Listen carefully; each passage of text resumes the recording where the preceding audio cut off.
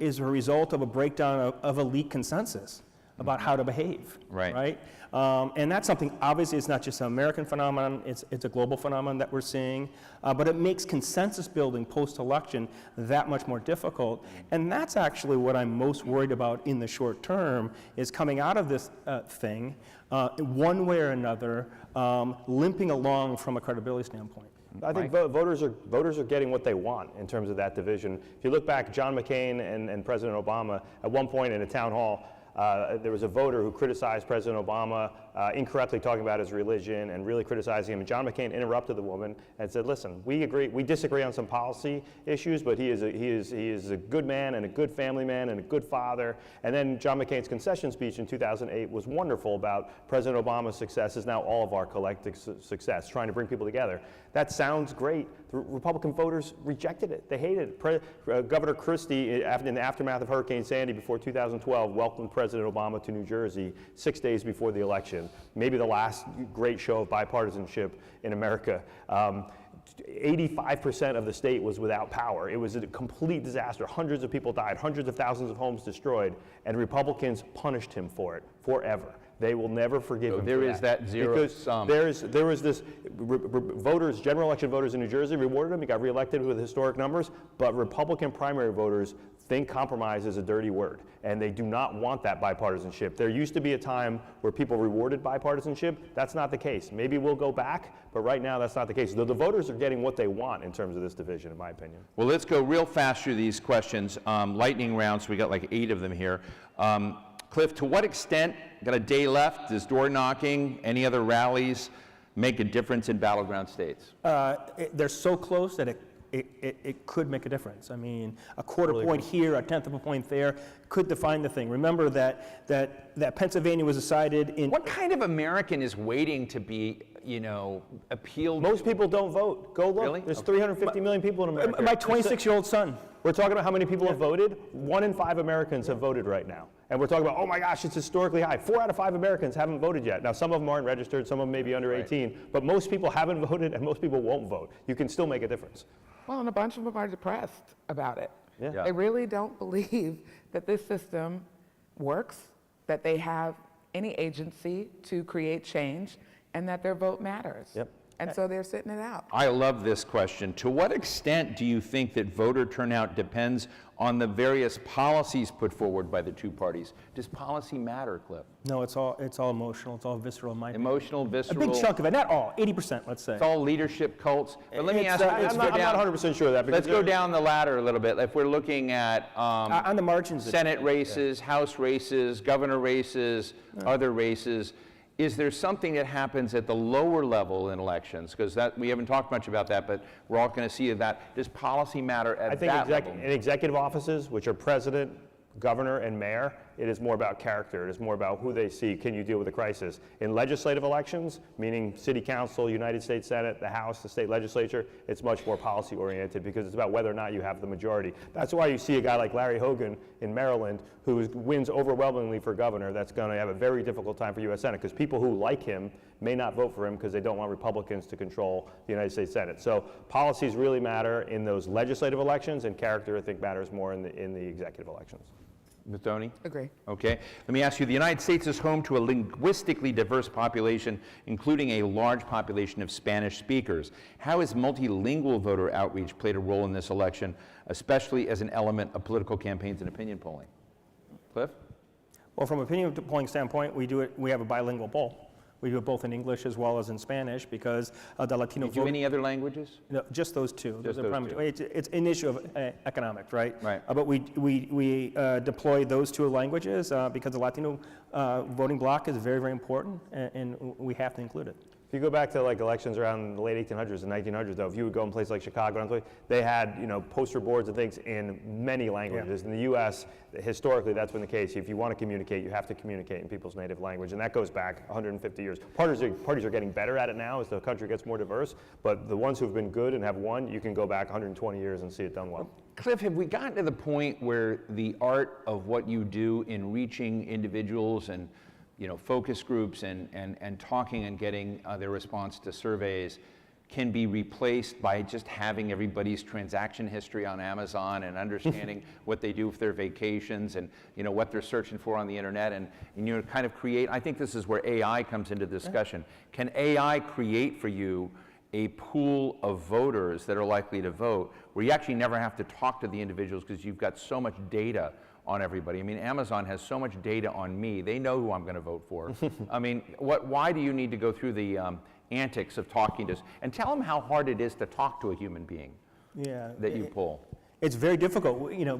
How many people have picked up their phone and actually see that it's a non-number and hang it up? That's probably us calling you to interview you. So it is difficult to find people. No, I would say both. I mean, obviously, we use data to understand the pulse of America.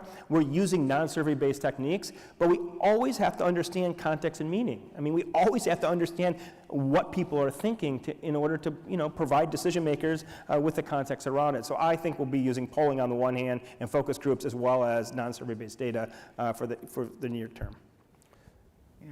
I'm going to answer this one. I say, are there any legislations, regulations against misinformation, putting out wrong facts in the system, or just allowing candidates to say whatever they want to? I'm going to say we allow candidates to say whatever they want to, but I just had an op-ed yesterday in Real Clear Politics about scandal mongering. Scandal mongers were the early pamphleteers in American political history, where Thomas Jefferson would hire someone to malign and fabricate stories about his political rivals. Alexander Hamilton would hire pamphleteers to malign and hire, and a lot of this was, what we see today. Now these were notable individuals, but I talk a lot about scandal mongering and what you do, and so there are people like Steve Ballmer, the former CEO of Microsoft, who's invested in something called USA Facts to kind of lay out without political tilt, just facts so that people can kind of look at it, or Glenn Kessler at the Washington Post, who's tried hard to kind of create a Pinocchio system of attaching 4 long noses to the biggest lies in politics. But is there anything from any of you that regulates against misinformation criminally or by regulation? Well, and I don't think so. But you can't put up a television commercial that has an outright falsehood or lie in it. It can get pulled off. So when you do a television commercial, you have to have legal documentation. I can't say you raised taxes 100 times if you didn't. I have to have 100 different votes that you made to raise taxes. So if you have a commercial that's patently false, it can be pulled off the air.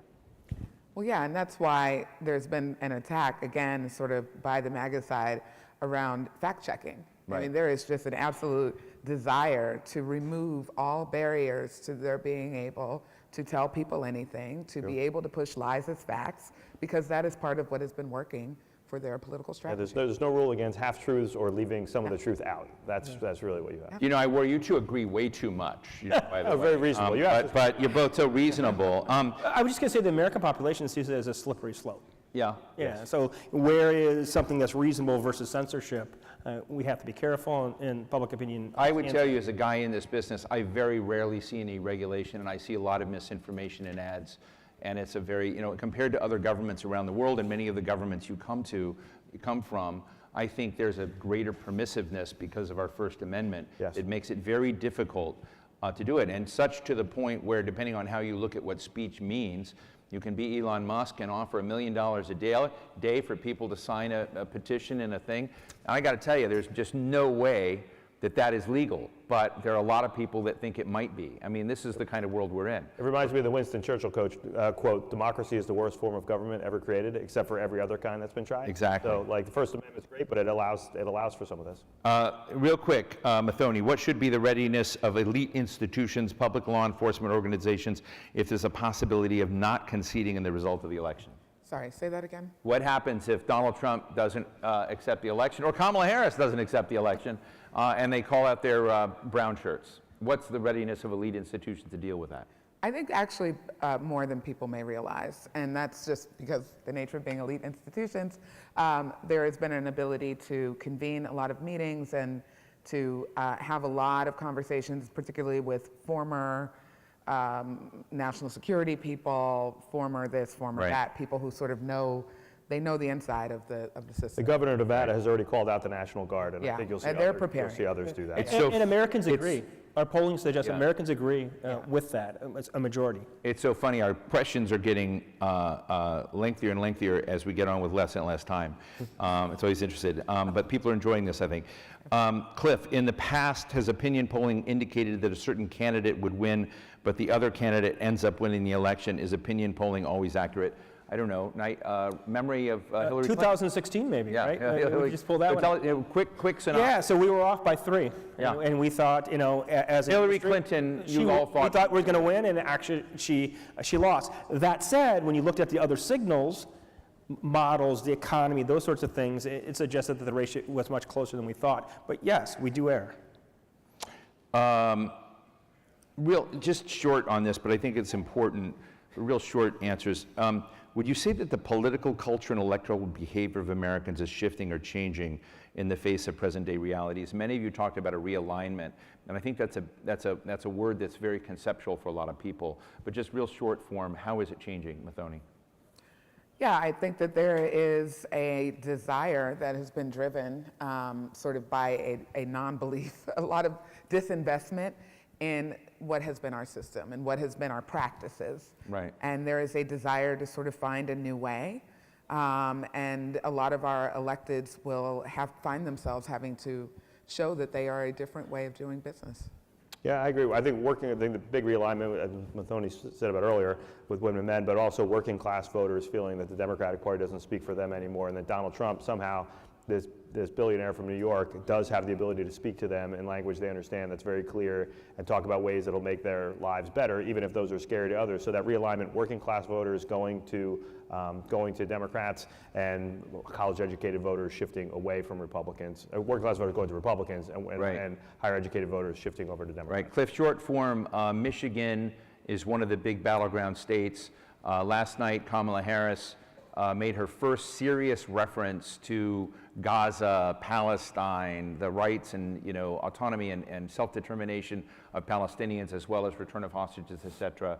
But she's been largely silent on that through this race. How important is this foreign policy issue potentially in the outcome of this presidential election? Foreign policy in general is not important, but Gaza is important in Michigan because of a very large Palestinian population in the Troy and other sort of metro areas there. And she's trying to make her case. She can make her case that she's more amenable because she needs those people to turn out. Can I say, though, that because since we are not single issue people and we don't live single issue lives, I actually think that the Middle East has taken more of a attention role, and people may not formally think of it as caring about foreign policy, but I know for one of the groups that's on the ground, they're doing independent work, that when they are talking to voters, and these are low information, oftentimes voters, who they are targeting, these voters, 8 out of 10 of them have cared about our role in the Middle East, bringing our troops home, and wanting to see a different solution for Gaza. Right. And that's in Pennsylvania. Real quick, can Cornel West and Jill Stein, third parties, make a difference in this election, Cliff? Sorry. You go for it. Absolutely. I mean, Jill Stein is in many ways the reason that Donald Trump won the first time. She took more than enough votes in 2016 in Michigan, Wisconsin, and Pennsylvania. Had she got half as many votes and the other half gone to Hillary Clinton, she would have gone. And you saw the same thing. Ralph Nader took votes in certain states in 2000 that. So if she's a spoiler, is she a spoiler for Trump or a spoiler for Harris? She's a spoiler. She would spoil for Harris. I mean, she will take protest votes, maybe on Gaza or other things, where she takes the votes that would otherwise go to Harris. And takes them off the table. As a Democratic Party insider, how much do these campaigns cost? How much does which campaign? They said either one. Are there any estimates of campaign costs for both sides? I figured you knew what the big tab was. I know that we have burst through whatever the tab was But at this point. I would say that people often talk about money in politics and how bad it is. It's in the neighborhood of I've heard 8 billion, 10 billion, all in with all politics. We spend $11.5 billion every year on Halloween costumes and candy in America. It's perspective. So it's relatively small. For the leader of the free world, it's relatively small. That'd be a great op-ed in the Hill, That's by great. the way. That's awesome. It's true. We spend more money on Halloween than we do electing the president, and that's every year versus every 4 years. So believe me, all the campaign finance reform stuff has been completely foolish and stupid, and while well-intentioned, has really led to bad mistakes in money in politics. Are your fees going up or down from campaign to campaign? Yeah, they're basically even. I mean, Even, we okay, just the they're same volume. Yeah, we mostly work with the private sector, but yeah, but yeah, I would say just another point. Sort of, there's been this debate about the billionaires supporting the campaigns, and both sides have 50+ billionaires supporting each side. So it's just like maybe there's a lot of money, but it's pretty well distributed on both sides. I'm going to ask a final question here, and I apologize to the person who asked a question in French. I am in the Legion of Honor in French, but I wanted the ambassador, and President Macron put me in. I said, I don't speak a word of French, so I apologize. I can show it to them later. But thank you, and it looks beautiful, whatever that question is. But I would say, there's a really interesting question here about economic policy, economic questions, and what resonates, because it's very clear that this dose of very high inflation that America had after COVID really impacted Americans, Republicans and Democrats across the board. I mean, yes, the border, yes, crime, yes, abortion, but this sense of this future has created a kind of weird anxiety at a time when the stock market is raging, unemployment is so low, and you kind of look economically at the investments in America. It's harder to put together a better economic portfolio right now than we have. But because of inflation, even though it's coming down, people. So I'm interested in this question here, just as we finish in this last minute, and then you all get to have a break. Is there something that resonates particularly with low-income voters, or just across the board, that neither candidate is getting right when it comes to the economic equation? Mathoni? Well, look, I think that this is part of answering your question even about the importance of conversations at the door, because there's been so much that voters don't understand about who even owns what when it comes to economic policy, and the credit that should have been given to the Biden administration. And we know that Bidenomics as a phrase didn't exactly lift the boats, but that this is an administration that should have gotten credit for getting us out of a mess. And where we are sitting now is that we are having to lay that out for people door to door and really share with them which candidate is actually going to be on your side, which party has been on your side when it comes to your economics. The economy is less about statistics and national statistics and more about how you feel. Can I afford my vacation? Am I putting enough money away for my kids' college funds? And the inflation, while the inflation has slowed, those prices skyrocketed, and they didn't come down. They just stopped going up as fast. And No, so eggs are so expensive. I rarely buy eggs, but I went to buy eggs. They're so expensive. Try buying egg whites too. It's just as expensive. So the prices never went down. They went up and they stayed up, and that's a problem for the current. Yeah, it's cost of living. The Biden administration missed it, didn't understand that inflation disorganizes the household, sound functioning of the household, and now we are where we are, but it is the issue in our mind. I'm going to give you $5 each, put on a roulette wheel. You can bet on blue or red for the president. So Kamala Harris versus Donald Trump, where are you going to put your bet? Well, I think Republicans flip the Senate and Democrats flip the House, which shows you how angry the country is. I still think Harris should probably pull it out. I thought if either party got rid of Biden or Trump, the other party would definitely win. So I guess I have to stick with that. But there's a lot in Trump's favor right now. Momentum. Cliff? 250. There we go. 50, in case you're not going to win in the end. Okay, I know. I mean, but I'm good. I got my $5 final back. word. Yeah. Kamala's going to win. Okay, we're going to see you tomorrow. We're going to be back, and we'll see how the House does. I want to thank Mathoni Wambu-Crowell, Mike Duhame, Clifford Young. Thank you all for a wonderful discussion. Thanks for great questions. I'm sorry I couldn't get to all of them, but I got to a lot of them. Guys, I think you're going to go on break now, or someone's going to tell you get to go on a break, but thanks very much for listening, and good luck as you're out there watching this across the country, and thank you for coming to the United States. I understand there's 60 nations here, and some of you speak French, so good to see you all. Thank you. Thanks. That's great. That was awesome. I learned a lot. That was wonderful. Ladies and gentlemen, we will now taking a 20-minute break. A 20-minute break. Please return to your seats for our next exciting session at 10:20 a.m. Thank you.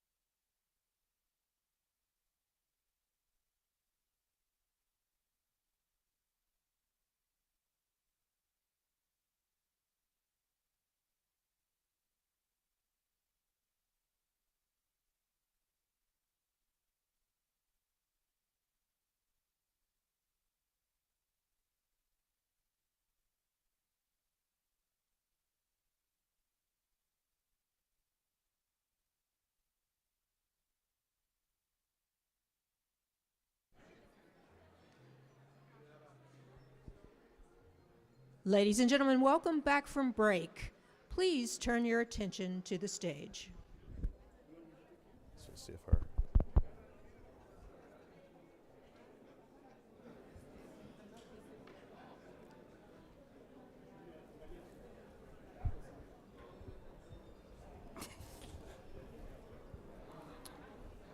Okay, hi everyone. For those of you who've made it back from break, it looks like other folks are bringing in their coffees and their teas.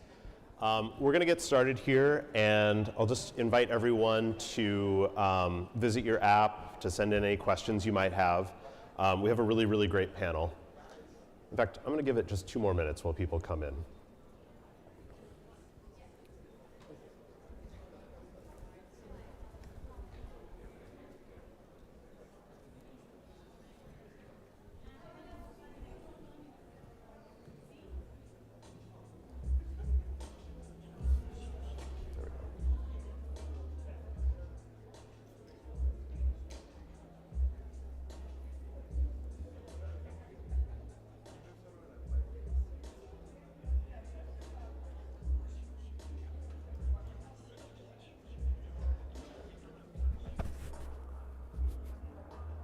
My other panel is right after lunch. Always good. Yeah.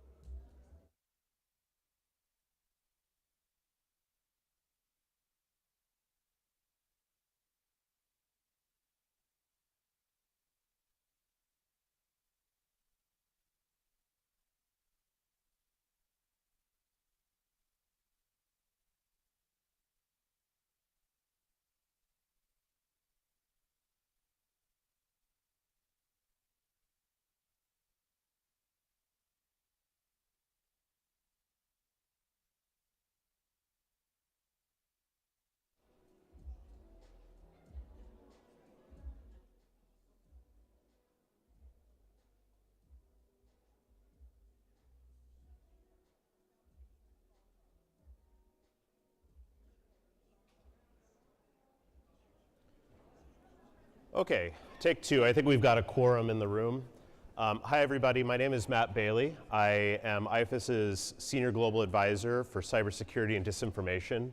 I was saying to our panelists just a minute ago how heartwarming it is to see so many familiar faces in the room as someone who's relatively new to the elections community. But I've met so many of you all around the world and at conferences and things over the last couple of years, so it's just really nice to be here together. I'm joined here by a really awesome panel, some folks with not only long experience in elections, democracy, and human rights, but with very different viewpoints, very different sets of experience into those spaces. So I'm going to quickly introduce them, but then also allow them to introduce themselves. We have here Tim Harper. Tim Harper is Senior Policy Analyst on Elections and Democracy at the Center for Democracy and Technology, CDT. We have Ben Hovland, who is the chairman of the U.S. Election Assistance Commission, amongst other titles within that context. And then we have Nadine Fareed-Johnson, who is the policy director at the Knight First Amendment Institute and a former diplomat.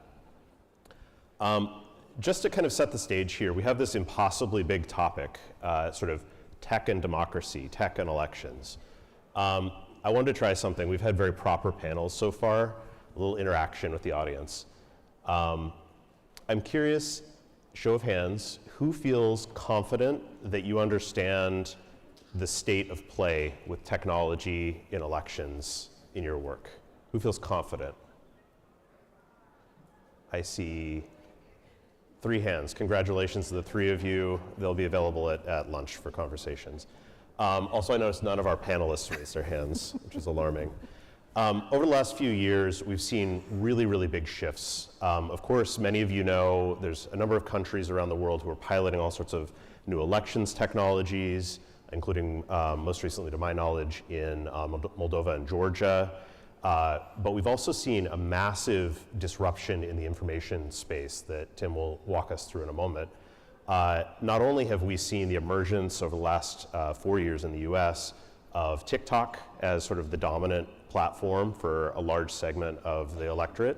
But we've seen really, really big shifts with regards to what we call the legacy platforms, the Twitters/X's of the world, with regards to Meta and its apps and its community standards, its approaches to moderation. And we've seen the emergence of generative AI and various other AI applications and techniques across kind of all of our consumer hardware and software and the social media platforms as well. So it's kind of this period of alarming change. And as I've kind of watched the election community figure out how to respond to it, there's been this really weird thing happening, and I'm sure you can all relate to this.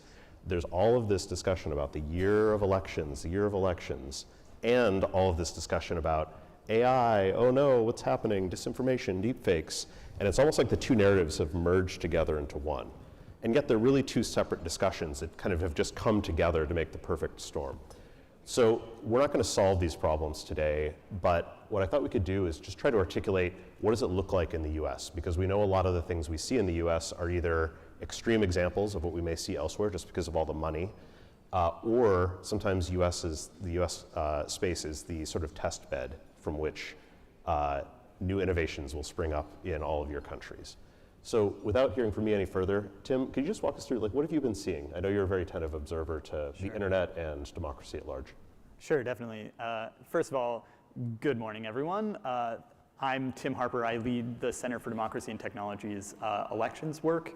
I have been working in the space for well over a decade. Most recently, I worked at Meta on political ads and elections policy, which kind of helps me speak to some of these issues about what we're seeing in the tech space right now. I wanted to start with just kind of some top-level context setting for this conversation. 2024 in the United States is obviously a major presidential election year, and it's just tomorrow. However, it's also the single largest year of global elections since the advent of the internet, right? Depending on what tracker you look at, over 80 countries and over 2 billion people going to the polls this year around the world. So while the United States is the priority focus for this conversation, it's important to contextualize that with the international context, right? A lot of other countries have already had elections. There are still some additional elections throughout the remainder of this year, and the United States is kind of, I would say, highlighting many of the issues that we've seen develop throughout this year. So when we're having the conversation, it's important to kind of contextualize things. What are we seeing in the tech space? How has it changed over the last 4 years?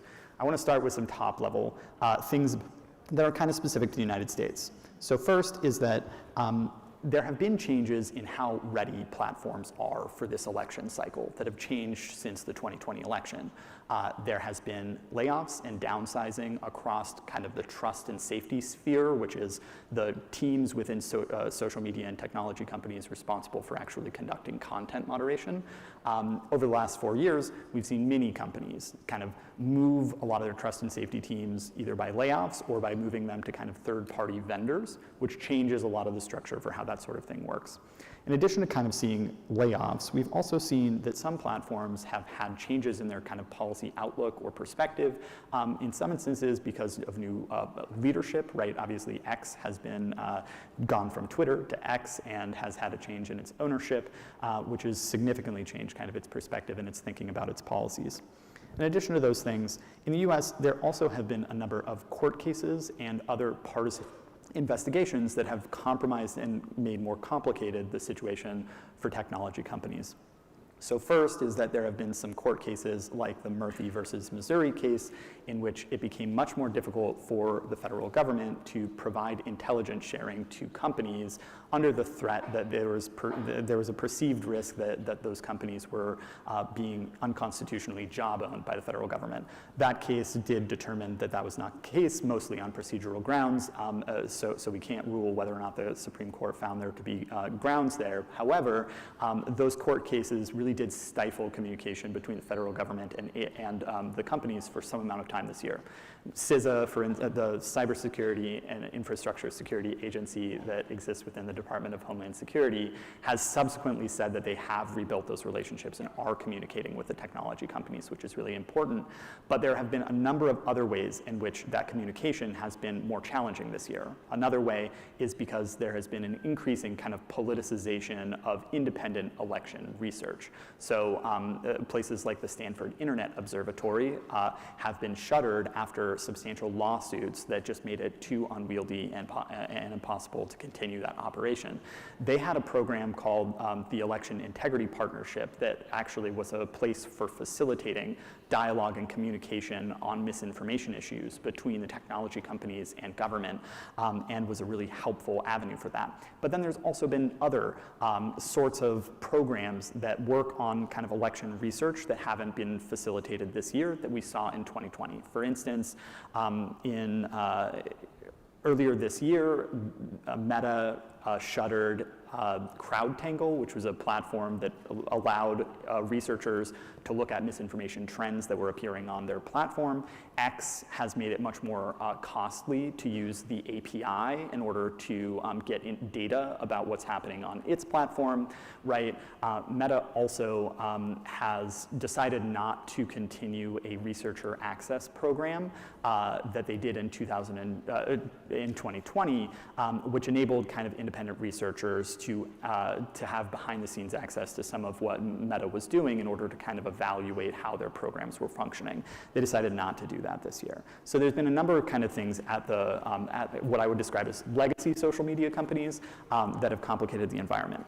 Now, in addition to kind of those court cases, I also wanted to mention that there has been a kind of widening of the distribution environment or the information environment. So there have been new platforms that have come onto the scene in the last 4 years and built large audiences and followings. Think about Twitch and Discord and other online platforms who traditionally did not have a significant impact or play in the 2020 election because they were quite small at the time, and now have very large followings and are really dealing with these issues in trust and safety for the first time, right? So we have some kind of untested companies on that side of things.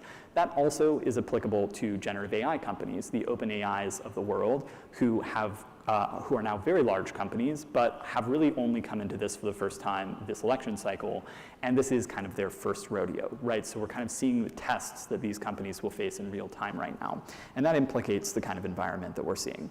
Finally, I'll just mention that in addition to these things, we're also seeing that kind of companies and government leaders right now have an obligation, I think, to think about how this environment, the emergence of generative AI, the change in the technology environment, will impact not only US elections right now, but also into the future. So I hope that this panel will have some opportunity to talk about recommendations and next steps, because honestly, if we're just talking about the problems, we're only talking about the most immediate term, and we need to have a conversation about recommendations for the future.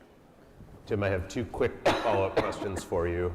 What's Twitch and what's Discord? Sure. So Twitch and Discord are technology, social media platforms.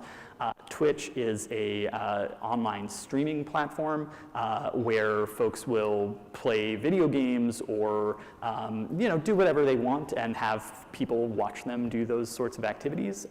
It has a huge number of users at this point that very closely rivals some of the major social media companies and is owned by Amazon.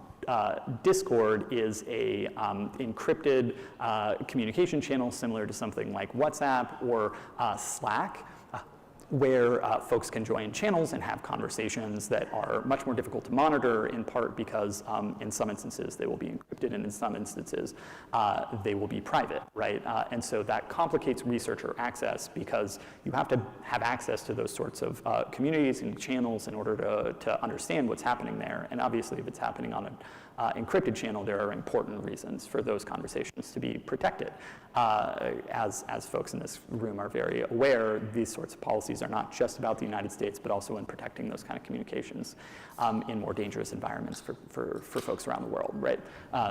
Is that? Perfect, thank you. Yeah, and both of those, the reason I call that out is those 2 platforms are growing really rapidly, and they're very popular with gamers, with kids, youth who are spending a lot of time online, and they're growing their footprint, Discord in particular. We've actually seen online campaigning happening by politicians in the US on Twitch this year, and we saw some major intelligence leaks happen about 2 years ago on Discord. So just 2 platforms to be aware of. We normally fixate kind of on WhatsApp, X, and on Facebook.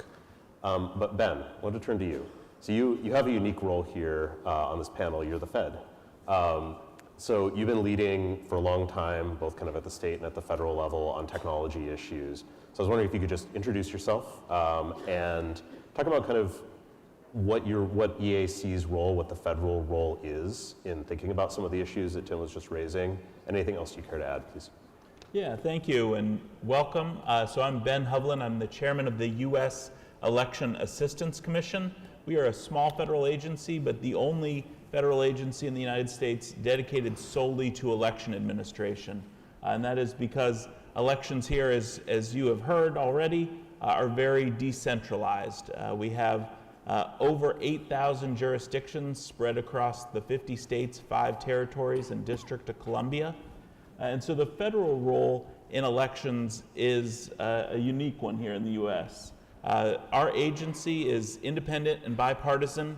We were created by legislation called the Help America Vote Act of 2002, which was Congress's response really to the 2000 election in the United States. And we were charged with 4 main mission areas. We test and certify voting equipment. We distribute grant money from Congress to the states. Most of that in recent years has been directed specifically to security of elections and election equipment. We do something called the Election Administration and Voting Survey, which is sort of a census or a snapshot of how Americans are engaging in the process, where they're getting registered to vote, how are they voting, is that by mail, early in person, or on election day. And then finally, we serve as a clearinghouse of best practices on election administration, really with each state running elections a little bit differently, looking across the states, identifying programs or success stories, lifting those up to help other states and jurisdictions better serve their voters. So a number of pieces there, and certainly that broad overview helps us look at the challenges that election officials are facing. And in the United States, really, probably elections have certainly been evolving for some time since the Help America Vote Act passed, but really we've seen it sort of in hyperspeed, I think in some ways, since 2016. The Russian interference in 2016 was a significant, I think, reminder and need for focus on cybersecurity around our elections. And we saw a lot of states take the HAVA money, the Help America Vote Act funding that I mentioned, and use that to replace paperless equipment, to harden their statewide voter registration databases, to do more and more training around cybersecurity. Then with the 2020 election, we saw an expansion and changes in the information environment. That has been certainly a challenge for a number of years, but has increased significantly post-2020, both the nature of dealing with the specific challenges of the information environment. There are, I say a lot, there's a whack-a-mole, which is a game here. I don't know if it's made it everywhere, but essentially there's a conspiracy theory of the week, and on different parts of the internet, there's all kinds of things that pop up about elections that are untrue. But then additionally, we have seen more threats of violence, more harassment that has stemmed from that information or that information environment. So it's certainly a real challenge for election officials. I think it is heightened a little bit here because the decentralized nature of our elections gives us, I think, a lot of advantages. We get to see, one, it makes my job a lot more interesting, but we get to see a lot of experimentation. We get to see states pioneer things like being mail-driven elections, where most of their elections are coming through the post office. We get to see places like Arizona pioneered online voter registration, and we wouldn't likely see that in the United States if we were dependent on federal legislation. But it also means that each state has slightly different rules for elections, and so communicating about that is a challenge. We've done a lot of work to emphasize trusted source information and getting information from your state or local election official.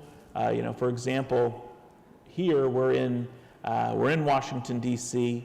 The Washington, D.C. media market touches, just if you're turning on local news on TV, that hits Virginia, West Virginia, Maryland, and the District of Columbia, all of which have slightly different rules for administering elections. So there are pieces of this that have been a historic challenge, but particularly with social media, with the widespread efforts we've seen by certain foreign adversaries to further divide Americans or amplify false narratives about election administration.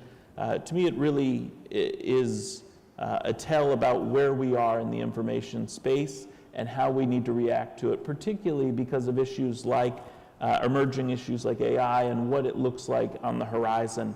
I think historically in the United States, voter education has been something that would be nice to do, and I think we're very much shifting into a place where it's something we have to do. We have to make sure that people know where to get that trusted source information and do more to help them know how the process works, know about the safeguards that are in place.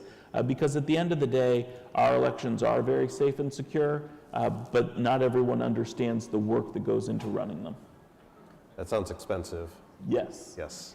I know everybody here who administers elections feels that the sort of the cost of doing an election well, especially with regards to voter education, has gone up, and parliaments seem not to have recognized that cost is there. So we're feeling that pinch globally. So we've already heard, Nadine, about this question of sort of like not only disinformation, but the politicization of the process, the questions that have been raised about what the appropriate role of government is in alerting us when there are issues, whether those are deep fakes or perhaps disinformation about what identification you need to bring with you on voting day or when the polls will be open. You're a free expression advocate on the panel, so I'm curious, what are you seeing? What is Knight thinking about these issues, and where do you think things are going from here? Great. Thank you so much, Matt. It is really a pleasure to be here. My name is Nadine Fareed Johnson. I'm the policy director at the Knight First Amendment Institute at Columbia University. And as Matt mentioned, I'm a former diplomat as well. I spent the better part of a decade as a U.S. diplomat serving in Sub-Saharan Africa, the Middle East, and in the multilateral sphere. And I come to this work not only as a former Fed, to use Matt's term, but also as an attorney by training and a former professor of law and political science. And the Knight Institute was actually established in part to answer some of the questions that are so pervasive right now. We are really charged with the mission of safeguarding free expression in this shifting landscape in the digital age.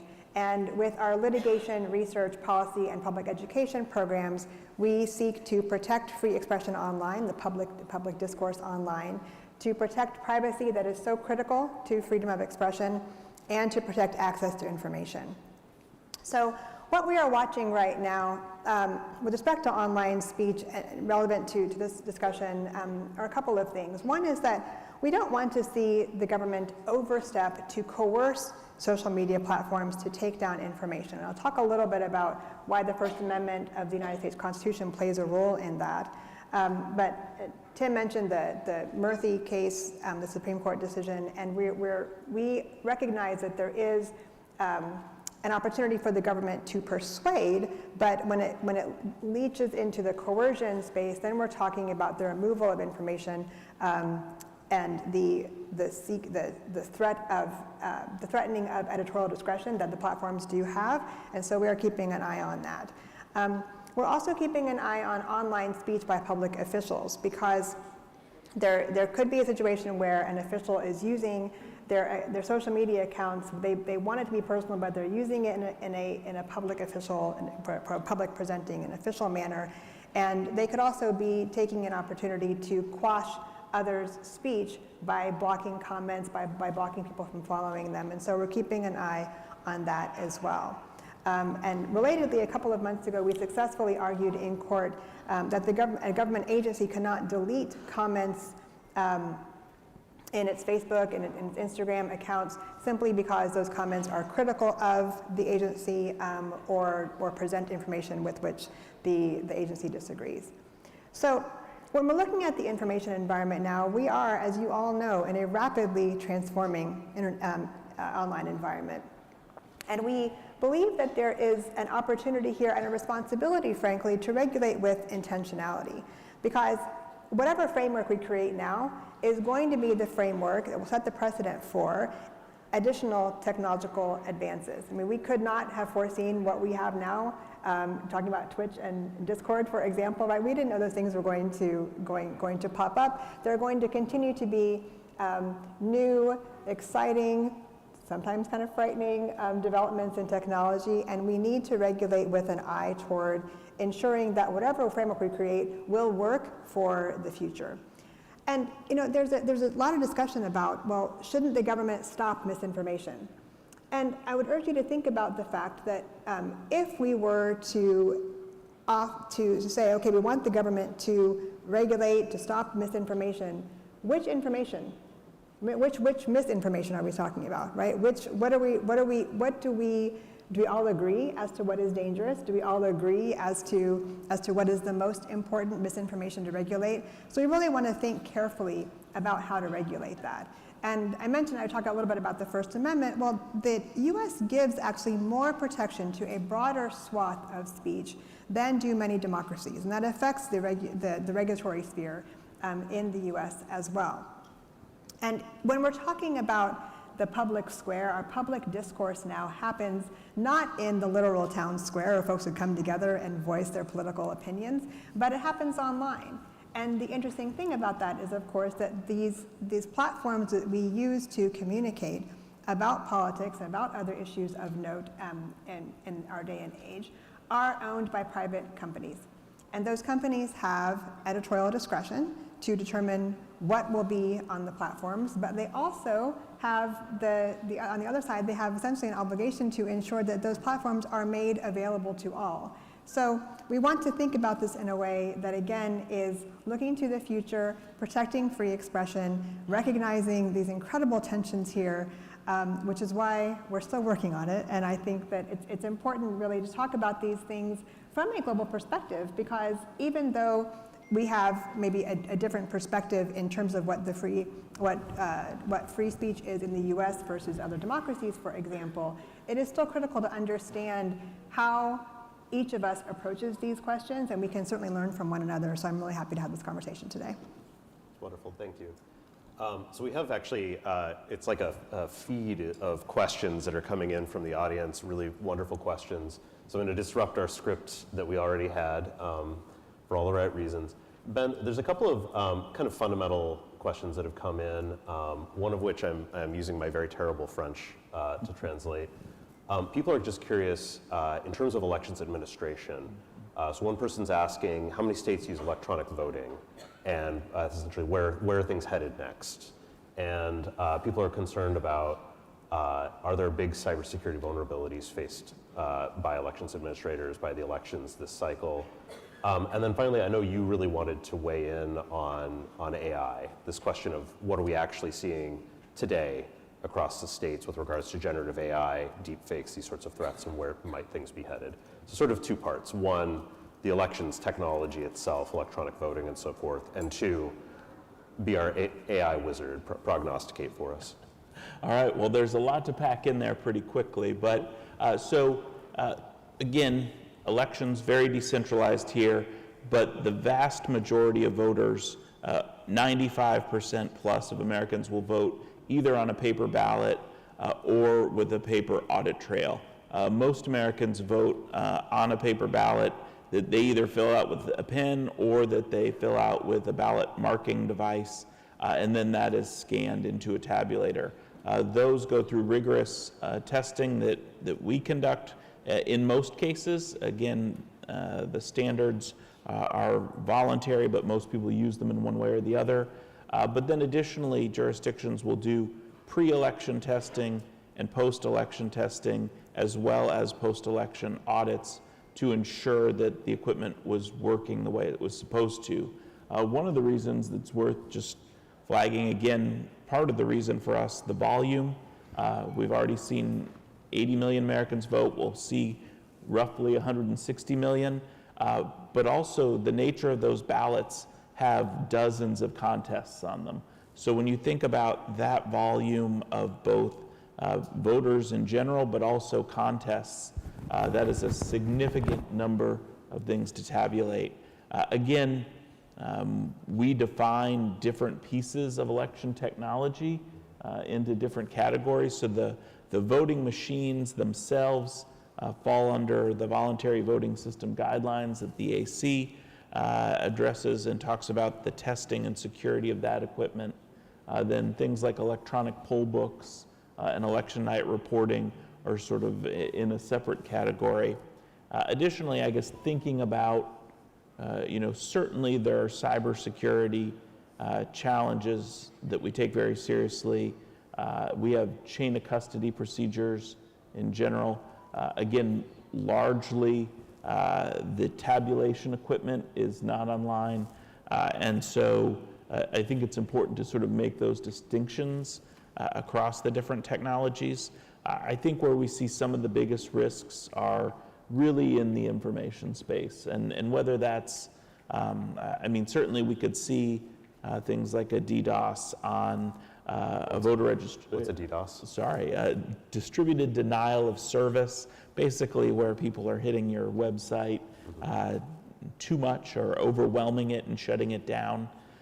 We could certainly, see that on, certainly we've seen both in the United States and other places that has appeared around election night reporting. But again, that is to sort of create opportunities in the information space. And so, what Matt referenced earlier, again, we've seen several videos already this election cycle. I would say more pre-election videos than I recall. The last several election cycles, we have seen various pieces of disinformation, of things falsely talking about the process. We've already seen several of those videos, some of which have been quickly attributed to Russia, but we've also seen Iranian activity as well. One of the things that I think I didn't hit on earlier, but is useful to talk about, the way that the federal government broadly interacts with the states on elections is very much a customer service model. It's providing resources, it's providing information, but then the states can sort of choose how to engage in that. And we've seen in 2017, election infrastructure got designated as critical infrastructure. And with that came a lot of change in increased information sharing, more coordination with our intelligence community to be able to provide information about what they're seeing, threats, concerns, et cetera. And then the Election Assistance Commission and other partners like the Cybersecurity Infrastructure and Security Agency and other entities. We have something called the Election Infrastructure Information Sharing and Analysis Center. And again, these are communications channels to be able to share across those over 8,000 jurisdictions that I mentioned earlier, what people are seeing, what issues are popping up. Some of the things this cycle, of course, the videos I mentioned, but also, real physical challenges. We've seen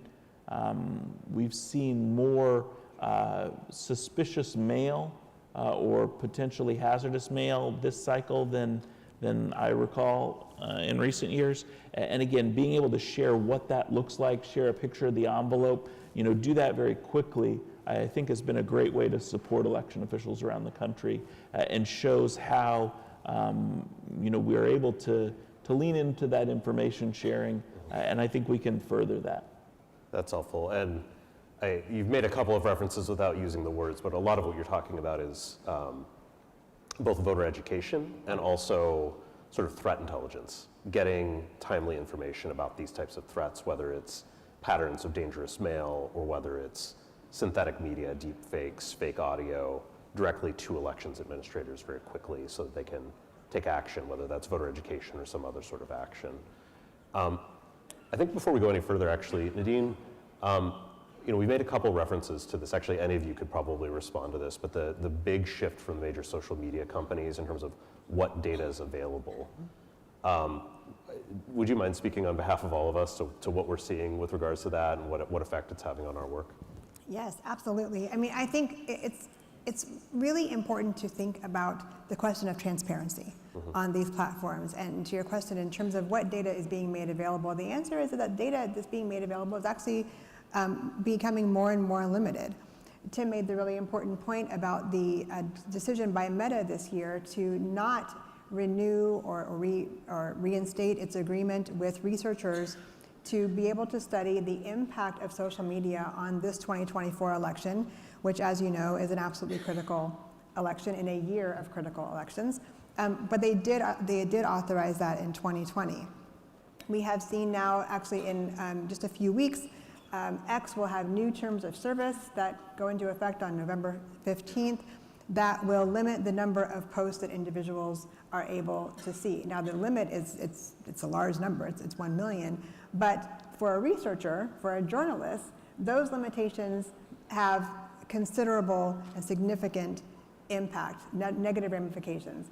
Because if you're thinking about what it is that we need to know as those of us who are engaging in public discourse, those of us who are users online, it's important for us to recognize and understand what impact are these platforms having on us. How do they shape how we engage? What kind of information is amplified and given to us versus that which is de-amplified?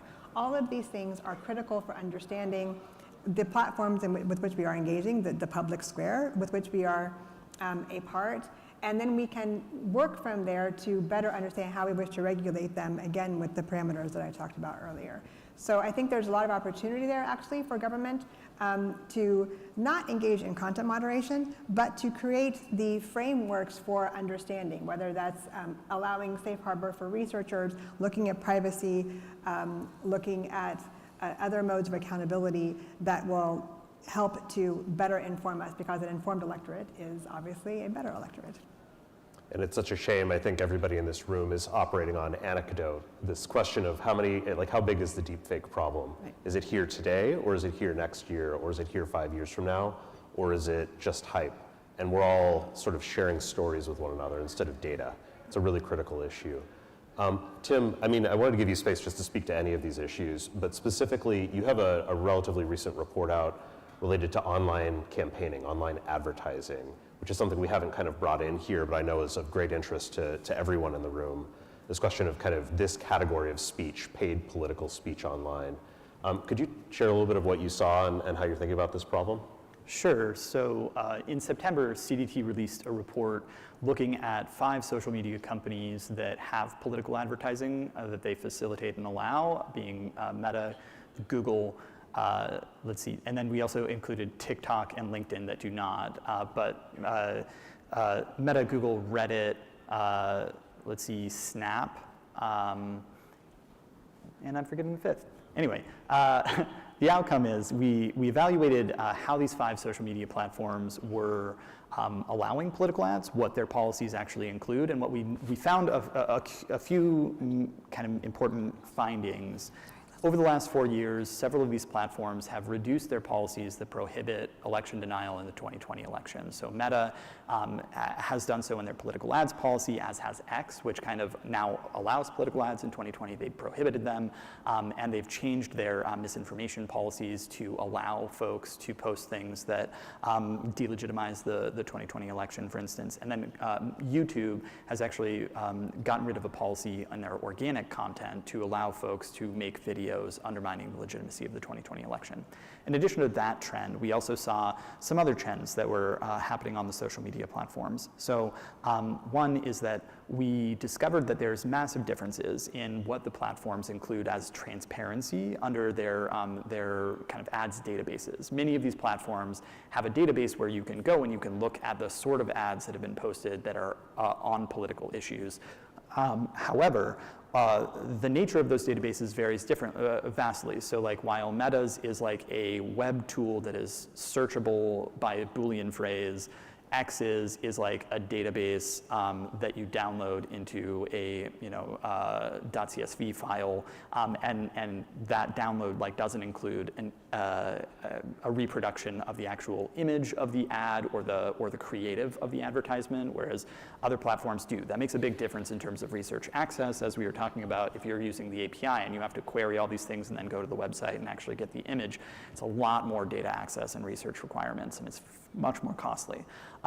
So we've noticed things there. The other thing is that there have been a significant trend in companies updating their policies on generative AI in political advertising. So some platforms have done things like prohibit the use of their own generative AI tools in political advertising. So when you go to the suite of ads tools, you're no longer able to change the color of the background or modify the complexion of your opponent or something like that that could produce pretty significant harm. One difference we've seen that kind of is the opposite direction is that while most have kind of tried to limit the impact of generative AI in political ads, X has introduced a new tool that allows you to build an audience of your ad using a generative AI tool. So you can basically tell it, I want to target this sort of person on X, and it will generate a list of people's users' name that will that would see the ad, which all of our research, by the way, we've also done a study in September that looked at the ways in which generative AI can be manipulated into doing harm to elections. What we know is that those sorts of generative AI tools can be manipulated even if they have good rules that could micro-target people for really concerning purposes and harmful campaigns. So those are some of the things that we've seen in the report. Happy to kind of talk through some of the other trends as well, but don't want to use all of our time. Yeah, no, that's wonderful. And just to scare everybody, because I know we're almost at the end of the year of elections. Of course, we're all painfully aware that there's still elections next year as well. The major advertising platforms are all getting ready to add generative AI tools to their ad services. Meaning, if you're going to advertise as a campaign or as a politician or as a party or as a commercial advertiser on YouTube, you will soon be able to generate your advertising content using generative AI directly in that service. The same thing for Meta and so forth. And we also are just on the verge of having powerful AI editing tools on all of our phones. iPhones and Androids are going to have very, very soon, it's already starting to hit the market, tools for adding or removing people from photos and so forth. So this moment of sort of deep fakes and elections and campaigning that we feared was coming this year, it's actually just next year. So brace yourselves. So we have 4 minutes here. I didn't warn anybody I was going to do this, but predictions or anything that you think folks should keep an eye out for as they're witnessing the elections tomorrow and through the rest of the week. Nadine, you're first on deck, and then we'll just go straight down the line. Well, I think predictions, we'll continue to see the use and misuse of generative AI, and I think we will also see an effort to legislate, and we'll see, I think, more and more court decisions around what is going to work with respect to both the First Amendment and our other concerns that are promulgating in this space. And I think it's really important just to recognize the work that each of you in this room, everything that you do is critically important, because we can talk about what's happening online. We can try to shape it with lawsuits and with policy advocacy, which we do. We're trying to safeguard all of the rights that are embedded in all of this. But it's the work that each of you does, and particularly every day, but particularly when we're getting close to elections, that is really critical. So just thank each of you. I would say that one of the things that has become a big issue here is expectations around election night results. And for us, that is a product of the media. Election night results have never been official in the United States. There is a long process for what is called canvass and certification that takes time. Again, depending on each state's laws, there will be signatures to verify for mail ballots. There will be something called provisional ballots to ascertain whether or not somebody was eligible. All of that takes work and is part of the safety and security measures that are in place. While that takes place, if the election is close, as everybody thinks it will be, that is certainly another space for bad actors to insert information about the process or make false claims about things that allegedly happened. And so it's important to watch out for that. But again, it's also important to understand that each state sets out the laws that our professional election administrators follow, and they do that in a transparent way. And so that is ultimately the results part of it, and it is what gives me confidence in the integrity of our system, but also know that it is another window for information efforts. Yeah, I really just will repeat and build on what my other panelists have mentioned. This week, I think y'all that are here monitoring elections, I would discourage you from expecting to know results immediately. To Ben's point, in 2020, we didn't know the outcome when the media called the election until Saturday after the election, but official results still take weeks and months after that. Certification deadlines for California is a month after Election Day, for instance. So states are doing this work to finalize votes for a long time after the media has hypothesized the final outcome. So anticipate a shift. We know that there's likely to be a shift in kind of vote totals throughout that week, which sometimes is referred to as the blue shift, as Democrats gain more votes, as more urban jurisdictions that are slower historically at counting ballots have those tallies come onto the scene. So anticipate that. I would also say in terms of mis and disinformation, there are kind of vulnerable time periods throughout most of the post-election period that y'all should be aware of. And I'll be very quick with this. One is kind of this immediate week when most of this kind of information will be coming out. There will be threats of increasing kind of escalation of political tensions and violence as folks try to kind of rally around outside of some of the counting facilities of election facilities. We may see kind of tensions emerge there, but then also immediately kind of after the first week post-election, I would say there are a few dates that are procedural and statutory deadlines for the Electoral College, specifically December 11th and December 16th, which are really important as kind of escalating points for political violence that we're kind of looking at. The reason for that is on the 11th is when the states have to submit their slate of electors to Congress, and on the 16th is when they have to actually meet to hold their vote for their electoral votes for the state, and then those votes have to go to the Congress archivist by December 25th, which is, I think, kind of a bad choice of the Electoral Count Reform Act. But and then January 6th, obviously, well, January 3rd is the day that Congress has been paneled, so the 119th Congress will begin, and then January 6th is the date that those electoral votes are counted as a procedural deadline. So those are kind of moments where we could see escalating kind of misinformation that might have an interest in increasing the risk of people mobilizing towards something that could look like political violence. That's wonderful, thank you. And I think what we've really done here is we've queued up our next panel, which is all about trust, perfectly. So I want to thank everybody for your thoughtful questions from the audience, and of course thank our panelists. This has been a wonderful and extremely alarming panel. Thank you all.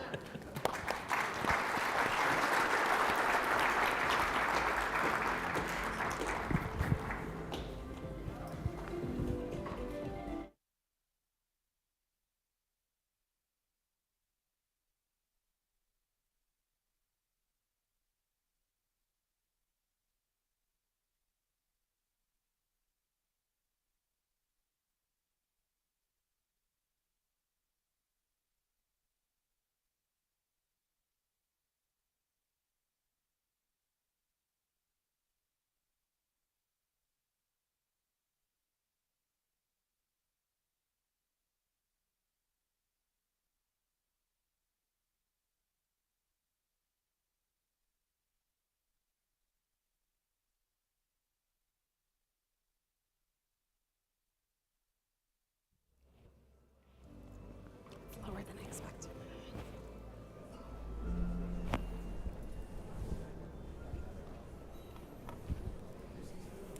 Okay. Good morning. My name is Erica Shine. I'm the Managing Director of IFES's Center for Applied Research and Learning and our Democratic Resilience Lab. For the next 45 minutes, we'll be talking about trust in elections and what we can learn about recent initiatives to build it, to sustain it, to restore it. We're all cognizant of the fact that we get very excited about our topic. If anyone here is speaking too rapidly, feel free, give us a wave. We'll try and slow down. While the spotlight is on the United States this week, this is an essential conversation for all of us. Globally, election officials have the difficult task of protecting a fundamental, arguably the fundamental democratic process, and convincing the public that election outcomes are worthy of their trust. Fundamentally, and particularly in our modern age of seamless, borderless, and nearly instantaneous information sharing, discrediting the electoral process is a much easier task than explaining how it works. This is a lesson many of us learned on the playground. It can be so much easier to criticize than to construct, to attack than to defend. And narratives attacking our elections, and as Anne Applebaum mentioned earlier, that use the language of chaos to sow distrust in democracy. This poses acute risks to trust and confidence. Closing this trust deficit requires coordinated action to bolster individual or personal trust in a country's leaders, procedural trust in the election process, and institutional trust, including in election management bodies tasked with delivering elections. We have so many tools at our disposal, like messaging campaigns and pre-bunking by election officials and community leaders, educational outreach to media and journalists, or risk-limiting audits conducted prior to certification of final election results. Bolstering trust in elections is a daunting task, and democracy's defenders have an important choice. We can view this task as just insurmountable, or we can marshal the imagination to take it on. The speakers joining me today have chosen this latter path and have a lot to share with us. Thad Kauser is professor of political science, co-director of the Yankelovich Center for Social Science Research at the University of California, San Diego. Professor Kauser studies American politics, voting reforms, direct democracy, and trust in elections. And then Mark de la Iglesia is the director for U.S. democracy at Freedom House, where he leads the organization's nonpartisan efforts to protect and strengthen American democracy. Mark has 2 decades of experience in the U.S. and internationally, including on important initiatives to build trust in American elections. I'd encourage you to go to the app and submit any questions you have during this session, and we'll take a few at the end as time allows. We're going to start with Thad, who's going to quickly set the scene for us with some data about trends in public trust in elections in the United States. Great. Thanks so much, Erica. And let's bring up the slides, please. What I want to start is by showing you some data, all taken from surveys that are representative of the entire U.S. population, that look at the landscape of public confidence in the accuracy and integrity of elections. Now, this landscape changes over time. That's one of the first lessons of these data.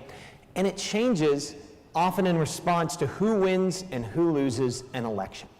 So if you look at this trend, this is data from monthly surveys beginning 4 years ago, just before the 2020 election. That's the data you see on one side. And it goes all the way through a survey that the Yankelovich Center at UC San Diego did just after the 2022 midterms ended with the Republicans getting control of the House.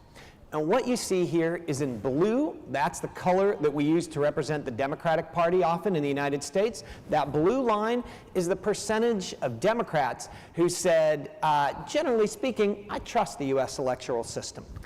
In red, we see Republicans. Red is usually the color used for Republicans in the United States, and in green, we see where independents were.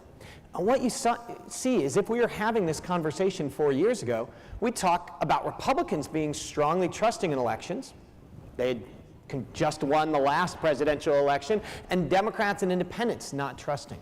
That flipped with the results of the 2020 election, with the election of Joe Biden, and especially the Stop the Steal movement and everything we saw in January 6th and thereafter.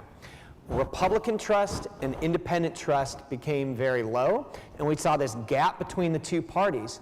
After the 2022 election, when the Republicans won control of the House, many people thought Republicans would regain trust in elections.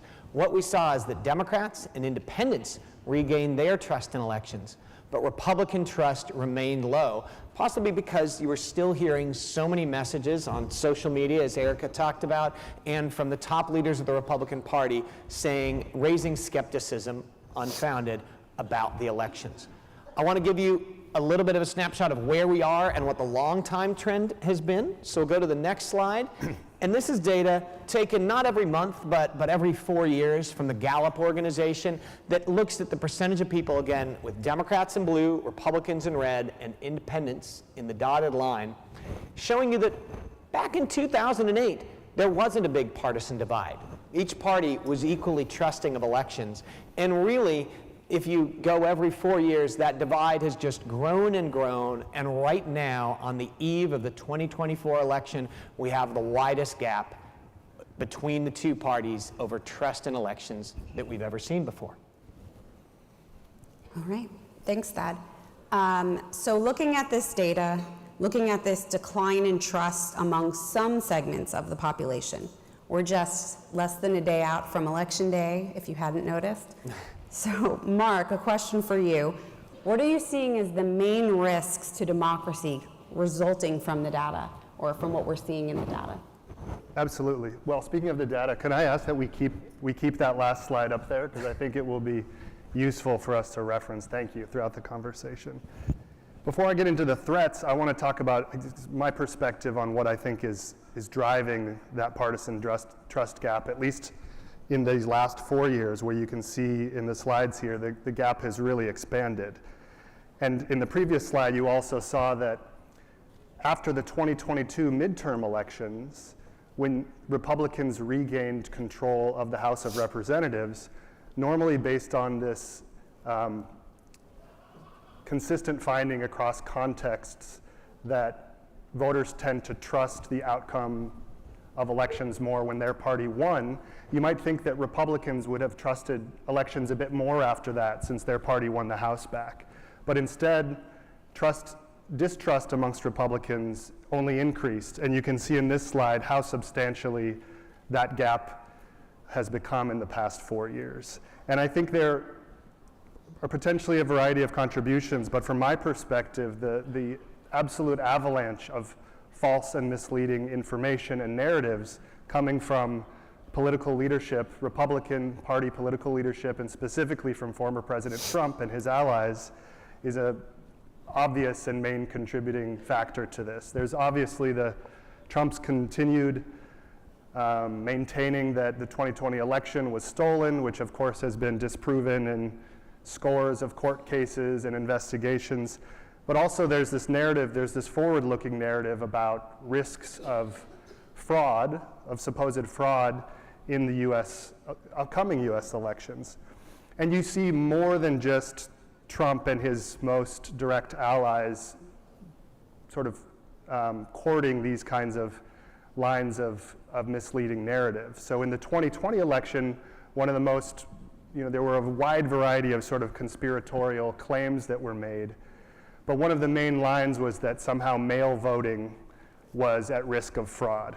And that captured people's imagination and attention because it was during COVID and you had so much more use of mail voting from jurisdictions that previously hadn't used it. So there was some kind of logic to it in people's minds, despite really there being no substance to it ultimately, given the security measures that were in place. And this cycle, as we've heard discussed earlier today, this idea of non-US citizens voting has become one of these sort of bugaboos amongst the Republican Party. And again, there is little to no evidence that this is actually any sort of a risk of fraud. The actual number of non-US citizens who have ever been shown to have voted is just so tiny, it's not even worth mentioning in terms of anything that could sway an election. But that hasn't stopped Republican leaders in state legislatures, governors, secretaries of state from sort of raising this issue and citing the fact that there are registration challenges where you have non-citizens seemingly having entered the registration rolls, but in fact when those sort of issues are actually audited, you end up finding that it's a result of them having most of it is a result of them having previously not been citizens and since becoming citizens. And so in Alabama, for example, the Secretary of State there essentially purged 3,000 voters because it looked on their records like they were non-citizens.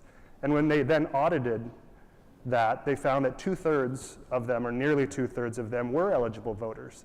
Now, thankfully, that relatively last-minute change was reversed by a court, but you can get a sense of some of the lines of misinformation that are out there heading into this election. And I guess what I argue is, because we have such a polarized political environment in this country, and a nationalized, an increasingly nationalized political environment. So people are paying less attention to local and state politics and more to the national narratives. And when you have this national narrative and the leading candidate from the Republican Party and his allies have been pushing forward this argument that our elections can't be trusted, it's, to my mind, findings like this aren't surprising. So what threats does this actually, or risks does it actually present? I mean, first, these false narratives can be used as pretexts for anti-democratic behavior. I just mentioned the sort of purges of suspected non-citizen voters that ends up potentially actually disenfranchising eligible voters. Now, I don't want to overstate this because I think the actual number of voters affected is relatively small, but you have seen a number of changes in the past 4 years, but particularly recently in some jurisdictions, citing this supposed problem with election security to pass more sort of access restricting voting policies in a number of Republican states in particular. Again, I don't want to overstate it because I think it can be overstated how much impact that will actually have on access, but it is a risk, and one has to raise the question, is that risk worth taking when it's actually not founded on a real threat to security that's being cited as the pretext? I think much more concerning is this sort of risk of using this false narrative about fraud for post-election meddling by partisan actors in the certification process of the vote or other attempts to sort of undermine the fair counting and certification of it. Again, I don't want to overstate this risk because our laws, both at the state level and at the federal level in the US, are quite strong in terms of requiring that certifiers of the election do their job as just a ministerial duty, that they have to rely on the counts that came from the election administrators and certify. But there are still some loopholes in the system, and as someone explained earlier, the Electoral Count Reform Act that passed in the Congress really closed a lot of these loopholes and made it more difficult to sort of meddle with election results after the fact in the certification process.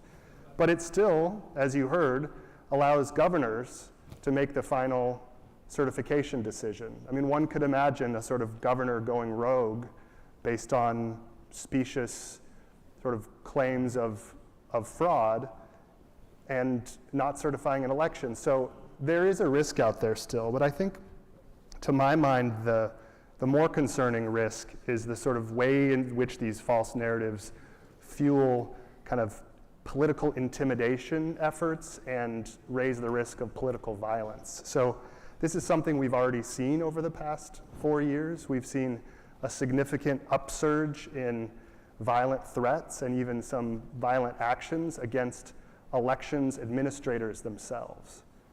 This was unheard of in the United States before 2020. Sure, we've had a long history of political violence where actual political actors themselves and political leaders may have gotten targeted, but to target the sort of workaday administrators of elections was something new, and surveys of these administrators have shown they've faced a significant upsurge in threats over the past 4 years. Of course, January 6th, 4 years ago, was an example of anti-democratic behavior and political violence that was fueled by these very false narratives.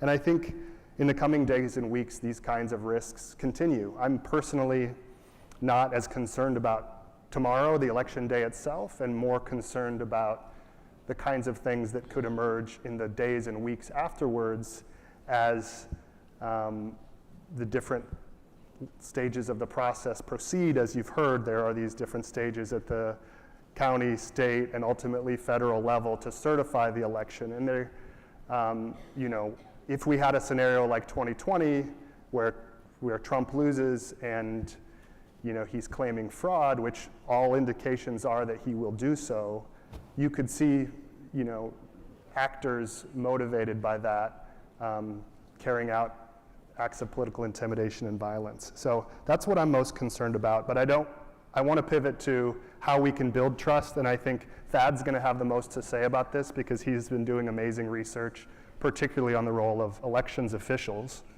and what they can do. But first I'll just say it's not easy in the US to build trust. It's not easy in any context, as you all know. But I think we have some structural issues, maybe compared to some of your contexts, that make it a bit more difficult. First, as you've heard, we have no single national elections management body and no totally uniform set of rules and laws about election security and access as you do in other places. So I'm thinking of Mexico, for example, which I don't know if we have any Mexicans in the room, but and call me out if I'm getting this wrong, but my understanding is, you know, after the 2006 election, you all had some major controversy and concern about the election system there, and you invested substantially in INE, the elections management body there. And there is, despite having a federal system like the US, they have a single national elections management body. They invested heavily in their independence, autonomy, and funding, and were able to communicate and build more public support and understanding of the core why the system can be trusted. And to this day, even though there has been efforts to sort of undermine INE recently, it's still one of the most trusted institutions in the country. We don't have anything like that here in the US. Also, there's the issue that elections are administered, in many cases, at least overseen by partisan elected officials. We manage to still, they manage to do their jobs mostly in a very nonpartisan way, but it does create potentially in these moments when you have partisan elected officials driving concerns about fraud, it can sort of add to a sense of distrust amongst people. But I want to focus just briefly in the end of my remarks here on the important role that Republicans actually are playing in this moment in pushing back on this narrative within their own party and trying to build trust in elections. And here, maybe the partisan nature of elections officials can be somewhat of an advantage because you have elections officials who are elected and have the Republican Party brand behind their name, but they're experts in how elections actually work. And many of these have started speaking up in the past 4 years, and increasingly as we head into this election, to sort of debunk all the false and misleading narratives about how our elections work here. I've had the privilege of working with some of these folks. There's a network coordinated by R Street Institute and the SNF Agora initiative at Johns Hopkins that has a bunch of these Republican elections officials speaking out about why elections, not only in their jurisdictions, but across the country, can be trusted. And there is a core set of shared security measures that every jurisdiction across the country includes. But it's difficult for any one person to speak out about those when these elections administrators are focused on their own jurisdictions. So we've been working with them to communicate more publicly about that. You'll see an op-ed if you look at the Wall Street Journal today, where Brad Raffensperger, the Republican Secretary of State of Georgia, and Lieutenant Governor Deidre Henderson of Utah, both Republicans, are talking, like debunking a lot of the mis and disinformation out there and talking about why elections can be trusted. And these folks are playing an incredibly important role because they give a permission structure, in a way, for fellow partisans, for fellow Republicans to say, okay, I can still go along with my party, I can even vote for Trump, but I don't have to believe that our elections can't be trusted. So that gives me hope. I'm happy to speak with some of you after this about what's going on there. Let me wrap up there. Awesome. Thank you so much, Mark. We're going to go back to Thad now. And as Mark alluded to, Thad has been doing some really cool, really innovative research on kind of effective messaging for trust and confidence building, and especially messaging by election officials. So I think it'll be, it's testing that's been done in the US, and I think it'll be really interesting for all of us in the room. Great, thanks so much. And let's bring up the slides again. So Mark laid out all of the challenges that the erosion of trust in elections creates. And election officials across the country are fighting back against these challenges with a lot of really innovative and energetic solutions. And so I want to talk about the research that this team of scholars at many universities, including the University of California, Yale, and the University of Southern California. I'm part of a team where we're working to support these people who Josh in our first panel today called the heroes of democracy. And they are heroes, and their job has changed radically since 2020. So the job of an election official used to be to run a trustworthy election, right? To protect and make sure they were accessible, to make sure that ballots were accurately counted, that they were protected in the process, and that they were audited in a fair way. Now their job is to continue to run a trustworthy election, but also to work proactively to get people to trust the elections. And that happened really after 2020. So that picture you see here on the left is Maricopa County. This is the second largest elections jurisdiction in the United States. It includes Phoenix, and it's been the center of election controversies in 2020 and in 2022. The elections there are run by, as Mark said, a Republican elected official, Stephen Richer, who's pictured right next to it, smiling. And so that picture you see with the Trump flag, that was outside of the vote counting facility in Maricopa County. It was essentially a camp out, a large demonstration of the Stop the Steal movement. And so what Stephen Richer has done with that election facility is open up the doors every many afternoons for public tours of his office, where he takes people through and in a transparent way shows them all the protections on elections. Other officials like Michigan Secretary of State Jocelyn Benson have been out there on social media. She had a tweet last week that was seen by 33 million people responding to some of Elon Musk's unfounded claims about election fraud. So election officials are doing new things. And what we're trying to do at the Yankelovich Center for Social Science Research, working in partnership with MIT and funded by the Election Trust Initiative, is provide data that can help inform their efforts by showing which of these things is working, what doesn't work, and what works best, and putting that data in their hands. So what are some of the things that they're trying? Well, during the last election cycle in 2022, we partnered with 4 election officials. The elections directors, the civil servants who really run elections in Colorado and Texas, with the deputy director in Georgia, so under Brad Raffensperger's office, and with the registrar of Los Angeles County, which is the biggest electoral jurisdiction in the United States. And we asked them all, okay, we can run surveys of your voters as well as national surveys. What do you want to ask about what they trust and don't trust elections? So they helped us write surveys, but we also asked, what are you trying to do proactively?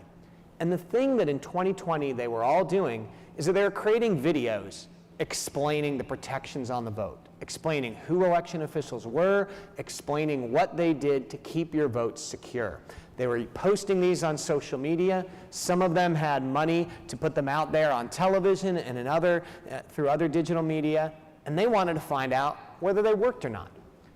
So what we did was what's called a survey experiment, which works in a really simple way, where if we survey 3,000 people in the country, we randomly, by a flip of the coin, 1,000 of them will watch one of these videos.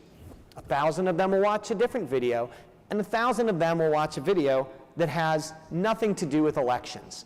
And so what we showed was an insurance commission. Let me show you what a couple of these videos look like, what election officials are doing. The first one that I want to show you comes from Virginia, a state that many of you will be visiting and looking at tomorrow. So if we could play that first video.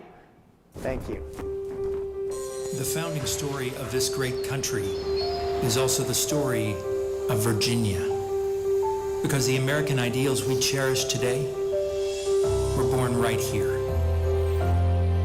So democracy is more than just our way of life.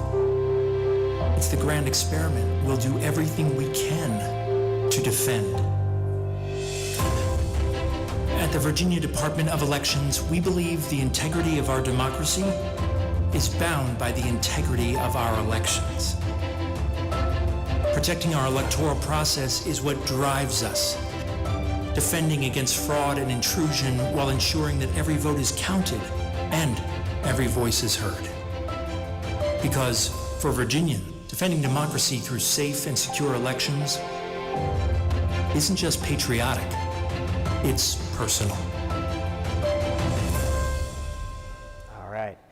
So that's sort of a big Hollywood production with election officials like you as the stars, designed to appeal to our emotions and make us associate elections with patriotism and trust them.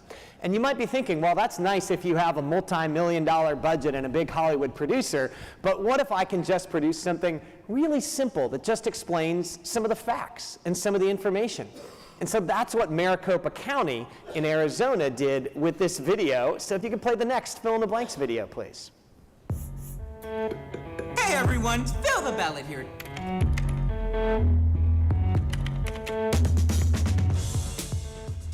In Arizona, voters use paper ballots to cast their votes. The tabulators are the machines that the Maricopa County Elections Department uses to count those ballots. Before and after every election, our tabulation equipment is tested to make sure your vote is accurately counted. After the election, political parties also do a hand count audit of the results. These are the machines that count early and vetted provisional ballots. And these are the machines you see at the voting locations that count election day ballots. None of the tabulation equipment is connected to the internet. You can see the visible wires here that show the tabulation equipment at our headquarters is routed directly to a secure server, not the internet. Let's pause that video, please.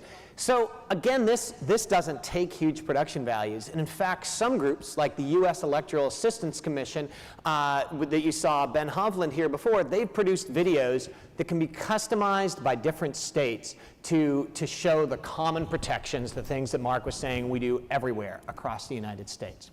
All right, so we showed these videos to a random selection of people, and we surveyed them afterwards about their levels of trust in elections, asking them, do you trust elections most or all the time? And the question is, do any of these things actually work? There's reason to believe that they work because most Americans don't know this information. They don't know who their election officials are, and they don't know all the steps that you saw in Maricopa about that they take to secure elections.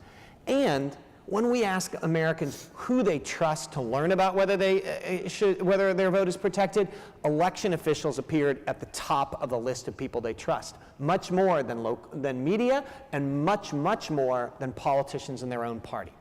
So we came into this optimistic that these things would work.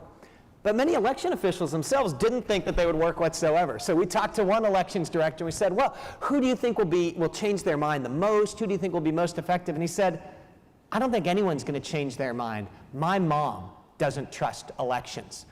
I talk to her all the time, and she said, nah, I've heard all these things on the internet. I don't believe you, right? So they went in not thinking that these would work. What we found was that in state after state, if you could go to the next, there we go. Sorry, the slide back from that. There we go. Sorry. The results slide, what we found when we tested 2 messages in every state as well as these national messages was that they worked. Some of them brought really large increases in the percentage of people saying that they trusted elections, about half of that size of that gap between the two parties in some of our surveys.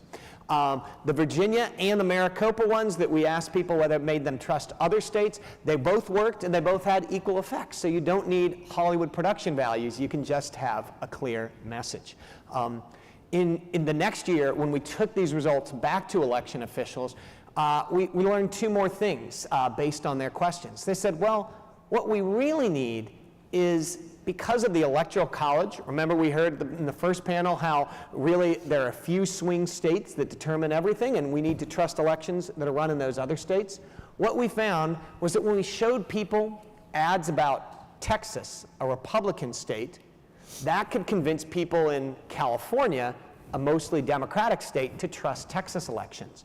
And when we showed people ads about California, the Texans became more trusting of California elections. So these advertisements worked across state lines and across party lines, all of these informational videos. The last thing we did in 2003 responded to this conversation you heard earlier with Tim and Ben, who were talking about what's going to happen in the next few days, right? So in the next few days, we are going to see if the election is as nail-bitingly close as it was in 2016, as it was in 2020, we're going to see a lot of controversy because it's going to take a few days to count the ballots in Pennsylvania, in Georgia, in Arizona, and possibly Nevada, right? So how can you get people to trust elections? Well, in a paper that we just published last week, in Arizona, the last governor's race took 6 days for a winner to be determined.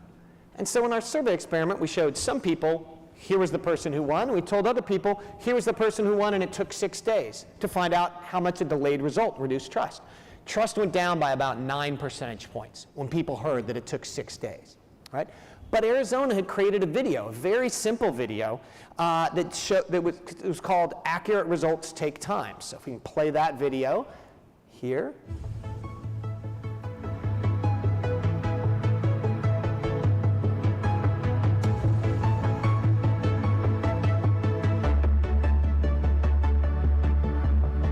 Okay, so that video wasn't expensive to produce, and all it did was just explain some of the reasons why it takes some time, because we're verifying signatures.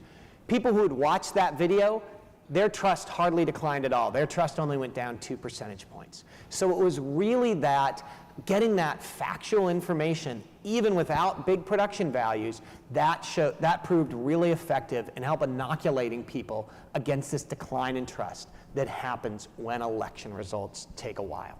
All right, so I want to just briefly wrap up by letting you know that we are working across the country on a set of 6 studies, all partnering with election officials. People like, this is Tommy Gong, who's the registrar who runs elections, who's deputy registrar of a large area in the Bay Area of California near San Francisco.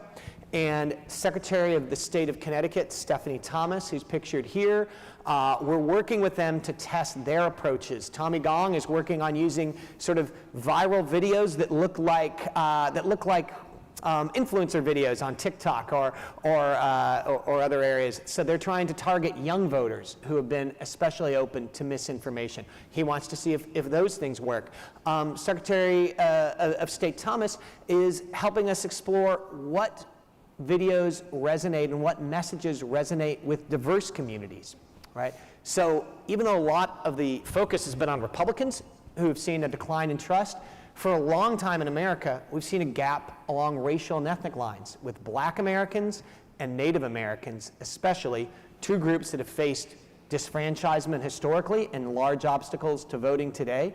Their trust is significantly lower than it is for white Americans. And the question is, what messages and what laws are necessary to restore trust across these racial and ethnic gaps? So I'll just finish up where I started with Maricopa County. So in Maricopa County, Stephen Richer and his staff are giving tours. They've done, I think, about 50 of these tours of their election facility. They show people everything. It's a 2-hour experience that they call the golden ticket, and they show you everything about how they keep votes safe. When you walk into the tour, you use your phone, you hit that QR code, you take a survey on trust. When you walk out of the tour, you take another survey, and it all goes back. We have now collected almost 500 people's surveys, and what we found was that people increased trust dramatically, and it was especially Republicans who began with the lowest levels of trust who walked out of that tour much closer to where Democrats were when they walked in. So all of this work that the heroes of American democracy, these election officials across the country are doing to restore trust is having an effect, and I'd be more than happy to chat with you about this research or about these innovative strategies after the talk. Thank you, Thad.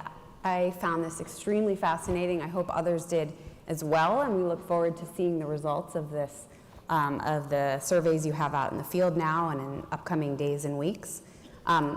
This very authoritative clock on the stage here tells me that we have about 9 minutes left.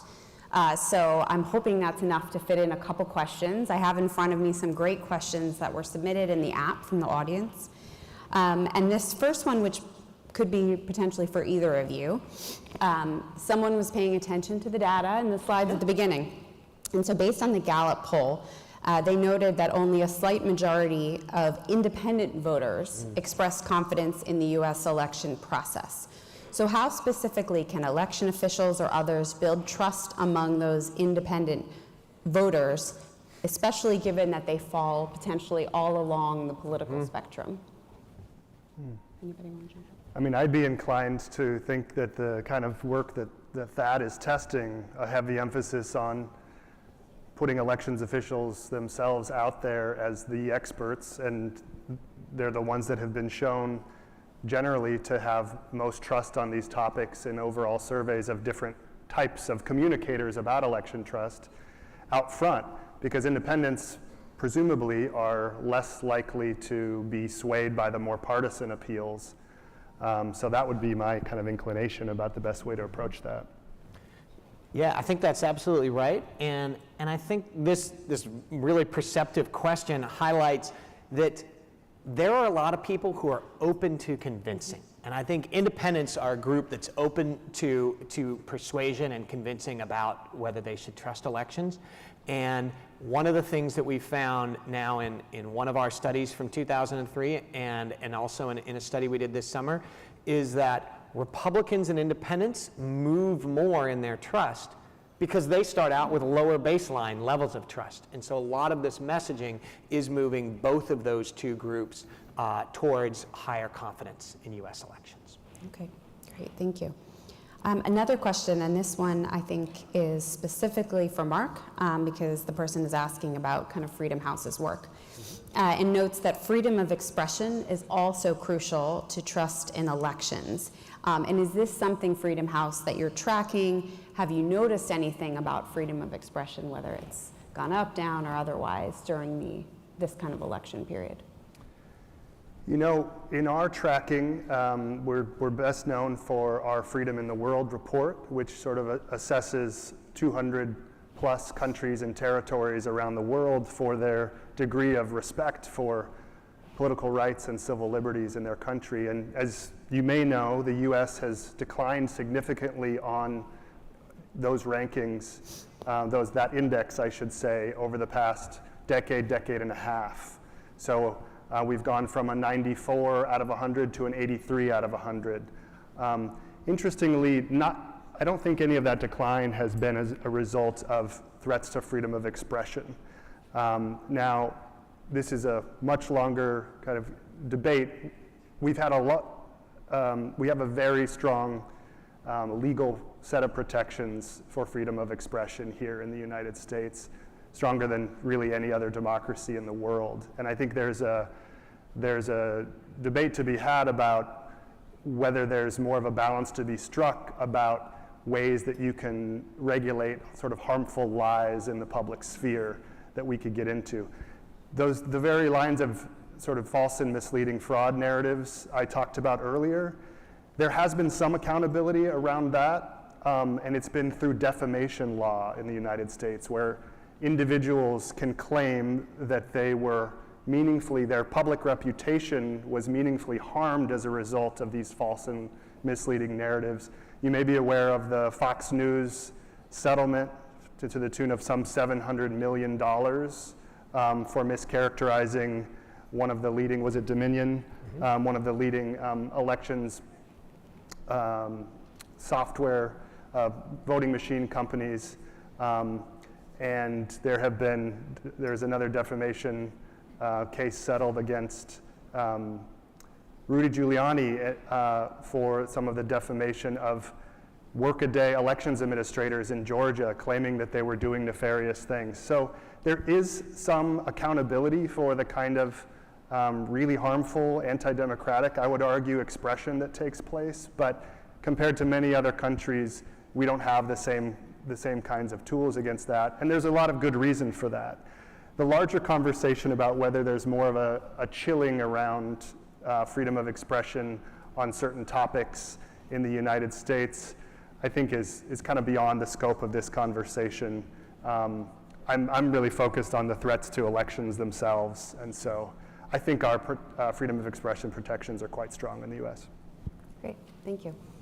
In kind of our last moments that we have remaining, I wanted to turn to both of you, starting with that, and just, do you have any final thoughts for the group? Sort of either about what you're seeing, how you're feeling, or what they can kind of take away back when they go back to their home and their own jobs leading difficult election processes. Yeah, thanks. Well, my guess is that everything that you're hearing about the United States is something that you deal with in your everyday life, with the challenges to trust in elections. Hopefully it's not quite as acute, and hopefully it doesn't involve the personal threats. But I know that getting people to trust elections and ensuring that they are trustworthy is a huge challenge all across the world. I think the two lessons that I take from the United States go back to that graph that we started with, where you saw trust going up or down, right? It's not a static thing that is locked in, where people are set in their ways about whether they think elections work or not. It's something that changes. It changes depending on whether their side wins or loses an election, depending on what leaders in their parties say. But it also can be restored, right, by highlighting everything that people like you do to ensure that elections are trustworthy and deserve the trust of the public. Thanks. Any Yeah, maybe I would just add one kind of angle on this that we didn't cover in this brief conversation, which is the role of the rule of law and independent judiciaries in arbitrating and adjudicating election disputes. So whereas I talked about our system of elected elections administration officials can raise questions of trust here, I do think we have a strong independent judiciary here in the United States. Now, even that has faced some declining trust in recent years, particularly with a perceived sort of politicization of the Supreme Court.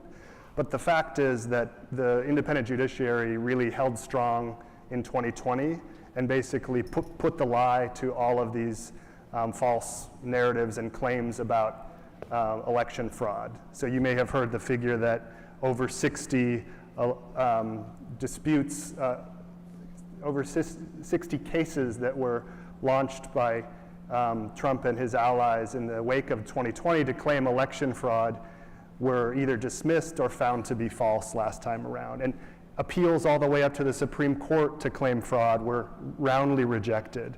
And so the independent judiciary and the rule of law really held. So this is less about how you as elections administrators can build trust in the very near term with your coming elections, but it's just a larger reflection on the importance of investing in the independence and the robustness of your independent judiciary, or whatever the body is that manages elections disputes. Just wanted to make sure that point was made. I'm sure you're very familiar with it. On that very important point, I want to thank you both so much. It has been a pleasure to share the stage with you. I think I have the distinct honor of dismissing you all to lunch. Very well deserved. Thank you so much for your attention. Please take note of the app, listen for the music in the hall for when it's time to come back in your seats for the next session. Thank you so much. Thank you.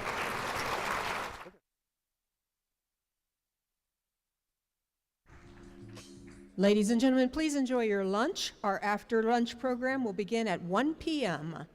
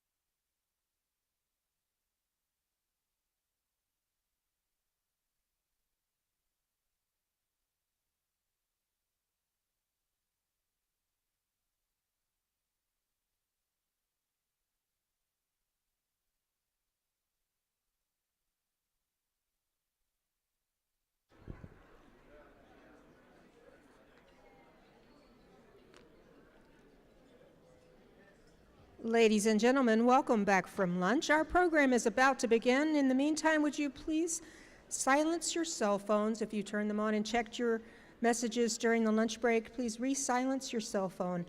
We'll be starting in just a moment.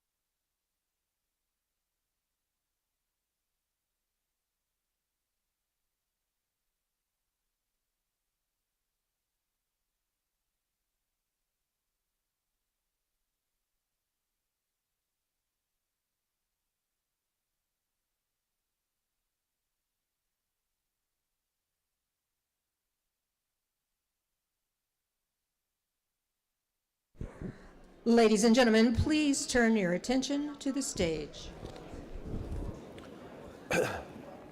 Okay, hi everybody. It's me again. I hope everybody's had some really good food, maybe an extra cup of coffee. We're here on the dreaded post-lunch panel, trying to keep our energy up. The really good news is I've been excited about this panel all week because we have three really seasoned leaders in the elections community in the US here, all of whom know each other and I think hatch schemes together all the time. So we shouldn't have any trouble with energy or with expertise on this panel.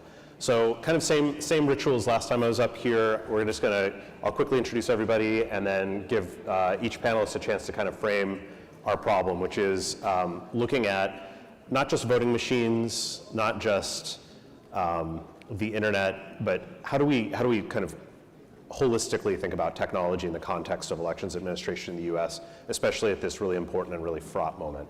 So On my right, we have Tammy Patrick, all the way at the end, of the National Association of Elections Officials, where she's the Chief Programs Officer. In the middle, we have Carolina Lopez, who's the Executive Director of the Partnership for Large Election Jurisdictions.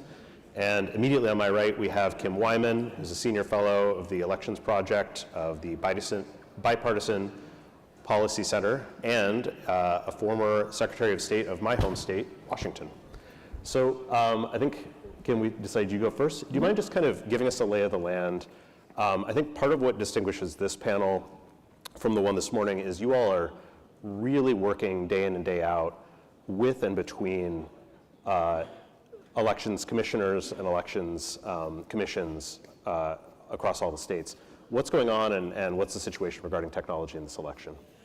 Well, thank you for having us here today. It's really going to be hopefully a fun conversation. So I come to this work with 30 years of experience, starting at the local level. I started as an election director in Thurston County, Washington, which is up in the Pacific Northwest. And when I started in elections, we were using punch card technology and optical scan where people fill in the oval. And for the first 10 years of my career, I had to become an election expert. Like all of you, had to learn all of the mechanics of counting and making sure that everything was done properly and done to law and accurately. And then in 2000, we had a little presidential election that came down to a single state, Florida. And the world started learning about CHADs and started learning about punch cards. And we had, in my state, we had our state determined the fate of the US Senate. So we had not a very close recount, but a recount that definitely got our attention, and we were very, very thankful for Florida because all the lawyers in Florida would have come to Washington. So in 2000, I not only had to become be an election expert, I also had to become a technology expert, an IT expert, because Congress passed the Help America Vote Act, which hopefully you've heard about already, but this was pretty sweeping legislation that gave states the responsibility of having a voter registration list, which had been done at the county level and the local level prior to that. And it also gave an infusion of money to update our systems, because one of the tenets of this law was that punch cards were illegal after a certain date. And lever machines where they would just pull a lever and it didn't actually put anything on paper. It was kind of weird to think about now. And so in the 2000s, really becoming this IT expert was a big part of my job, on top of being an election administrator. And then I became the county auditor, which in my state was like the local county clerk that conducted the elections. And we had the 2016 election, excuse me, I'm jumping way far ahead. No, I guess I'm doing well. Somewhere between there, I ran for and became the state's chief election official, the Secretary of State. And so in 2016, some of you may have seen the election we had here in the United States, where suddenly foreign actors were trying to get into counties in the middle of Iowa or the middle of Olympia, Washington, and trying to get into their systems and spreading misinformation and disinformation. So now we also found ourselves having to become cybersecurity experts. How do we secure our infrastructure when we have roughly 8,000 to 10,000 offices in election offices across the country? And then 2020 happened, and like all of you, we got to navigate running a presidential election. Maybe you didn't have to run a presidential election in COVID, but we did, and it was so fun. Okay, I'm lying, it was awful. But we also had to not only be health experts to a degree, we suddenly had to be communication experts, because we had people who were accusing us of rigging the election. And this was kind of uncharted territory in many ways, even though I know many of us had been through close, high-profile elections. So I guess what I want to do is sort of do a level set. That's sort of the skill set that is needed today in modern elections in the United States, being experts in all 5 areas of any part of an election. And you would think, and I'm not sure how many of you are familiar with the United States system, but we don't have a nationalized election system. I'm sure you all know that. And people assume that the federal government pays for our local elections, particularly when the presidential race or congressional races are on our ballots, and they don't. And so, with the exception of the Help America Vote Act 20 years ago, the federal government really hasn't infused money at the local level in a way that levels the playing field for resources. And I think this is what we're going to get into in this panel. So if you are lucky and you are Dean Logan and you are the registrar in LA County, you have really good resources. You have enough money to do your job, you can hire enough staff people, you can conduct an election for the, 5 million registered voters you have.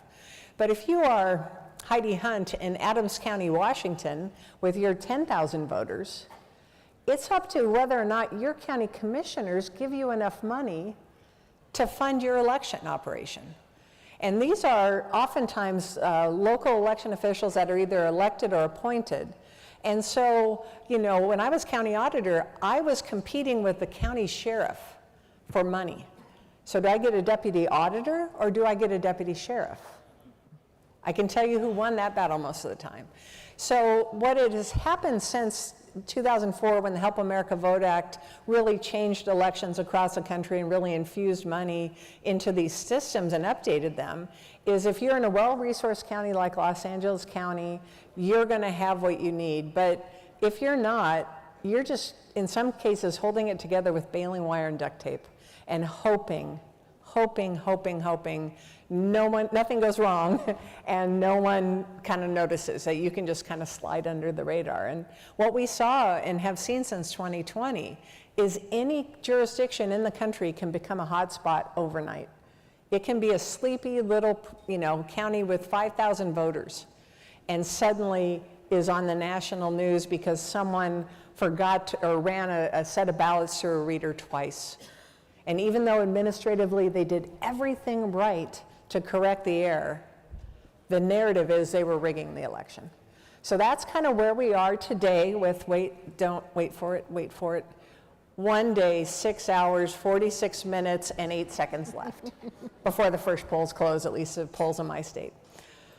So I say this because that's the biggest challenge from my vantage point. I now get to look at elections from the national perspective with the Bipartisan Policy Center, which is an organization that really tries to come up with solutions that are bipartisan, that Republican and Democratic points of view are considered in legislation and policy ideas.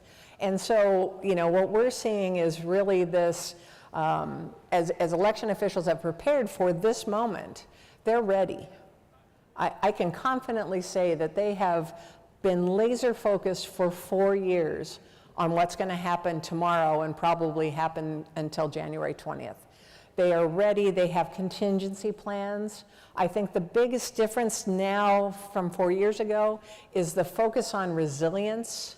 And I think part of the reason why we had such a successful election in 2020 is we were so focused on cybersecurity and building resilient systems so we could respond and recover to an event that when COVID happened, we just rolled with it and we were able to switch over.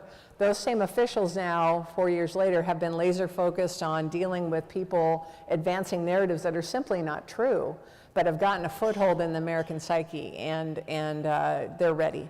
It's going to be bumpy because I think this is going to be a very close, nail-biting election, but election officials across the country are ready. And by the way, we're all election geeks, so we really welcome technical questions, but I thought I'd keep it kind of at a high level. So there you go. That's wonderful. And so I think, it's funny, like all of a sudden the audience went very quiet when you started talking about all of the skill sets that you've had to add over the years, that the job just keeps getting bigger. And certainly the panel that I moderated this morning, we had the same point, like the job keeps getting bigger, voter education, all these technology issues, but the budget generally, unless you're LA County apparently, doesn't get bigger. So that horrible situation that people find themselves in. And it's also shocking, I think, for most years in this room to hear you say, these elections officials are ready. they have a resilience plan, they're ready for what's coming. Because I think, I don't want to speak on behalf of anybody, but I don't think a lot of people feel ready for their elections these days.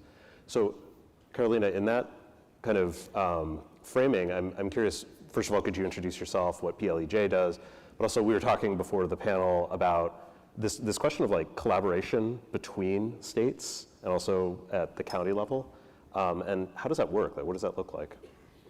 So Carolina Lopez, Executive Director at the Partnership for Large Election Jurisdictions, and all that really is, it's a nonpartisan nonprofit where the LA counties of the world, the large jurisdictions across the country, who usually serve as the leadership in their state because quite frankly, they run the most complex election operations. Biggest budgets, biggest number of voters, biggest number of polling places, everything is just bigger. And what we do is we just try to create a safe space, nonpartisan safe space for individuals to share how to process voters quicker, how to respond to the media quicker. And so I heard you say resilience, and one of the things that I've noticed, particularly this weekend, look, there's no such thing as a perfect election. How many of you actually have had a perfect election in your states? Right? Like there is no such thing. What we do is we manage chaos. We prepare for planned emergencies. We figure out what the best contingency plans are, whether it's a global pandemic or power failure or, the machine locks at the worst time, right? And what these individuals do in a moment where they have not slept in 49 days straight, where they had to replace 20% of the poll workers that didn't show up that morning, but you never knew it because we opened the doors on time.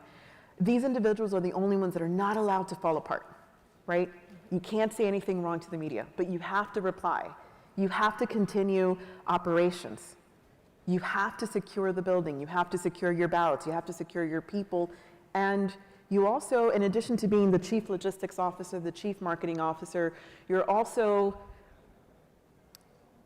the therapist in the office, trying to have people not to quit in the middle of the day, right? So it's a big role, it's a gratifying role, because once it's said and done, the fact that we are still involved in elections in this panel, even after we have moved on past that elections office, tells you that there's a bug, you get the elections bug, it is a career, it is a calling, it is service beyond self. And we still have so much to share and give, right?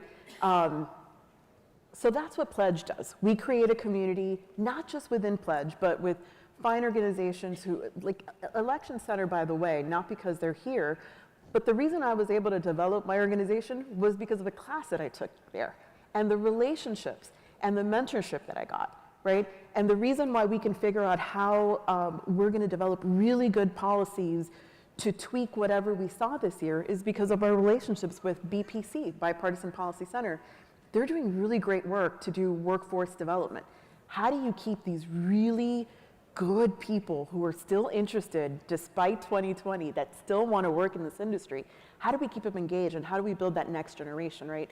So that's what we do. At Pledge, we try to work with all these different amazing groups and try to blend civil society with government and really make sure that there's good interagency collaboration. You're gonna hear tabletop exercises. God, did we do tabletop exercises in the last 4 years? And those are just different scenario plannings. There used to be a time that you used to prepare for, what if a dynamite stick ends up on your Dropbox? And yet last Monday in Oregon and Washington, somebody detonated a device that damaged ballots. But the real story is not that that happened or that they caught the person. I think that the real story is how quickly our election officials opened up, ran to the media, told you what was happening, found a solution, notified the impacted voters, and helped them access their ballot. And so that's really that's really it, In elections, these people are, I'm gonna say it, they're underpaid, they're under-resourced. They wouldn't do anything else. This is their life calling. And so what we're doing is trying to figure out who's doing something different, who's doing something new. In elections, we don't steal, but we copy and paste. So if you have a great template, can I possibly use it in my jurisdiction? You figured out something, One perfect example is poll worker recruitment, right? You put this wonderful plan and your senior leadership team can recite it from memory. But at the end, your reputation is only as good as the last election that you did. And it's based on tens of thousands of people that you're hoping for them to actually do the thing that you've trained them to do, right? So one state, and they're not a large jurisdiction, but they were really smart in that they figured out how to do a poll worker draft to fill about half their polling place slots.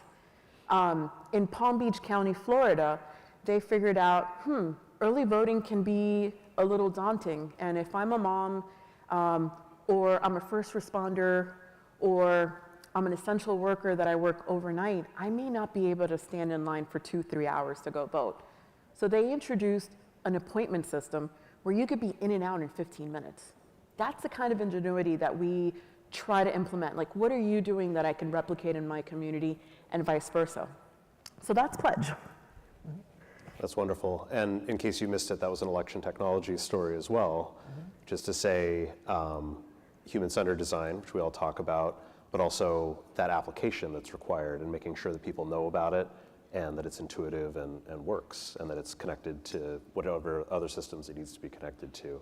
So there's a lot of this question of like, how do we build communities of practice across states in this case, or in this larger community across international lines in order to share these practices, share this code, and build this sort of resiliency and ability to share lessons and even incidents really, really quickly. Thank you for sharing that.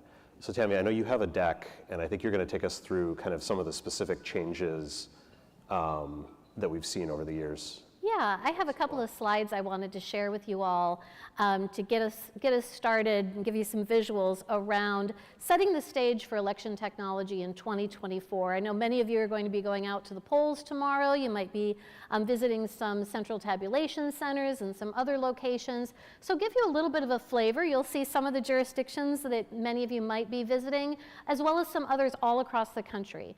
The National Association of Election Officials is often referred to as Elections Center. We have members, about 1,900 members in almost every state and some of the territories. And what I wanted to share with you today is a little bit of a little bit of a history lesson on the way in which voters in the United States of America have changed the method in voting and how those changes have created some additional technological needs. What we're looking at here is one of my favorite graphs. How many of you have a favorite graph or chart that you like to refer to? You'll see why. This is my favorite in a moment. I hear some chuckles, so I know there are some geeks out there. This is from Charles Stewart at MIT, and what we're looking at the top are American voters who voted on election day. On one of the lower sides, I'm always bad with my stage left and my stage right, so you'll look and see on one side it's voters who voted by mail, and the other it's voters who voted early, and this is 1996. So let's look at 2000, when voters started getting more options, and you'll notice a little snow globe that pops up. This is 2004, 2008, 2016. As voters are given options in voting, they're falling away from going to the polls on Tuesday, on election day only. So what happened in 2020? Well, of course, we had a huge distribution to early voting, both in person and by mail during the pandemic. But you'll notice there are some states still at the top, and that's because they did not allow their voters to have those options even in a global pandemic. So all of these methods required some technological adjustments. Basically, our election officials run 3 elections at once. They run by mail, because everyone has voters who vote by mail. They're either military and overseas voters, voters with disabilities. They are running an early in-person voting in some regard. It might even just be replacement ballots. And then they're preparing for election day. So 2022 had a little bit of a trampoline effect where it bounced back up a little bit. And the reason is because many states revoked some of those options for voters that they gave them in 2020. So the real question is, What's going on in 2024? We don't have all the results yet, but we know that in-person and voting by mail have continued to be very strong this election cycle. So these changes really impact everything from security to results reporting.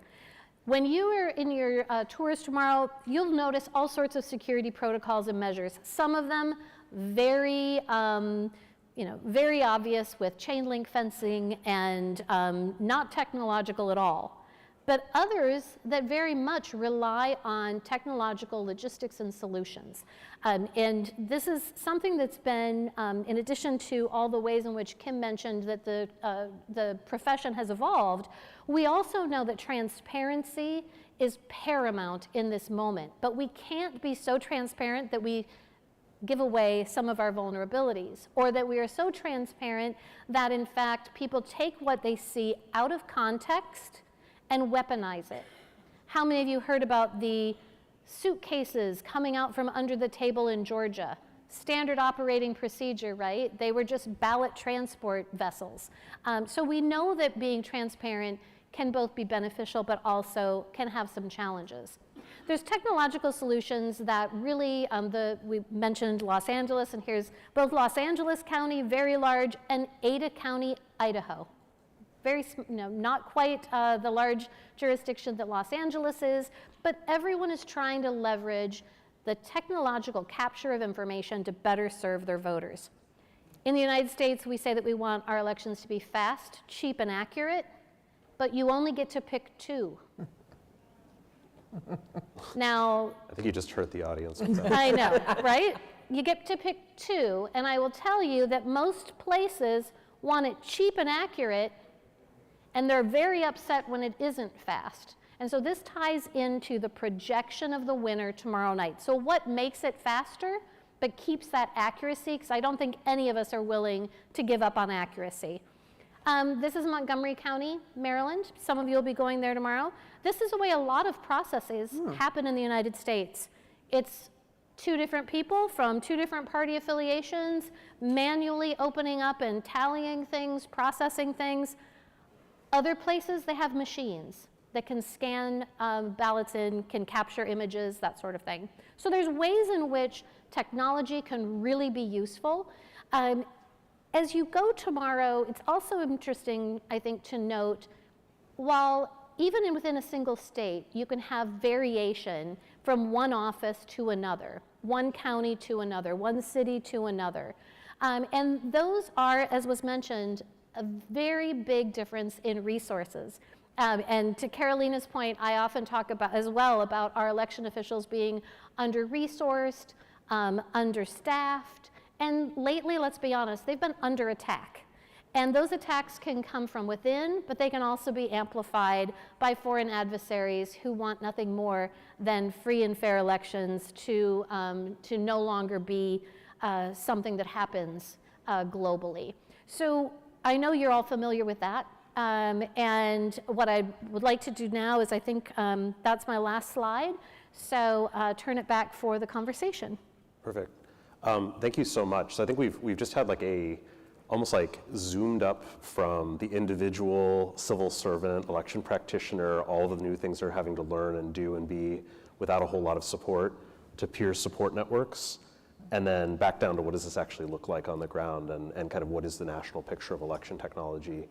I guess one of the things that was really striking to me the last election cycle was you had CISA out there saying this was the most secure election in American history. I'm curious actually just for quick reactions, maybe from the three of you, if you don't mind. Like, that's a wild thing to say, especially for people who are in a political position, because it might come to light later that there was a hack and you just didn't know about it. How did you feel about that statement? Or what made that statement true? Or what made it not true? So when that statement was made, it was right before Election Day. And to say that it was tense across the country in election offices would be an understatement, because we had the President of the United States attacking our election system. I got to I got asked many times to talk about vote-by-mail elections when I would get called by national reporters saying, you know, the president just said this silly thing.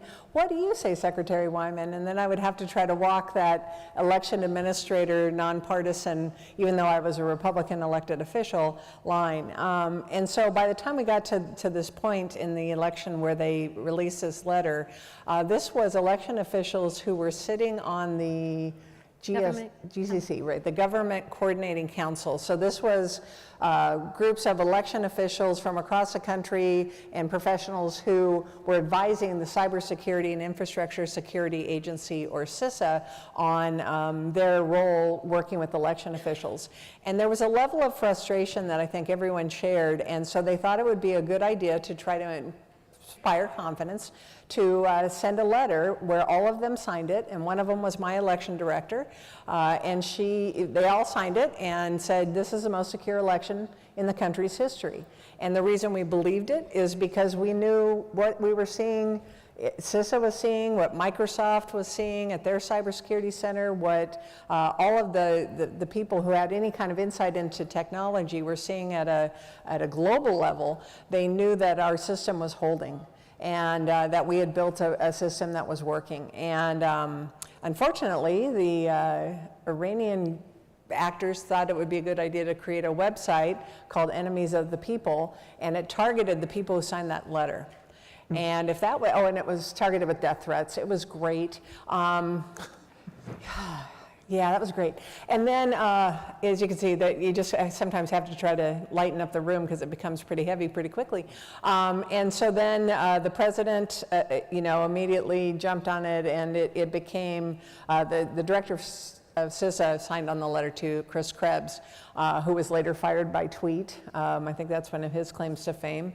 But I say all this because at the time it was frustration by election officials that you're attacking a system that is working better than it has ever worked before. We have never been this unified. We have never had this level of communication. We have never been able to do the things we've done in a global pandemic. And you're saying that it's not secure. I'd like to dive a little deeper for either of you, whichever one feels inspired by this question. But I mean, there was something really important embedded in what you just said, which is the reason we felt confident in that was because of what CISA, part of the Department of Homeland Security, what Microsoft was seeing. There's like a ...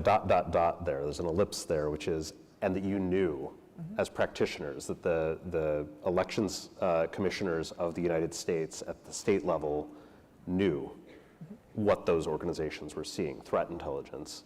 So I'm curious if one of you could speak to that, because that was a lot of work to build the ability to receive that threat intelligence and have an informed perspective. Yeah, I think one of the most important things to know about both 2020 but also this election is that election professionals in the United States at all levels of government have been working together to make sure that they can identify when there are the attacks are forthcoming, right? So they're able to identify when someone is trying to breach their systems and whether or not they've had sufficient protections. And up until this date, knock on wood, we've had sufficient abilities to reject almost every attack.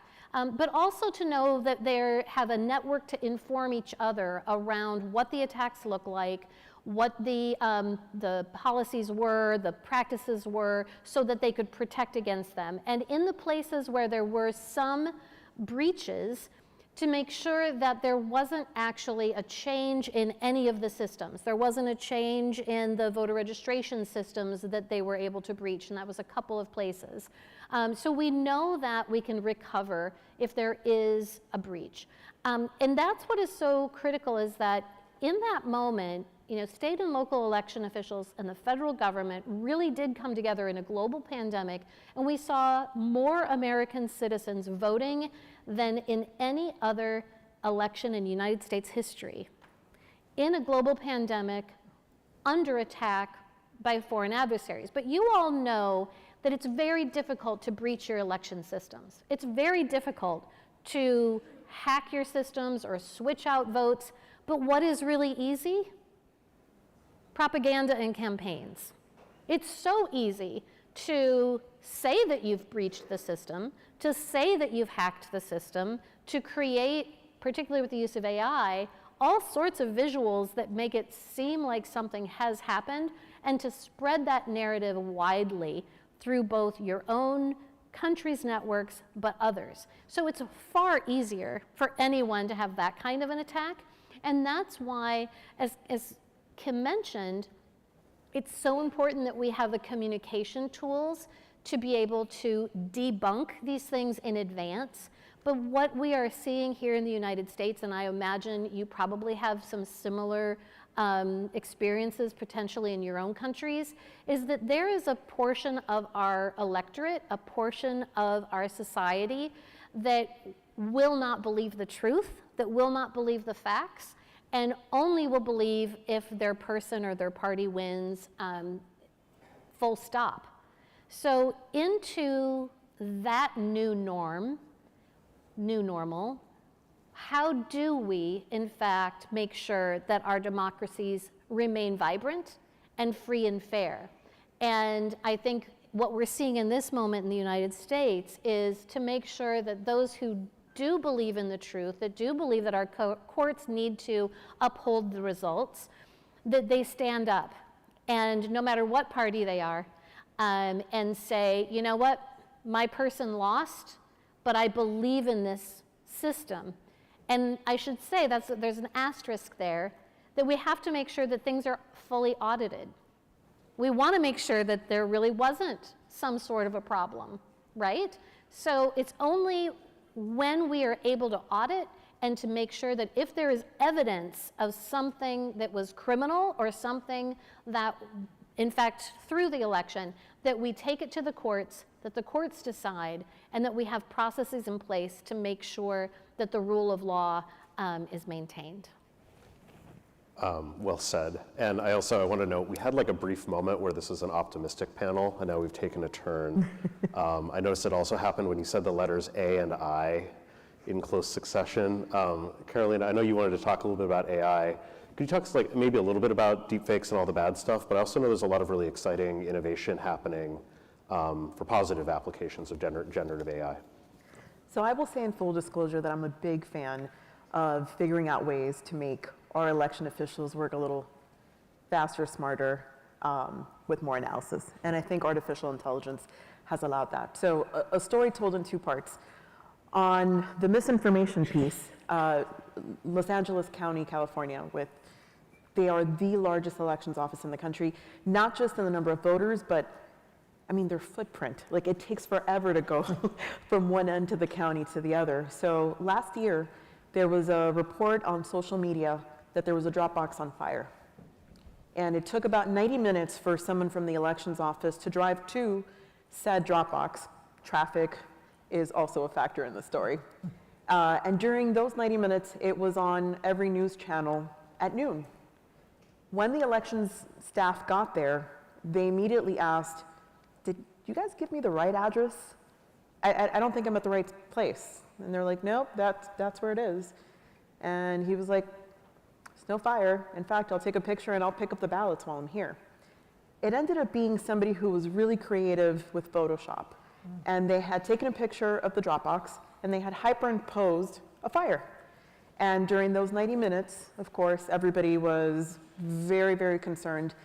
And to LA County's detriment, the weekend after, the news was all about, but what if it had been on fire? Instead of, please turn your ballot, do not wait till the last minute. If you don't feel comfortable dropping in a Dropbox, here's some other places where you can drop them off, right?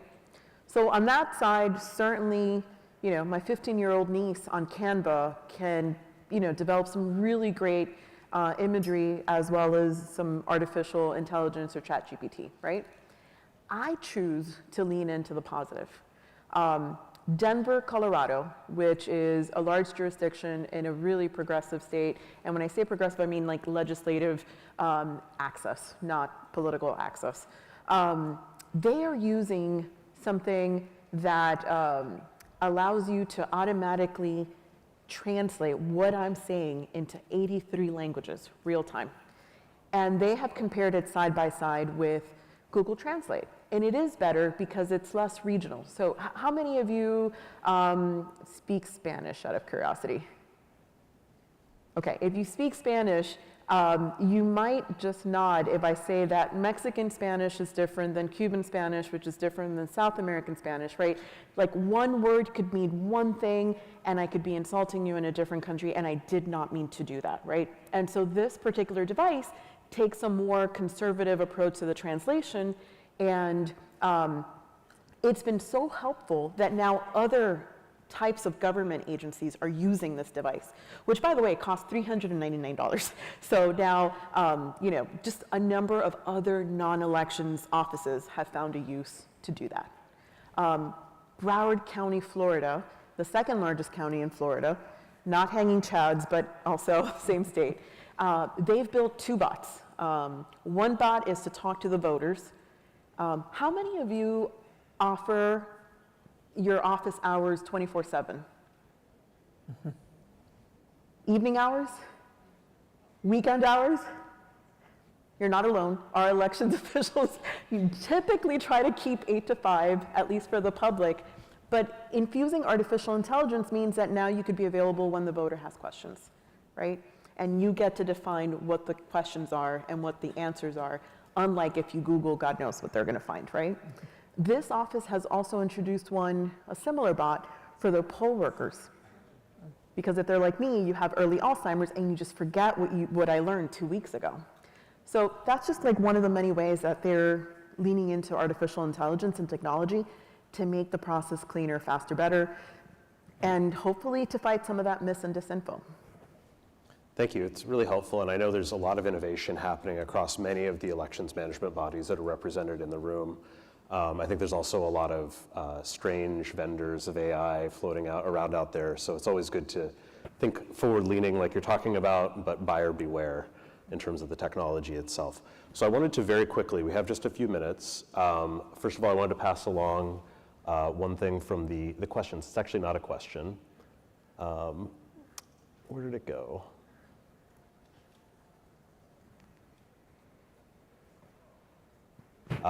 They said, just a note of appreciation, and I think this is worth calling out because it's, again, for everyone in the room. Service beyond self. I'll forget which one of you said this. Service beyond self. What an excellent description of this incredibly difficult job that election managers have and that contributes to the very heart of democracy. But one final question, and there's actually 2 different versions of this in the chat here. One says, how can voting machines be used to strengthen trust in elections? And the second one says, what is the role of elections technology in helping or harming trust in elections? I'll jump in really quickly, and that is, so I was an election official in a little place called Maricopa County, Arizona. You might have heard of it. And I only want my vote to be counted by a machine. And the reason I say that is I oversaw hand count audits where human beings counted the ballots to make sure that the machine was accurate.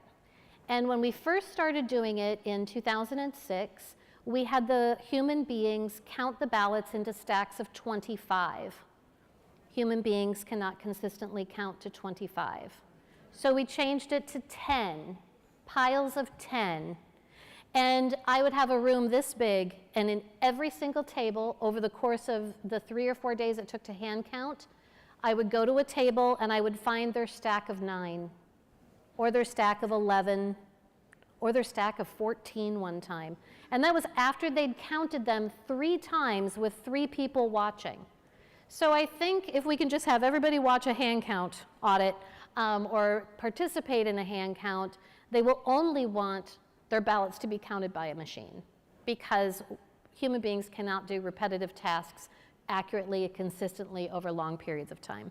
Especially not at midnight or 2 a.m. Not after months and months of overtime and long hours when you're exhausted. Who wants to make the opposite case? What are the problems with trust and technology, or where does it fall short?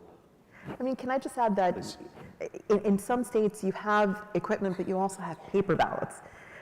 Some states have put, like Ada County, they've actually put the ballot images online so that if you wanted to do your own little audit and start counting in batches of 10 or 14, you could do that from your PJs, in your PJs at home, right? And so because there is a need for greater transparency, I've also seen a shift into leaning into having camera feeds at elections offices and the tabulation rooms when they're canvassing ballots, right? So that's another level of security. It's another level of security. Okay, so we have just a minute and a half left. So it's lightning round. Any final closing thoughts for us? Kim, would you like to go first? I think what we've learned over the last 8 years is the environment has changed dramatically in the United States. And I know it's a lot of gloom and doom, and I can tell you that I had to go to the chiropractor yesterday because of my stress level. But with that said, it's also sharpened the people who are out doing the work. And I mean it to my core when I say what I've seen across the country is that election officials have been preparing and thinking about inspiring confidence in every way that they can. And they're doing it, I think we're now up to 97% of the ballots that will be cast in this upcoming election will be cast on a piece of paper. So, and 4 years ago, in all of the battleground states, there were paper ballots to go back and hand count, and all the states did. Some of the states counted them multiple times, and the results didn't change. It's a new environment with social media and with the foreign malign influence. But with all that said, it does sharpen election officials, and as you heard from this panel, the commitment, and I bet each and every one of you shares this, and this is something we all have in common. The work is too important, and we believe in democracy to our core, and we are the stewards of making sure that every eligible person has the opportunity to register, cast their ballot, and have it counted accurately. And I think that's what unites all of us, and thank you for being here. Thank you for the work you do in your countries, and keep talking to each other. And the more we can unite and have these types of gatherings and exchange of ideas, the better we're all going to be. And just what an opportune time to have this. Today in America, we're celebrating National Election Hero Day. So from our families to yours, happy Election Hero Day. Thanks for being with us. And that's what I was going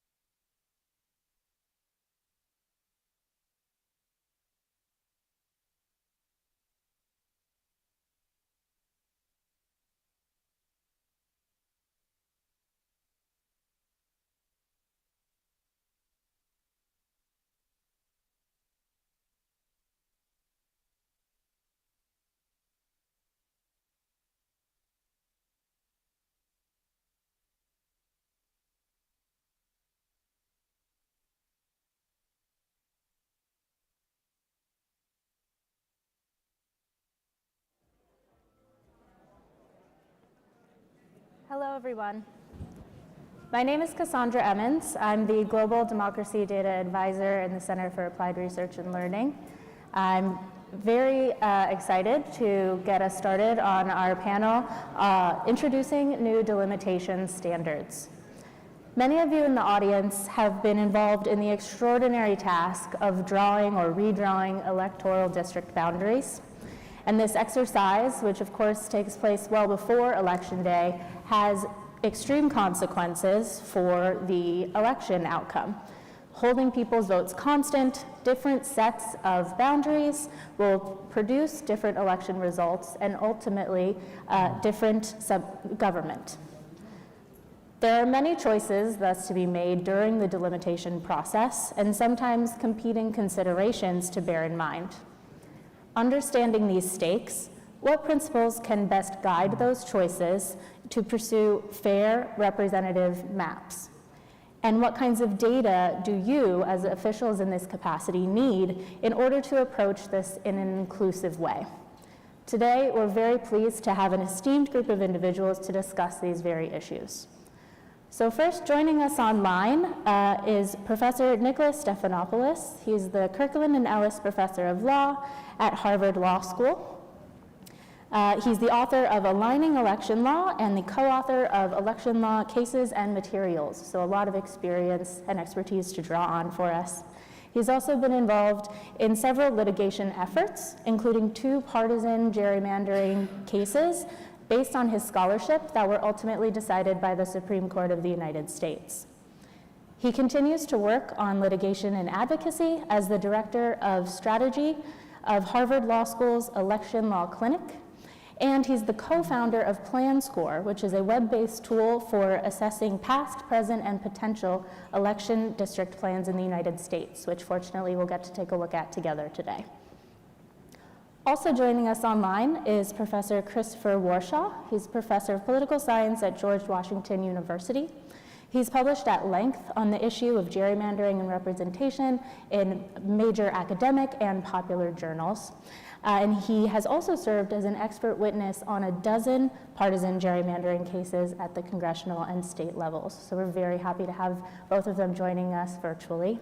And then on stage with me today, I have Dr. Micah Altman, who is the social and information scientist at MIT's Center for Research in Equitable and Open Scholarship. He's the author of over 100 pieces on these kinds of issues across the spectrum of books and journal articles. And his most recent research is focused on, among other things, establishing requirements for reliable information and anonymization and privacy of that information, as well as the role of public participation and institutional design in redistricting processes. So we're very excited to hear from all 3 of our panelists today. Professor Warshaw, Chris, I'll turn to you first, and so we'll get him on the large screen. Oh, he's right behind me, great. So Chris, can you please tell us a bit about the main considerations and challenges for drawing electoral maps? What makes a map more or less fair, and can you provide us with some examples from the US? Great. Well, I'm very excited to be here with all of you today. Sorry I have to be on a big screen behind you rather than being there in person. So I'm going to talk about, just introduce some of the rules for districting and how do we evaluate fair maps. So we should have a slide in front of you now that says rules for redistricting. And so in the United States, like in many but not all countries, all of our congressional districts are drawn with a single member. So we don't have multi-member congressional districts or party list voting or proportional representation or any number of other electoral systems that you could have. And most of our state legislative districts are also elected in single-member districts where just one elected official emerges from each district. So as a result, the legislative lines are really important for determining who's going to win or lose elections. There's, I think, as all of you know, there are, few more important, I think, institutional aspects to how elections are run than exactly what does the constituency look like than people run in. For the House of Representatives, our Constitution says that we have to reapportion the boundaries every decade. Well, actually, not the boundaries. We reapportion the number of representatives in each state every decade based on the census. And until the 1960s, there were few explicit rules on exactly how often districts had to be redrawn. So you had rampant malapportionment for most of of America's history, where some legislative districts or congressional districts would be many times the size of other districts. And it was only in the 1960s that we established an explicit standard for one person, one vote, where each congressional district has to be exactly the same population, and each state legislative district has to be nearly the same population. So if you go to my next slide on malapportionment, what this shows is the percentage of people that it took to elect the majority of a legislature in the mid-20th century. And you can see that in many states, you could elect a majority of the legislature with far fewer than a majority of the public. because the districts were so malapportioned. You had some districts that had as many as 100 times more or less population than other districts. And it was only in the 1960s when the Supreme Court really set down one person, one vote that we moved to equal populous districts. And I think, today in the United States, we continue to have, vigorous debates about how to evaluate the fairness of different districting plans, the different values we hold for drawing maps. But I think the reapportionment revolution in the 1960s is a huge normative and success of our modern system that I think is at least given us the foundation to have fair maps. So then moving into the more specific rules that I'm going to introduce you to, and then our other panelists are going to talk more about. So if we have my slide now that has a variety of more specific rules in front of you, after the constitutional requirement that the Supreme Court has set down of one person, one vote, there's a number of state-specific rules. We actually don't have very many other federal rules. But different states have sort of specific traditional redistricting criteria, which includes things like, you have to have, in almost all states, you have to have contiguous districts. So you can't have a district that's sort of split by, it's in one part of the district's in one part of the state, and the other part of the district's like across the state. The districts have to be compact. In many states, they have to represent communities of interest, which is a little bit amorphous. But usually means, if there's like a big farming constituency, maybe they have to be in the same district. If there's a big, manufacturing plant, maybe you shouldn't have the district go right through the middle of the manufacturing plant. Things like that. You want to keep a community of people together to the extent we can. And then Professor Altman later is going to talk more about many states require transparency in their redistricting processes. And, this is a little bit squishy. And it's going to vary a lot state by state, but I think that scholars agree that the more transparent a redistricting process, the better it's likely to meet our normative standards.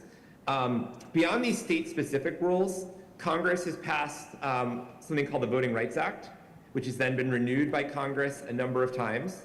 And the Voting Rights Act sets forth a number of other standards, in particular on how we can draw districts that try to improve representation for racial minorities. But crucially, the federal government has no explicit standards for the partisan fairness of districts. And in United States, in American politics in the modern day, partisan politics kind of dominates everything else. And so there's no federal requirement that maps have to, give both parties equal treatment. So what we found is that when politicians draw the districts, they tend to draw maps that are heavily skewed in favor of their party. And that's been true across American history, but it's even more true today as mapping technology has increased, so they have more ability to sort of skew the maps, and their incentives have increased. Some states have moved to nonpartisan districts, and those have generally produced more fair maps, and I'll show you one in a second. Turning quickly to just on my last slide on how we can conceptualize, think about measuring partisan fairness. There's two broad benchmarks that political scientists and other social scientists have used.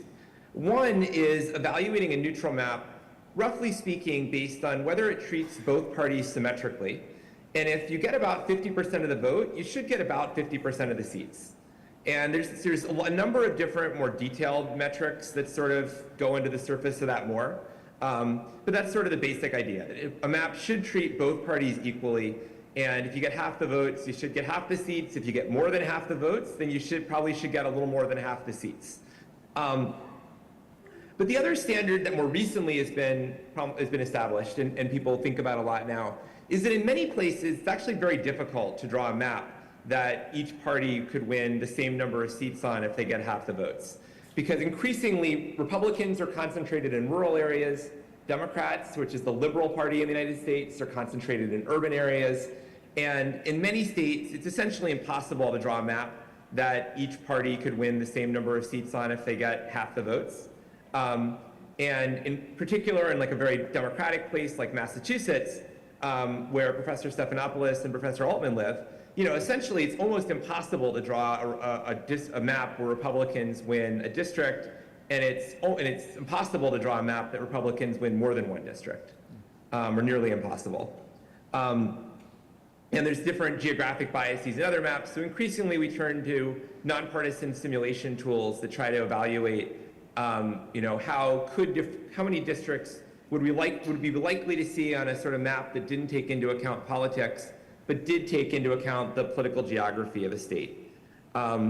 So I want to show you real quick a website that we mentioned earlier that Professor Stephanopoulos and I built along with a number of other social scientists. So this is called PlanScore.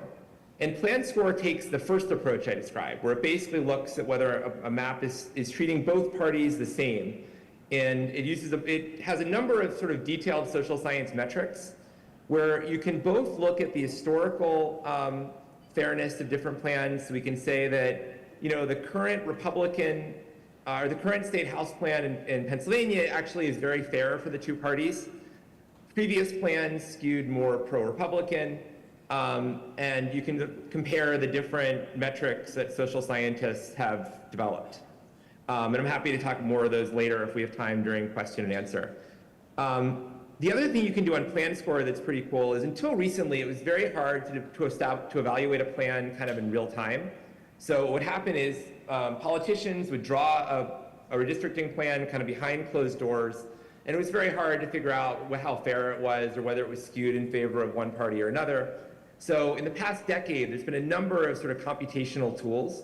PlanScore is one of those, but there's a number of others that enable members of the public or journalists or activists or politicians to very quickly upload a plan and see how fair it is. So this is the Michigan congressional plan that was actually passed by a nonpartisan commission there, and it's extremely fair.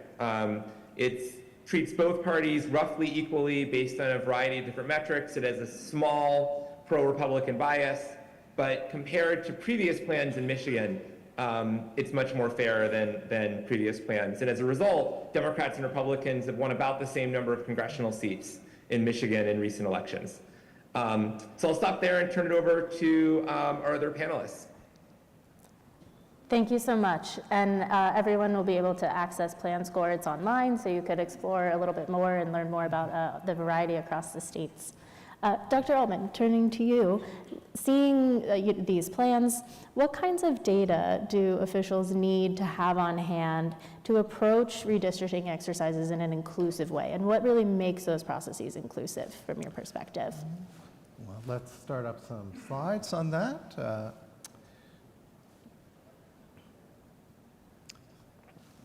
trying to get to the next slide. Oh, there we go.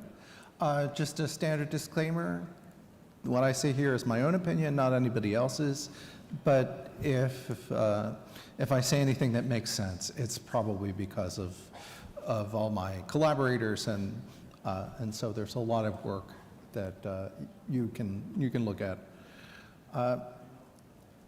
The data for boundary delimitation across the world, for redistricting in the US, there are a number of categories that are required. First of all, we need demographic characteristics of individuals. I mean, one of the key properties, as Professor Warshaw talked about, is I don't know where the slide went. There we go. Thanks. Is equal population. That's a foundational requirement for districting. And so you need to know where people are. And if your criteria for fairness has to do with how people behave, if there are divisions among people in a partisan way or in other sort of communities of interest, the demographic information needs to be there to be able to understand the impact of those lines across different demographic criteria that are important for representational characteristics. Secondarily, we need geographic features and boundaries. I think I will pop this up so that I can actually see my slides here.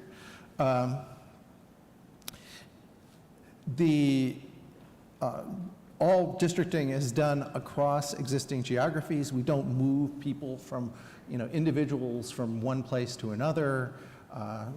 redistrict down one side of people's bedrooms, but through fixed geographic units, usually defined by a census, and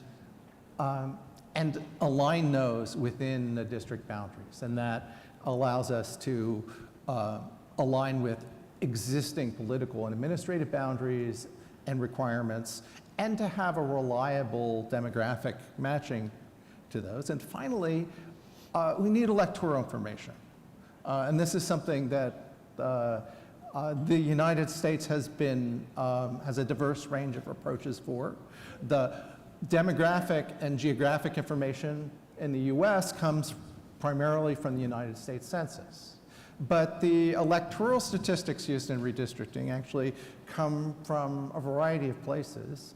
They come out of the election process, but they are not aggregated generally and linked to district level plans by the census or generally by states, but through other efforts. The election lab at University of Florida, the MIT election lab has done a lot of good work in gathering the election information that is published at the county and state level, aggregating it, matching it to census lines so that it can be used publicly in redistricting, for example. And election characteristics are needed because any of these measures of fairness, whether it's declination or partisanship or number of competitive districts, or any other measure of fairness that you'd like to consider, is talking about fundamentally about how that plan, that policy proposal as a map, is likely to perform in counterfactual elections. And if you don't have a history of the counterfactual elections and the underlying composition demographics that supported those in the previous districts, you're not going to be able to predict counterfactually what the likely consequences of the lines will be. So you wouldn't be able to evaluate the fairness, nor to be able to compare those to historical baselines to see if these plans are unusual.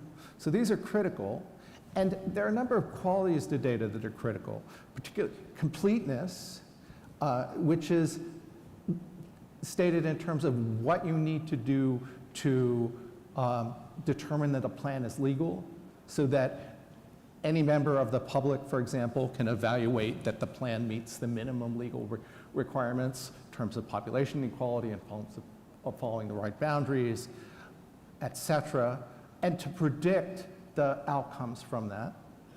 And then it has to be timely. Data that comes very late in the process may not give enough time for public deliberation, as we've seen sometimes with delays in census data here. It has to be authentic. You need to be able to trace it back to legitimate sources. All data comes, especially demographic data, comes with some degree of uncertainty, so you need to be able to understand how accurate it is. It needs to be open so that the public can examine it, accurate, and it needs to be comparable. Often there's the election, especially in the US, electoral statistics and demographic characteristics are measured in different statistical units. So a big part of making reliable, authentic predictions is aligning these so that they are comparable. Because in the end, all of this, the demographic, the geographic boundaries, and the electoral statistics need to be put together in order to make a redistricting plan and understand how it works. As far as participation, both data and technology can be used to scaffold more meaningful participations in redistricting. And we've looked at this in a number of ways. Open and accessible data by itself, having the data available, supports information seeking, and it gives organized interest some more ability to participate in the process, to generate proposals. But with the addition of technology, you can support public commentary and deliberation. Professor Warshaw talked about Plan Score, which enables essentially anyone to evaluate any districting plan based on a whole range of measures. That's made possible in part by the data from the previous page and the effort by other academics like the University of Florida to collect and organize election data, make it comparable so that we can do these evaluations. And we also, colleagues and I have worked on open source software for creating districting plans. District Builder, which there's a pointer to there, allows anyone to create a legal districting plan. And actually, there's a button to send it to Plan Score if you want more advanced analytics than the simple number of competitive seats and other number of predicted partisan seats that this provides. But open mapping tools support direct democratic engagement. They can be used to support consultative governments, to empower redistricting commissions to be more consultative in how they operate, and to support the discovery of community of interest. When you have hundreds of thousands of plans, you can start to see the lines where communities emerge in different proposals. And so that can be very different from trying a statistical picture and looking for sort of general patterns in rural areas, for example. So how does this come together? Data and technology, participant technology, come together to support trust, fairness, and representation in redistricting. Institutions that are independent and publicly accountable are the foundation for trust and fairness. Metrics by themselves, data by itself is not going to do it. If, as Professor Warshaw says, the parties themselves run the show, the institution, regardless, ends up dominated in partisan outcomes. But when we have more independent institutions that are publicly accountable, that enables the potential for more fairness. Accountability depends on processes that are transparent, consistent, and adjudicable. So having the data available, understandable, accessible, having those evaluation tools and participation tools that were illustrated is part of what makes that process, protects those processes and institutions. And having consistent processes and representative outcomes requires that the demographic data, again, are demographic, geographic, and electoral data are timely, authentic, honest, complete, accurate, comparable, and open. So, we've talked a next stage for this that we've developed tools for is the participative mapping tools like District Builder, and these can be used to reveal a broad range of viable boundaries, provide evidence for communities of interest. So all of these things, the data and the tools, can contribute to accountable institutions, transparency, and representative outcomes. Wonderful, thank you. Professor Stephanopoulos, hearing about these principles and hearing about the needs, the tall order, right, to do this well, I'm wondering if you can speak a bit about the consequences of the delimitation decisions in recent elections, and also any new standards that have or are emerging or we might look to generate either here in the US or applicable elsewhere. Yeah, absolutely. Hi, everybody. I'm delighted to be here, and I'm just sorry that I couldn't be there in person with you. So I'd be happy to chat about redistricting court decisions. And let me just start out by saying that there are a lot of redistricting court decisions. In the current 2020s redistricting cycle alone, there are more than 200 lawsuits filed in more than 40 states. So the typical district map in America is litigated on at least some basis.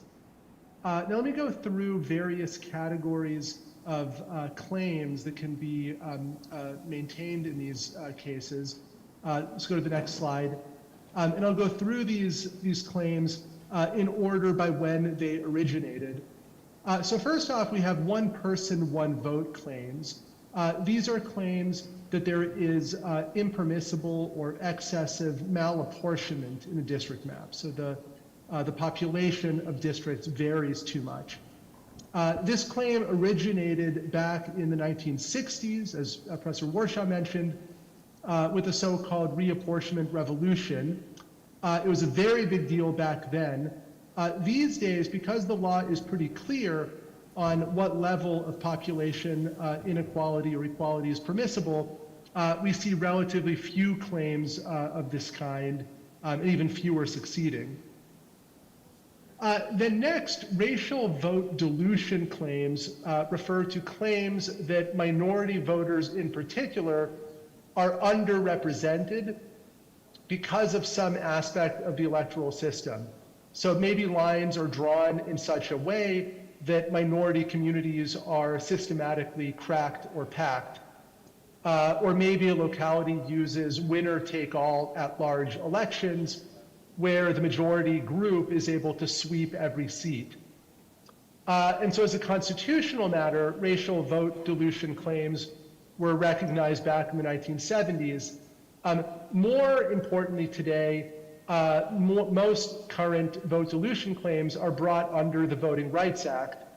And these claims are very important today. Just last year, for example, the Supreme Court ruled that Alabama has to draw a second majority black district because its prior map with only one majority black district was diluting the influence of black voters in Alabama. And these claims are most likely to prevail when you have current underrepresentation of minority voters, and it's possible to draw additional reasonably configured districts where minority voters would be able to elect their preferred candidates. And also when there's a significantly polarized voting on the basis of race. And then further, when there's a particular history of racial discrimination in a jurisdiction. So there are a lot of these criteria, but they're often satisfied in different American jurisdictions, especially in the South. Then we have racial gerrymandering claims, which are often confused with racial vote dilution claims, but they actually cut in exactly the opposite way. So the thrust of a racial gerrymandering claim is that a district was drawn with race as the predominant motive, and there was insufficient justification for focusing so much on race in the redistricting process. So this claim is very much alive. Earlier today, the Supreme Court announced that it would hear a major racial gerrymandering case involving the second black majority district in Louisiana. But typically, this kind of claim is used to dismantle minority opportunity districts on the ground that they were drawn for predominantly racial reasons. And so this claim is very often in tension with the previous claim of racial vote dilution. And sometimes jurisdictions feel like they're stuck no matter what they do. If they don't draw an additional minority district, they might be liable for racial vote dilution. If they do draw that district, they might be liable for racial gerrymandering. Then we have partisan gerrymandering claims, which I'll talk in some more detail about when I get to my next slide. As Professor Warshaw mentioned, this is no longer a recognized claim under federal law, but it used to be until 2019. And partisan gerrymandering claims remain viable in many states where they're recognized under state constitutions rather than the federal constitution. And then finally, we have state law claims. So state constitutions include all kinds of criteria for redistricting. And whenever somebody thinks that some of these criteria may have been violated, they can go to court and argue that the non-compactness of a map is illegal, or that the district's failure to respect communities of interest is illegal, or the districts aren't sufficiently following county or municipal boundaries. Those are all common kinds of state law claims. In recent years, state constitutions and state laws have also been rising above the federal floor with respect to racial vote dilution and partisan gerrymandering. And so increasingly, there are state-level racial vote dilution claims and partisan gerrymandering claims being filed and succeeding around the country. Next slide. So I mentioned I would do a deep dive, or a very quick dive, into the partisan gerrymandering cause of action in particular.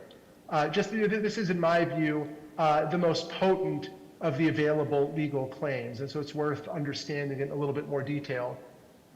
So in 1986, the Supreme Court actually said that excessive partisan gerrymandering can violate the federal Constitution. However, the court set the bar for succeeding in a claim like this so high that not a single plaintiff ever was able to satisfy the court's original 1986 test. So then in a big 2004 decision, the court scrapped its original test for partisan gerrymandering, but very strangely, it didn't replace that test with anything else. And so for a while, plaintiffs and other parties were left in a weird sort of limbo where a claim technically existed, but there was no standard in place for determining whether a given map was valid or invalid. In the 2010s, plaintiffs and lawyers, including myself, began testing new theories and new metrics in federal court to fight partisan gerrymandering. In a bunch of states in the 2010s, we had smoking gun evidence of partisan intent when districts were drawn. We had evidence that, according to some of the metrics that Professor Warshaw discussed, plans in the last cycle were extraordinarily biased. And then computer simulations also showed that in many of these states, you would never or almost never get such a large bias if you drew district lines without considering election results. And so federal courts were open to this kind of evidence, and they began ruling in favor of plaintiffs in Wisconsin and North Carolina and other states.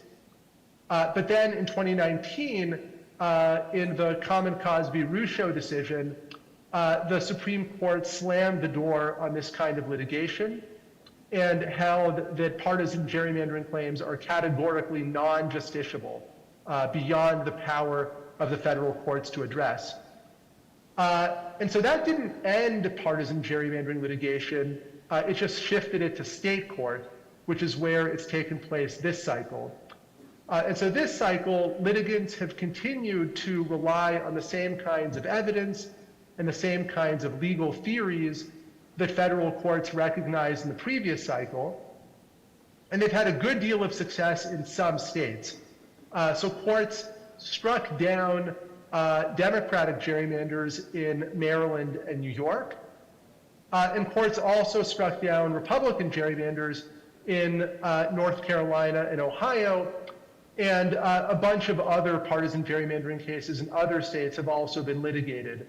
So this is an area where, despite the best efforts of the US Supreme Court, litigation over the partisan motives and partisan effects of district plans continues to rage across the country. So I'll stop there, and I look forward to hearing your questions and comments. Thanks. Thanks a lot. We have a number of good questions in the chat. We have a few minutes left, so we'll get to just a few of them. I wonder if any of the three of you, or perhaps all three of you, could speak to what broader inclusion, say, of young people, of women, of persons with disabilities in the process of delimitation, in the boundary drawing exercise, what impacts you see that potentially having on the outcomes? Anybody, feel free. Well, I can throw out a little bit of anecdotes, which is that when we first started looking at publicly generated plans that were submitted by people or organizations in the US. When we looked at 2000, there were maybe 10, 20 that we could identify. When we were able to leverage open data and open technology to build things like District Builder, and Dave's Redistricting app was another piece of software that came out around that time. We started to see thousands of people, and we were submitting legal plans. We were able to run competitions in colleges and in high schools, so that we had 12-year-olds drawing a legal district that would beat the partisan score of the party proposed districts in their state.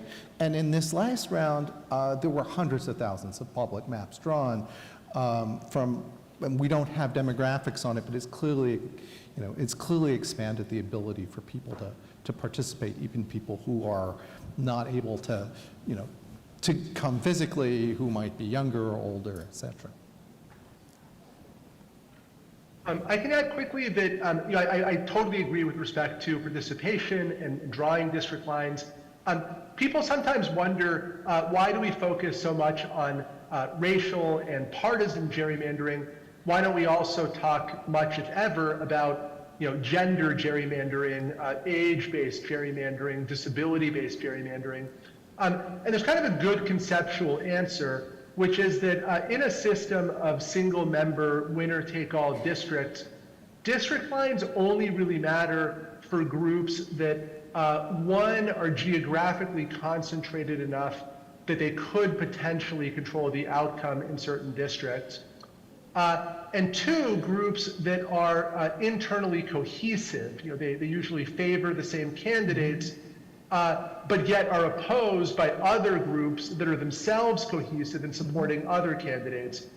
And so those criteria clearly apply to racial and partisan groups. They don't really apply to groups defined by gender or age or disability, because those groups usually aren't geographically concentrated enough, and also those aren't sufficient cleavages in our political system. So, if you told a district drawer, please try to gerrymander against children, please try to gerrymander against the disabled, they would have no real ability to do so, just because those aren't the relevant kinds of axes in our districting system. So that's why when it comes to litigation and criteria, you don't hear much about these other kinds of axes. Mm-hmm. Great. Maybe then just to sum up with our last 2 minutes here, we had a panel earlier this morning about trust.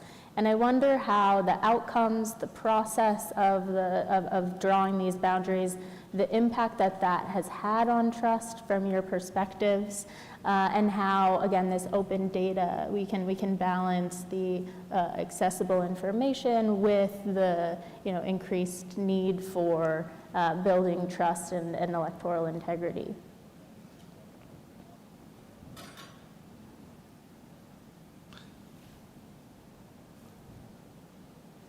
Well, I think that, at least in the recent, my personal perspective, recent political experience, that trust is more about institutions than the accuracy of the redistricting data. That there has been some, there have been debates over that, but that the trustworthiness of the outcomes and whether the game is fixed has to do with the fairness that is a result of a particular institutional structure. So, as I pointed out earlier, the root of trust is in having independent institutions that are accountable and that are accountable to the public, and open data, transparency, et cetera, they are in support of that. So that's, redistricting in the US, often that stage is lacking. Yeah, I think just to build on that, I think that clearly politicians are going to draw, if they have the the power to draw maps, they're going to draw maps that are skewed in favor of their side's interests. And no amount of public hearings or other transparency is going to totally take away that self-interest. So I think that the recent moves to shift the redistricting institutions from politicians to nonpartisan independent commissions and other actors is far and away the most important reform in recent years, and it's led across the country to more fair maps in places that had some of the most gerrymandered maps in recent decades, now have some of the most fair maps. So I think this has just been a really significant reform, and if we've learned from this experience is that the more you can establish these independent processes, that increases trust in the process, it leads to more fair maps, and I think it puts our democracy on a more firm ground. Well said. Perfect. Well, thank you, Professor Warshaw, Professor Stephanopoulos, for joining us virtually. Thank you so much, Dr. Altman, for joining me here on stage. And thank you, everyone, for your attention. We will now have a brief coffee break, and then on to our next session, which is Access for All. It's an interactive simulation, which will take place in Salon 10. And we'll be back in this room after that, starting at 3:15 for our next panel. Thank you. Thank you. See you.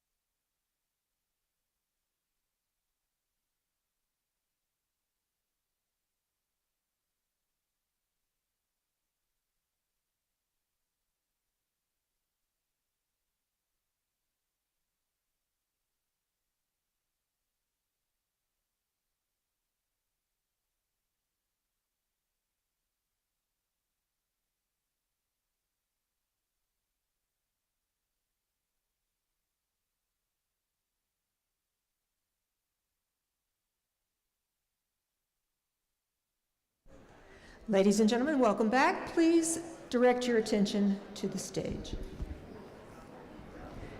Hi, everybody. Good afternoon, and welcome back to our panel on absentee and out-of-country voting.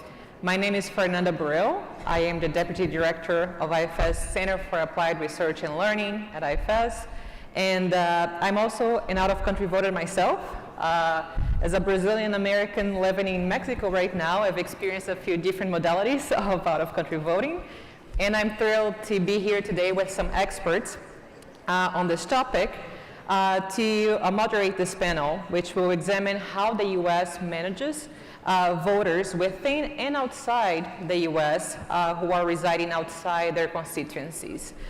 So we're going to be talking about the infrastructure that makes this possible, also some accessibility features and considerations for this modality, and bringing also some global perspectives on the issue. So I'm very happy to be here today with my panelists, the Honorable Amber McReynolds, who was appointed to the Postal Service Board of Governors by President Joe Biden and confirmed by the United States Senate in May of 2021. She was elected by her fellow governors to serve as vice chairperson as well. McReynolds also chairs the board's Election and Government Mayo Committee, and she's a leading expert on election administration, policy, and innovation. We are also joined by our colleague Michelle Bishop. Here she is. Hi, Michelle. She's joining us virtually today. She's the manager for voter access and engagement at the National Disability Rights Network. She leads a team to support the Protection and Advocacy Network on voting rights and voter engagement for people with disabilities. Bishop also works in coalition with the civil rights community in Washington, D.C. to ensure strong federal policy regarding voting rights and election administration from a voter-centric and intersectional perspective. And finally, we also have my colleague here, Peter Urban, who is IFES Principal Advisor and a leading authority on election management. Urban is one of a few international experts ever called upon to direct national elections for other nations. He currently works out of Ukraine, where he is also Senior Country Director for IFES and Senior Advisor to the Election Commission. He has held similar positions throughout the world for the past 3 decades, and more recently, he was doing this in Indonesia, Pakistan, Nepal, and Palestine. Now, I do encourage you to use the app to look at their full bios because they are truly amazing, and also use the feature on the app to pose questions to our panelists. So without further ado, I would like to start by asking some questions. And the first one is for you, Amber. I think a lot of our panelists have been talking or mentioning at least postal voting, right? And especially after COVID, we saw a spike in the number of people voting by mail, and this trend seems to continue, right? For these elections, we saw already more than 30 million people voting early by mail. So from your perspective and your experience, of course, what kind of actions did the United States Postal Service undertake to meet the spike in demand for mail voting? Sure, well, thank you for that question, and it's a delight to be here with all of you ahead of this U.S. election that we have tomorrow. First and foremost, the United States Postal Service has an incredible history in service to democracy in the United States. In fact, the first ever mail ballots that happened in an election were during the Civil War, and it was Abraham Lincoln, who was president at the time, and I should also note was also a postmaster when he was 18 years old in Salem, Illinois.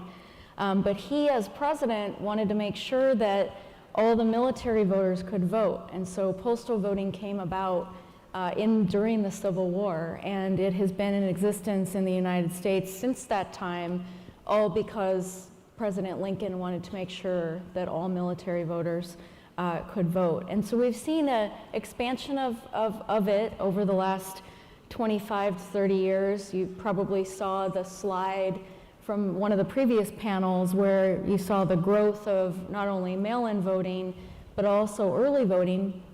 And the Postal Service is really at the center of that entire infrastructure and operation for the United States. A couple of stats about the Postal Service. So first, we have over 630,000 employees that work at about 34,000 locations. We are the only entity, business, government, anything, that is consistently across the United States in every corner of our country and every state, including Alaska and Hawaii, where we have really difficult logistical challenges to deliver mail. And so the Postal Service has this incredible infrastructure and network that serves all people, connects businesses to government, connects people to people. In a lot of ways, and a lot of people would say this, it was the first ever social media network because it was connecting people and designed that way. We are also independent, so we're not part of the executive branch, we're not part of the legislative branch, we're actually an independent agency. And while the nation's election mail is just a small percentage of the mail that we deliver, in fact, it's about 0.11% of all of our mail, the United States, what we see go through the postal system is about 350 million pieces of mail a day, and about 30 million packages every single day through our operation. So the infrastructure is gigantic in the way that this network can serve the American people. And that's really why we've seen such growth in various parts of the country, especially on the West, for voters choosing to vote at home and vote by mail. And there's many reasons for that. Partly, on the western side of the country, we see a lot of ballot initiatives. The ballots are really long. In Colorado, in the jurisdiction that I currently vote in, the ballot is 3 pages long ballots, 3 pages, 6 sides. So it would take a voter more than an hour to complete it if they read everything on the ballot. And so that's really, we've also seen this growth in mail-in voting because we've seen our ballots get longer. We have a lot of ballot questions and issues in certain states. And the Postal Service, I would also note, so to kind of wrap and really answer this question, we deploy what we call extraordinary measures to support the election infrastructure. And we're not just delivering ballots, we're delivering election materials, voter information guides, voter registration notices, all those things that go throughout the year to voters. We're delivering all of that. And we deploy what we call extraordinary measures during elections. So our carriers are doing extra pickups, we're doing extra trips, we extend hours. The postmasters are actually allowed to extend hours if they find it necessary to serve voters, especially close to Election Day. We also have extra pickups, so we allow election officials to come and pick up the ballots from the plants directly to make sure that those ballots arrive on time. All of our carriers are right now checking every single mailbox, regardless of whether or not it says there's a piece of mail in it. They're checking every mailbox just to make sure that they capture any voter who has inserted the mail ballot in the box and make sure it gets there on time. So, and we've also utilized some of our technology platforms like Informed Delivery that we have, which tells voters what the status of their mail is each day. We've deployed messaging to push people to vote.gov and some of the federal websites that have election information on them. So we've done more this year than we've ever done before, and I couldn't be prouder of the 630,000 employees that work at the Postal Service that are right now delivering for America. Thank you so much. Well, a question for Michelle then, because we were talking about, some of the ballots are very long and it can be hard to spend time on actually filling it out. And mail-in ballots, mail-in voting can maybe help with that as well. But from an accessibility perspective, what kind of benefits do you see in that modality of voting? What kind of drawbacks or challenges are still out there? We have a lot of election authorities here who might be considering maybe postal voting, right? So what would you suggest or recommend for them to consider before designing, before implementing that modality? first, let me say thank you so much for having me this afternoon. I'm really honored to be able to speak with such an amazing panel, and thank you so much for allowing me to join you remotely. I am a person with a disability, and getting there today was going to be really difficult. So that in itself is a really nice accessibility accommodation. I appreciate it. In terms of thinking about voting by mail, Amber will be happy to hear that I'm going to say there's a lot to like about voting by mail and really leveraging your postal system when we think about how voters interact with the process. And I think that it makes sense for voters in a lot of ways. I loved kind of that history of the soldiers needing to vote. As soon as you bring up President Lincoln in front of an American, we suddenly feel very patriotic. So that got to me right before Election Day. But it makes a lot of sense, right? When we think about traditional voting, especially in the United States, we think about one election day and going to your local polling place. I'm going down the street to a school, a church, a library, whatever it might be. I'm going to stand in line with my neighbors, cast my ballot, I'm going to get my I voted sticker. And that's how we traditionally think that it works. But realistically, we just can't guarantee that that will work for everyone. If nothing else, we can't guarantee that everyone is going to be in their home jurisdiction to get to their polling place on Election Day. Especially these days, we are busy and we are all over the place, and that's not how our lives work. A lot of us who work in elections have somewhere we have to be from before polls open until after they close. For people with disabilities, we can't guarantee that those systems are going to be accessible. So there's a lot that vote by mail offers in addition to traditional voting systems that I think make a lot of sense. Thinking about traditional in-person voting, we unfortunately do still see a lot of barriers for people with disabilities. We've come a long way, but it's difficult and complicated to solve. We still see the US Government Accountability Office. The last time they were able to actually survey polling places was in 2016. We did not do it in 2020 because of the COVID pandemic, unfortunately. But in the 2016 survey, we saw that less than half of America's polling places are actually fully compliant with the Americans with Disabilities Act. There's a lot of reasons for that. Elections officials use locations that are voluntarily willing to serve as polling places, and not all of them are fully compliant or fully accessible, and elections officials have to make that work. So we can't guarantee that a person with a disability can go to their polling place and access their ballot that way. Vote by mail helps us to avoid a lot of those problems. It helps us to also get around auxiliary systems that people might use when they're voting that elections officials have no control over. Like, is there a public transit system in place to get me to that location? Is it accessible? Are there accessible cabs?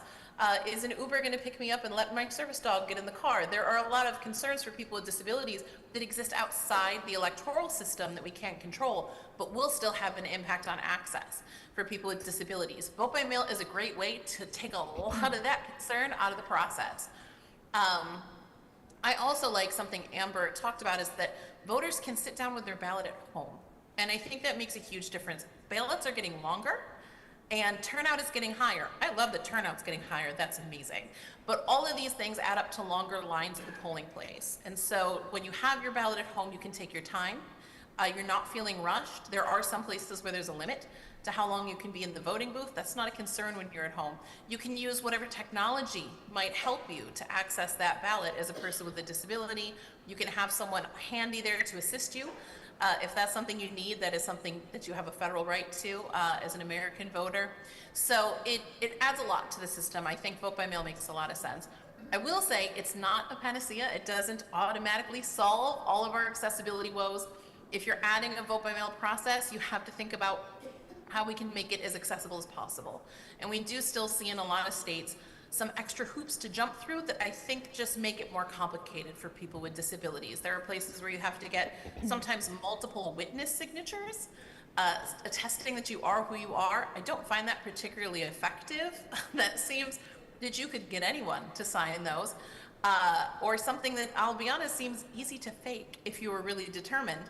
But not everyone has witnesses handy, and I think that was really shown to us in 2020 during the pandemic, where if you didn't live with someone who was going to witness your ballot, you were opening yourself up to a great deal of risk. For a person with a disability, that's a very serious proposition. A lot of people with disabilities are higher risk for more severe forms of COVID.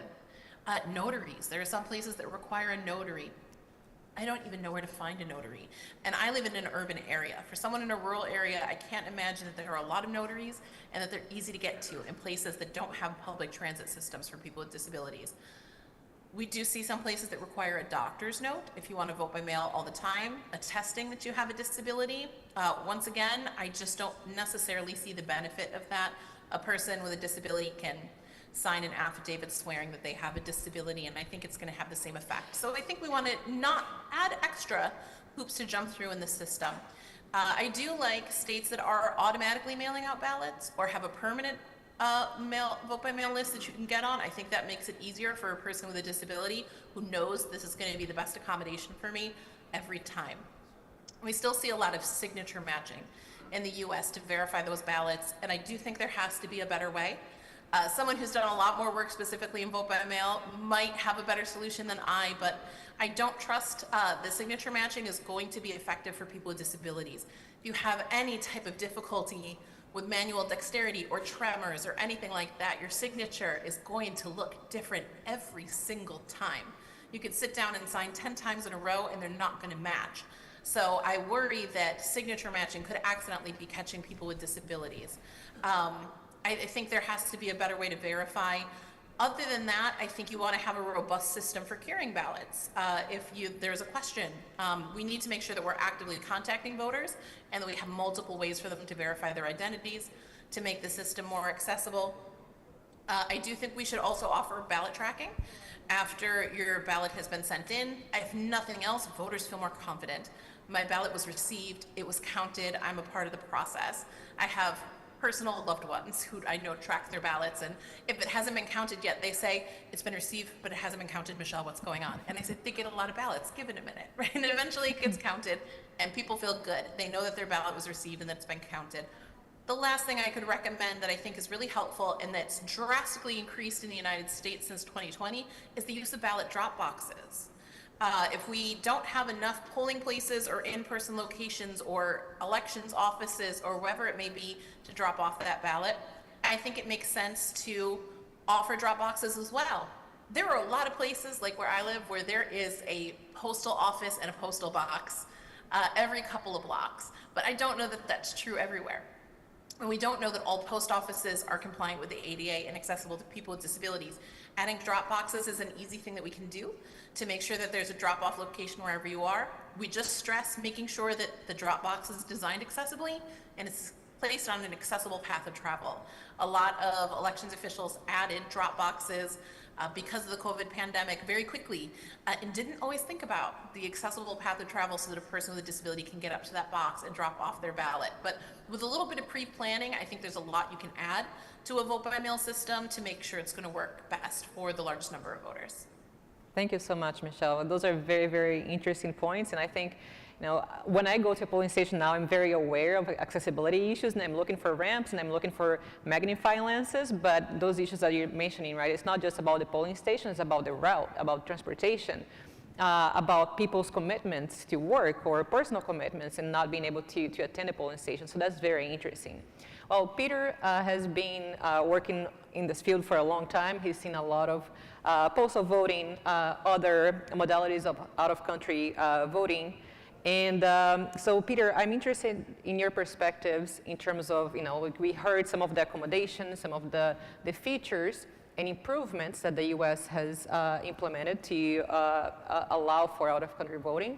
What kind of improvements do you think could be, taken as lessons learned for other countries, and vice versa? What kind of global lessons learned could be used in the U.S.? Good afternoon, everyone.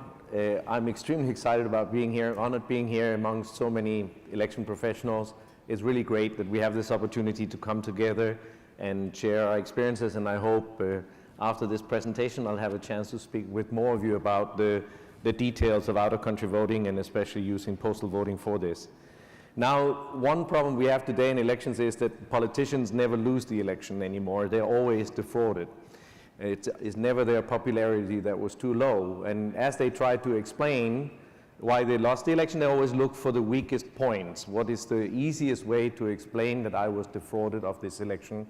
And there, out-of-country voting, which is a huge issue for many of our election commissions around the world is exactly such a sensitive area where many turn to, and therefore there is an added requirement for integrity when we try and do out-of-country voting for our voters abroad, and especially when we try and use postal voting, both out-of-country and in-country.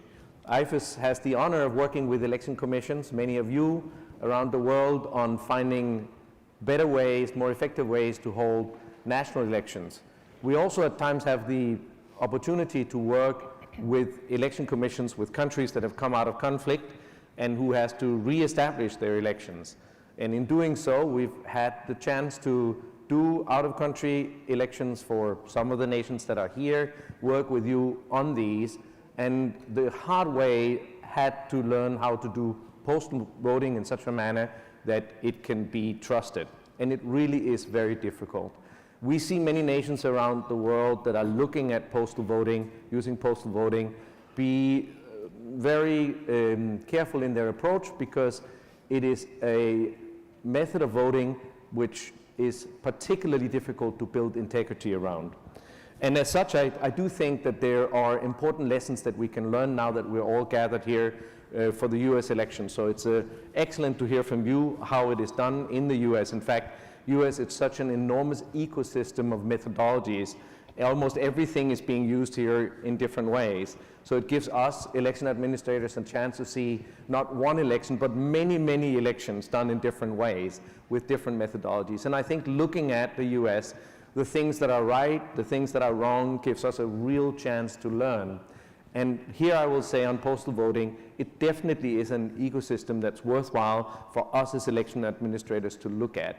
And if I was to take one feature of how it's done here in the US, it is exactly what was mentioned just previously, namely the attempt to try and track postal voting so that people can truly feel that their vote is on the way and eventually that it has arrived and that it will be counted.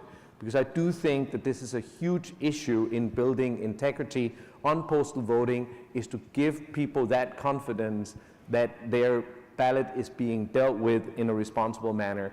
And it also makes it easier to adjudicate any challenges there may be to postal voting. And again, it's such a favorite point for losing politicians to attack, that anything we can do to build preciseness, accountability, audits, and so forth is worthwhile. And there I really believe tracking gives us a fantastic opportunity to do so. So that's one feature I think all of us election administrators can look at when we look at the US and might be able to take home to our respective postal systems, or as we use postal voting in voting abroad.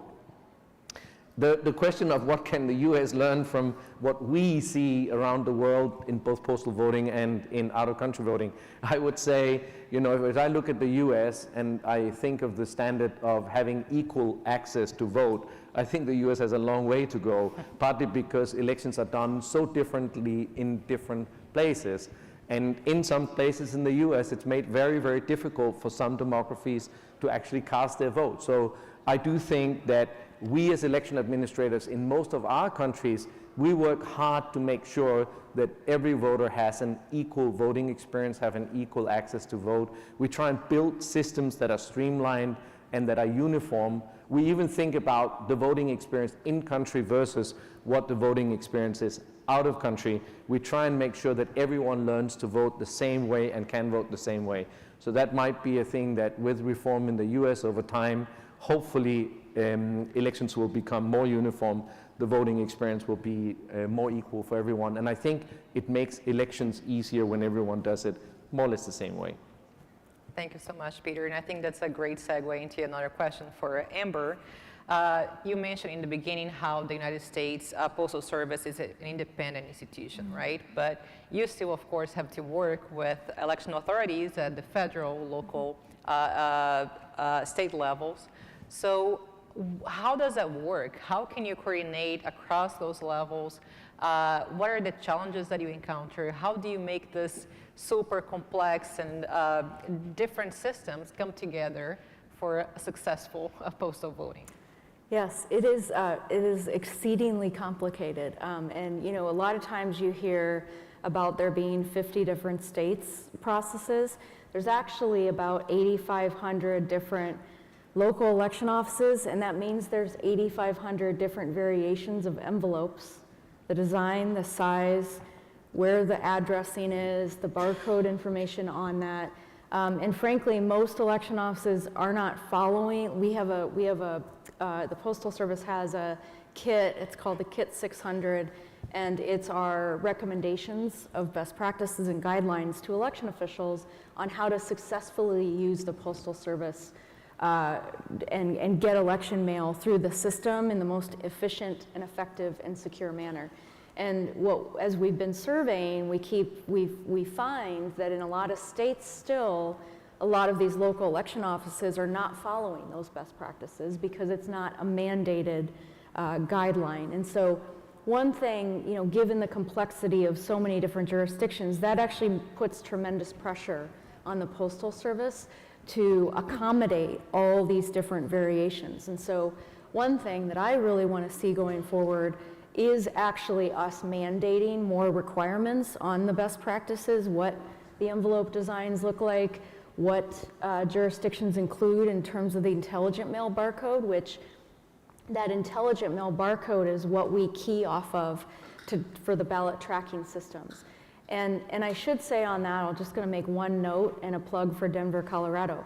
So ballot tracking was designed by my team in Denver, Colorado in 2009. Incredible team of all different staff members were involved in that. We designed that in 2009, rolled it out to voters in Colorado in 2010, and that was the first in the world that had ever been done before. And so what it does is it leverages that intelligent mail barcode that appears on both the outbound ballot to the voter and the same thing back. We have a unique intelligent mail barcode on the return, and you as a voter can see exactly where your ballot is on the way out to you and then all the way back to you, and you get a text, an email, or even a phone call on the status and the disposition of your mail ballot. So you know immediately if there's a signature problem or if you forgot to sign it, or even if the ballot was undeliverable, the voter gets a notice of that immediately and they can take steps to cure that. And when we developed that system, we mainly were developing it to try to reduce our call volume. So our top call driver in 2008 was, when is my ballot arriving? And did you get my ballot back? And I looked at the data after the election and I asked the team, I said, boy, it sure would be great to get rid of 80% of our call volume so that we don't have to spend so many resources on this. So we created it, and the great thing about it is it accomplished many tasks for us. We reduced our call volume by actually 85% because of that system. We reduced our costs, we enhanced security, we enhanced accessibility of the process, and we added more transparency, not only for the voter, but election offices can see all that data on the background too. So when we would drop our mail ballots to the Postal Service, I would actually know within 24 hours by precinct how many ballots that the post office had processed and scanned through their system. And so if they weren't at 95%, I was on the phone with the district manager saying, when are you going to finish? And so it was an accountability tool for the post office. And I can't say enough how important this feature is for mail ballots and for programs around absentee voting, both international, but also within country as well. And then I would also just say I chair the Election and Government Mail Committee, which we did not have that committee as a Board of Governors until 2020. And now it's a permanent committee. And not only are we looking at election mail, but all government mail, because we look at these opportunities to provide support. One of the things that we did in terms of government mail was the delivery of COVID test kits to all Americans, and that was in coordination with the Biden administration. And now the Postal Service has delivered, we've handled the entire supply chain. So citizens can sign up to get the COVID test kit on our website. We package it, we deliver it, and now over 1 billion test kits have been delivered to Americans over the last year and a half or 2 years since that program's been in place. So there's just tremendous opportunity for the postal services or the postal offices within all countries to provide that extra support and services to citizens. Thank you so much, and congratulations. This is a really impressive Thank you. system. I know we are talking a lot about postal voting, of course, and we have one question from the audience asking if Americans can also vote electronically, right, online, or only by mail. And that brings me to another question that I had for Michelle, because, well, what we know is that some voters in some states can vote for some elections online. But recently in North Carolina and Indiana, some disability rights groups filed suits against the state, and they actually successfully won the right to expand the pool of voters who can cast their votes online to allow for equal rights, especially for people with disabilities. So Michelle, can you tell us a little bit about the internet voting modality? How does it affect people with disabilities, what kind of benefits it brings, and what kind of challenges you still see with that modality as well? I'm glad we're talking about this, because when we're thinking about how you make your vote by mail process accessible, this is a really critical piece. When we talk about voting absentee or voting by mail, traditionally it is exactly what it sounds like. I put a paper ballot in the mail, you receive it at home, you fill it out, and you mail it back. And there's a lot of folks for whom that works very well. But there are some for whom it does not, including people with disabilities. The paper in itself can actually be a huge barrier. If you are someone who has limited to no use of your hands, including people who are quadriplegic with no movement from the neck down, they can't physically handle that piece of paper to mark it, fold it, get it in or out of the envelope, any of those things. If you're blind or low vision, you can't necessarily read the ballot or mark it effectively if it's something that you can't read. For people with all types of learning disabilities, being able to access an audio ballot and listen to the ballot rather than read it off the paper is actually helpful. In the US, we have classification of people with disabilities that we call print disabled, and that's just anyone for whom, all the folks I've named, where paper in itself is going to be a barrier. So the ability to deliver those ballots electronically is really a game changer for people with disabilities. And it is in use all over the country.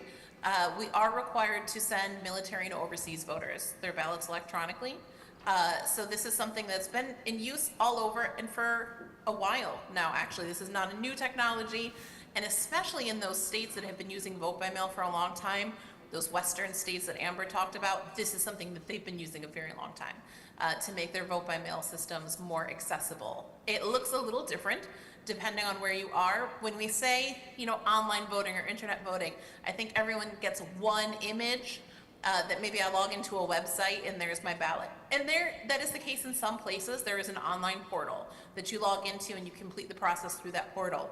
We tend to call it electronic ballot delivery because it looks different everywhere. It might leverage email systems or e-fax and things like that to get the ballot to the voter and for the voter to return the ballot.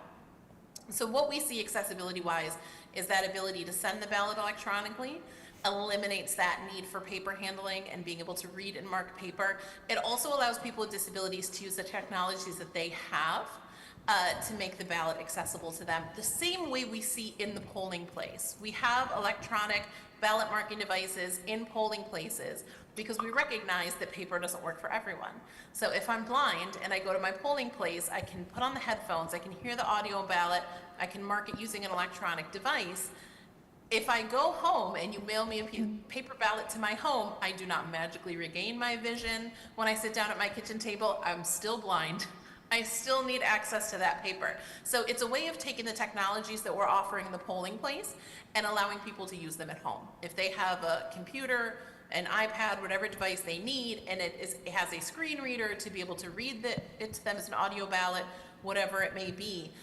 Different ways of moving the mouse and clicking buttons, all sorts of technologies you can't imagine. You can move a cursor with your eye movements these days. There's incredible things out there. Technology makes the whole world so much more accessible to people with disabilities. And you can use that to mark your ballot if we're able to send it to electronically. In some places, you can even return it electronically as well, and we find that to be the most accessible. In some places, people with disabilities are required to print the ballot and return it. And then once again, we're adding paper back to the process. So, you know, if I was quadriplegic with no movement from the neck down and that completed ballot rolls up on the printer, what am I doing with that? I can't reach over and pick it up and fold it and put it in an envelope. That's just not an option for me. So we're adding some inaccessibility back into the system. To say nothing of the fact that I'm not sure about, you know, where everyone came from today, but in the United States, a lot of people don't own printers anymore. We don't have a printer in the home to even be able to print that ballot. So it can be a barrier for any number of reasons. So we like to see those fully electronic processes versus adding that paper component. It's increased in a number of states. We're taking basically the systems that already exist for military and overseas voters, and we're just letting people with disabilities use that same system that's already in place, that we already trust, to be able to provide voting to our military and overseas voters. The only real concern that we've heard about this since it's been expanded in use are related to election security. Like we heard earlier, these days when candidates lose, they don't say they lost. They say something was taken from them. And so election security concerns are very real and they're very serious, and we have to take them seriously. Which is why, if you are familiar with my organization, the National Disability Rights Network, you don't really see us out there saying, internet voting for everyone now. What we say is we need to be able to provide ballots electronically to the people who need them most to ensure that they're not disenfranchised. If there are security concerns, I take that seriously, but we have to be willing to take a measured, calculated amount of risk to ensure that voters won't be disenfranchised. And that's what we do for our military and overseas voters. We let them vote electronically because we know if we don't, they could be disenfranchised. We want to do the same thing for people with disabilities, even if they're in the United States. Let the people with print disabilities who need it most use these systems so that they're not disenfranchised. And if someday we feel much more confident about our ability to secure them, maybe we should have a conversation about internet voting for everyone now. Living in the country where once people voted more for American Idol than they did for the president, I think it's because they can do it from their phones right there while they're watching the show. And that makes a difference. If we don't feel like we can get there today, that's okay. But we do have to be able to, there will always be inaccessibility in the system, and there will always be security risks in the system. As long as there are ballots, both of those things will be true. But we have to really strike a balance. And we have to say, where are we willing to take a calculated risk to ensure that everyone's able to vote? There are two ways to ensure that our elections are accurate and fair and represent the will of the people. One is to secure the ballots, and the other is to make sure that everyone actually gets to cast one. And so when we look at electronic voting, I think it's a really critical piece of your vote by mail system to make sure that people, and particularly people with print disabilities, won't be disenfranchised. Thank you so much, Michelle. And striking that balance, I think it's a very challenging goal that we are all thinking about right now, right?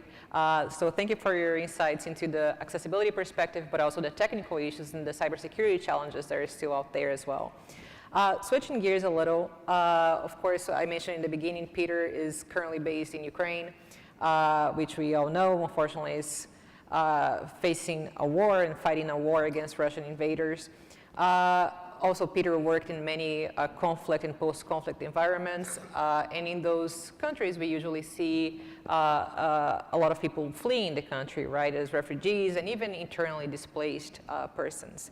So in those cases, when the election authorities are trying to implement out-of-country voting at that large scale, we can imagine that challenges compound, right? So in your experience, how does it work?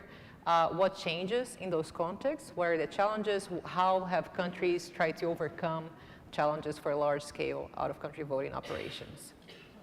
Well, it's quite humbling sitting in front of the colleagues that are with us here today, because so many election commissions, so many commissioners are facing this very challenge in their daily lives for their nations.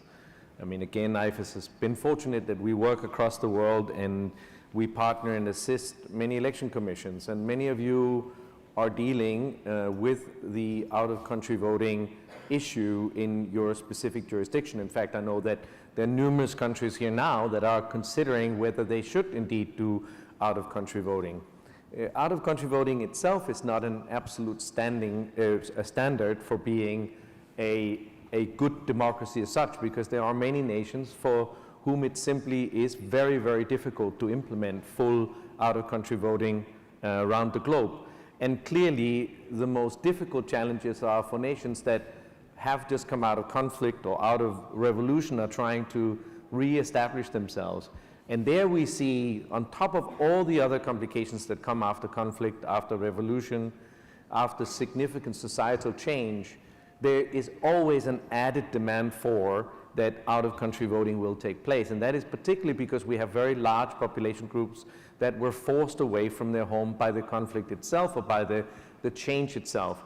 And nowhere is that more evident right now than in Ukraine, where there are millions of Ukrainians that have been forced away from their home, forced to other places in Ukraine or beyond Ukraine, and are now sheltering around the world. I am extremely honored today to be joined by Chairman Didenko of the Ukraine Central Election Commission and his group, who are definitely going to face this issue within the coming years when the war hopefully comes to an end, and one has to look at how to enfranchise the many millions that will very likely still be abroad even in years after peace comes, simply because they have nowhere to live after Russia has flattened significant parts of Ukraine. And that's going to be very difficult because, just like we talked about previously, the elections that will happen when martial law has been lifted, when peace comes to Ukraine, will be highly competitive elections. And there again, one of the most difficult things to organize is to see to that the franchise is extended way beyond Ukraine's borders. And the Ukrainian Election Commission, Ukraine Parliament, Ukraine leaders are already now trying to think about how can this happen, how can this be put together. Now IFES has had the opportunity to work with election commissions around the world on such programs before, most notably for example, Bosnia and Herzegovina after the Balkan Wars, Iraq, Afghanistan, and other places. And there again, there were elements of postal voting implemented. But it is really a big challenge to make these processes work and to get a trusted result out of this, given the vulnerabilities that we discussed earlier that you have when you use, for example, postal voting. And when you have voting in places that are not at home, which are abroad, and where maybe there is not the same level of transparency around how the election itself unfolded. And as such, we've had many, many challenges when we were implementing this. I mean, it's of course daunting to hear you talk about how different jurisdictions are around the United States. But for a country that has just come out of war to have to figure out holding their elections in a whole range of other countries where they have no jurisdiction, where it is under other laws, where it is with different types of security arrangements, where in fact in some of these countries the laws themselves prohibit certain aspects of this, such as opening polling stations outside the embassies. That's a big challenge. When we were assisting the Iraq Election Commission with the holding of elections around the world, we were negotiating MOUs with countries all over the globe where Iraqi refugees were sheltering. And in doing so, we got to hold elections in, for example, Iran. We held elections in Syria. In fact, Iraq had relatively democratic elections held throughout Syria, Iran, United Arab Emirates, and other complicated places. We also had the pleasure of trying to hold elections throughout the United States. And there experienced how different it is to hold elections in different places in the United States. Some places with extreme assistance to us, some places with everything done to stop the election from taking place. In United Kingdom is one of my favorite examples, because when we were trying to figure out how to hold elections for the many Iraqi refugees in the United Kingdom, we did approach the authorities and asked if we could sign an MOU. They sort of laughed lightly at us and said, you would never want to negotiate an MOU with the United Kingdom. But we are a country that has dealt with very, very large international exercises. So you go down to Wembley Stadium and you hold your election in Wembley Stadium, and we're going to make sure that it works and that it'll be secure, but we're not going to sign anything. So this issue of dealing with many, many different jurisdictions is really one of the largest challenges when you try and hold these large out-of-country voting exercises, be it with postal voting, be it with distributed in-person voting where we have polling stations all over the country, or be it a combination thereof. One of the other challenges that I've seen over the years that's really difficult for some nations is to decide where to hold out-of-country voting, because it's not always possible to do it everywhere. And this choice can sometimes be political, because certain demographies of the diaspora, of refugees, may vote in a certain manner. And it means that when you look at the world and you ask yourself, where can we make out-of-country voting available? Sometimes you also make a political choice or can be seen to make a political choice. Maybe the people that are in country X are workers that typically are, would vote for a specific spectrum of political parties. Maybe the refugees that would be in London with a very high prices of living there would vote differently. So how do you make sure that you make services equally available and maintain the political integrity of these distributed voting exercises? It can be extremely difficult. Lastly, I would say that I think that because of the extreme media situation that elections are held in today, I think when it is done worldwide, it's extra sensitive to disinformation and to media in general. And one reason is that whenever a country, especially one out of war, out of revolution, holds a worldwide election, the media tends to be very interested. They want pictures, they want stories. And often it's easier to go down around the corner, visit a, say, Iraqi polling station in, say, London, and do a story there. So the scrutiny is extreme on these things. And small mistakes are very often over-reported and can directly impact the integrity of an election which is otherwise mostly being held at home.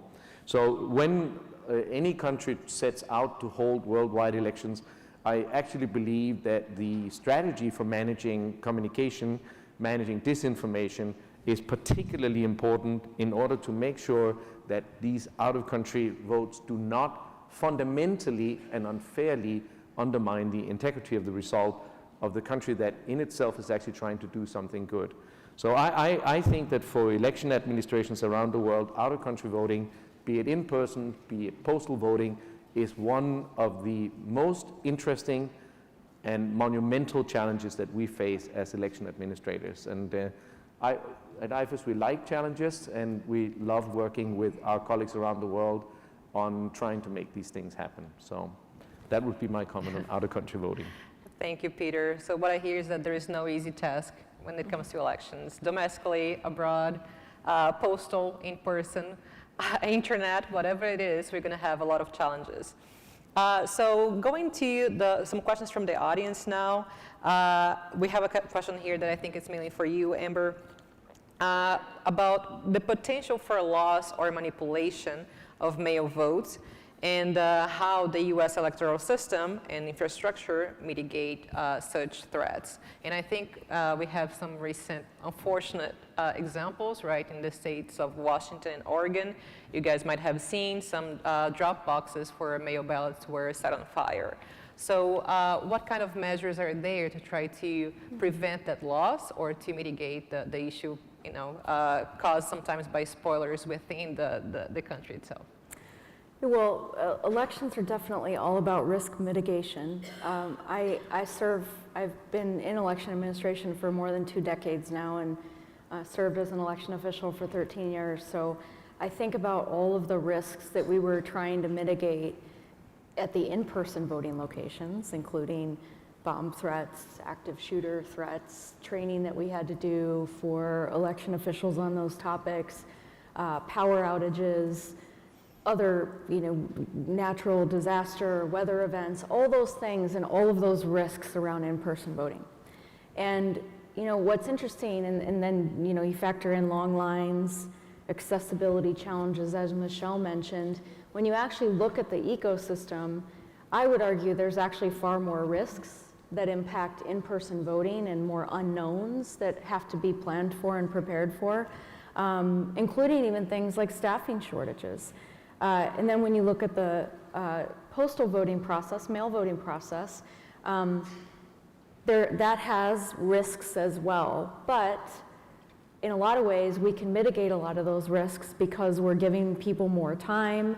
The incident that happened, I'm sure many of you saw in the news that someone lit a drop box on fire in Oregon and one in Washington. First off, those are felonies and they're all on camera. So whatever criminal did that, license plate's already been captured. Apparently it was the same person in both states, same car, same vehicle. All that stuff is known because of the security parameters that we had around that particular unit. And so that individual is going to get caught, and there's stiff penalties because it's also a cross-state crime that occurred. And so the disincentives, we've put around those things to encourage people to follow the law and that sort of thing, and then hold them accountable if they don't, are important. And I would also, on the preventing those sorts of things or eliminating risk, the election system itself has so many risks in all aspects of the process. But I think one of the most effective ways to mitigate risks across the entire process is to have more time, more days of voting, more opportunities for people to vote. And in that instance, because of things like ballot tracking, because of the other, because for instance, it's a requirement in one of those states that they empty the box on a certain schedule, there weren't as many that could have been, for instance, in that box because it had been emptied the night before.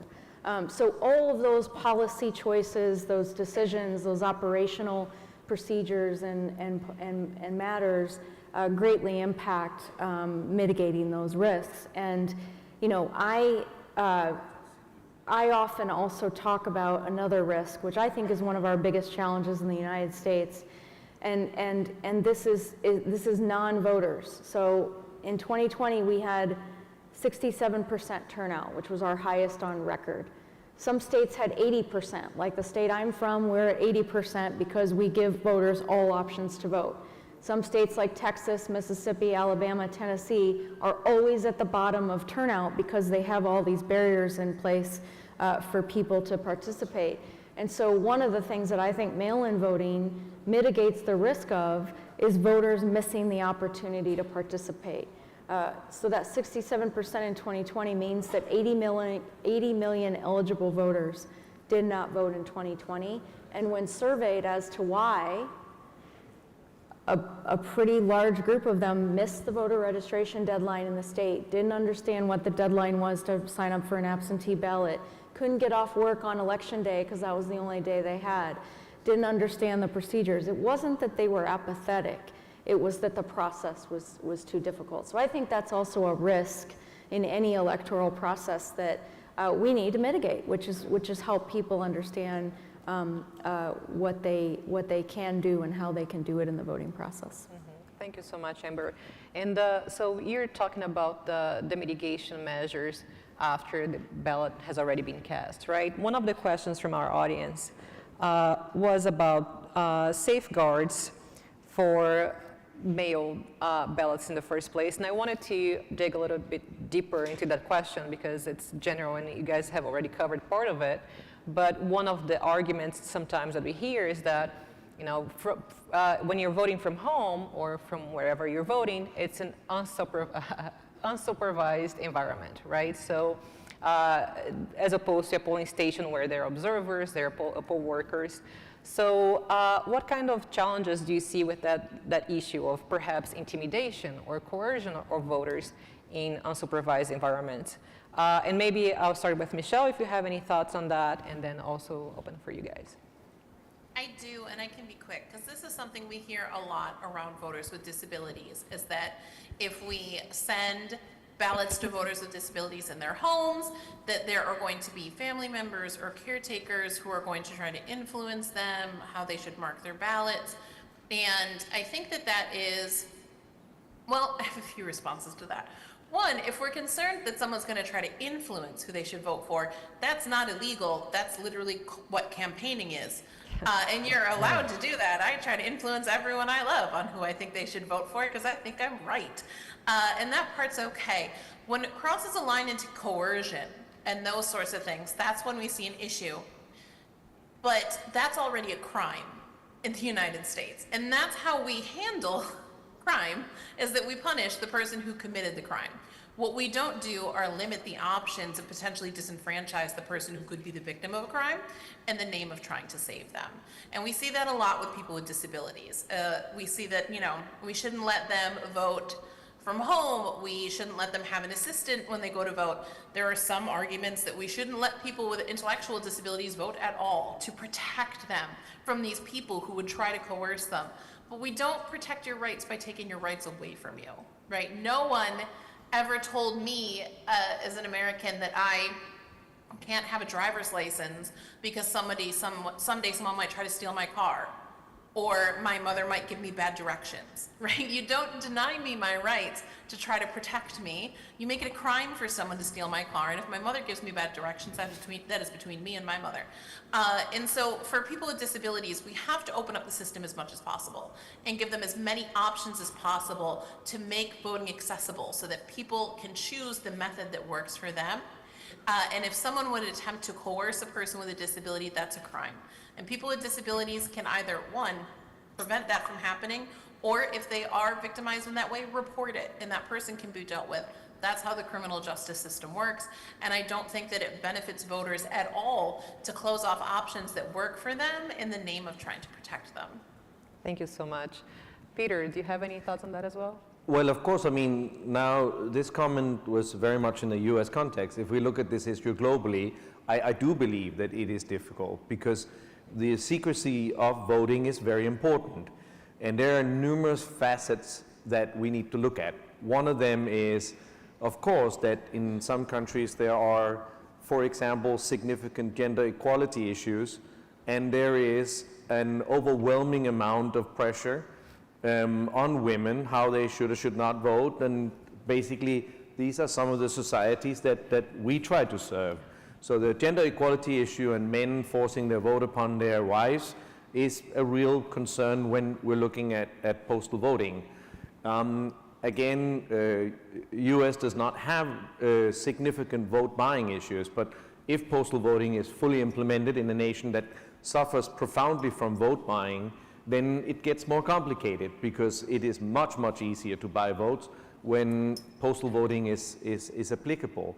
So I do think that it's context dependent, and many of the guests that we have at this conference live in environments where postal voting, for these two examples that I gave, is not an easy thing to implement.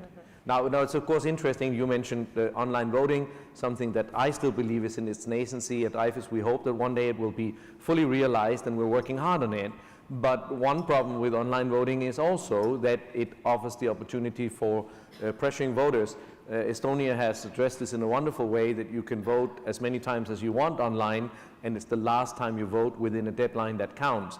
And that feature, for example, is built to try and avoid or try and give a person that was coerced or that was pressured the opportunity to basically next day, when, say, the husband isn't home, go and vote again. But these are real issues, and these are issues that many of us deal with, and something that we have to consider for example, postal voting. Thank you. And of course, Amber, this might be outside the mandate here, but how concerned are you about those issues in terms of intimidation for voters voting by mail?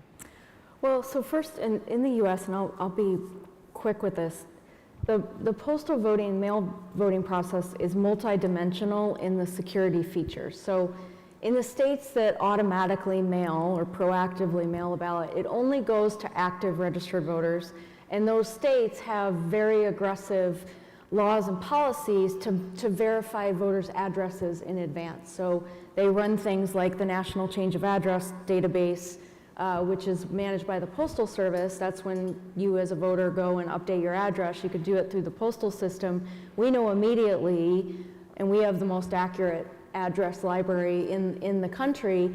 And so a lot of those election officials, they proactively check those lists before a ballot is ever mailed. So that's like one aspect. Then you've got the ballot tracking that I mentioned.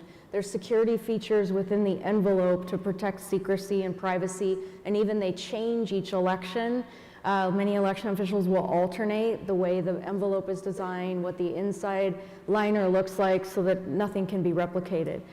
Signature verification is the most prevalent identity verification system that we have in the United States. As we talked about earlier, every state is different with everything they do, and especially with state IDs. We don't have a national ID in the United States, so state IDs become one of the forms. Signature verification is another with cure processes, but there's all these different processes, and when you add all those layers, you actually have a very complete, robust, secure process and system.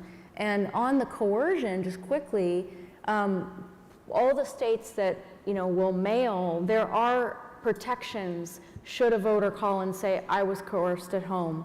They would be able to go vote in person and provisional. The ballot would potentially be canceled even before it's counted. And so there's all those measures that have been thought about to deal with an instance of a voter being coerced. And we have had problems of coercion outside of polling places. I won't even go into the opioid crisis that's been in various parts of the country, and that being offered as a way to get somebody to vote inside, and they just use their phone, take a picture of their in-person vote, come outside and get their opiate. That's literally happened in a few states in this country. So I think we also have to kind of put this in context and try to then build those disincentives to make sure that people aren't interfering with voters in that way. Yeah.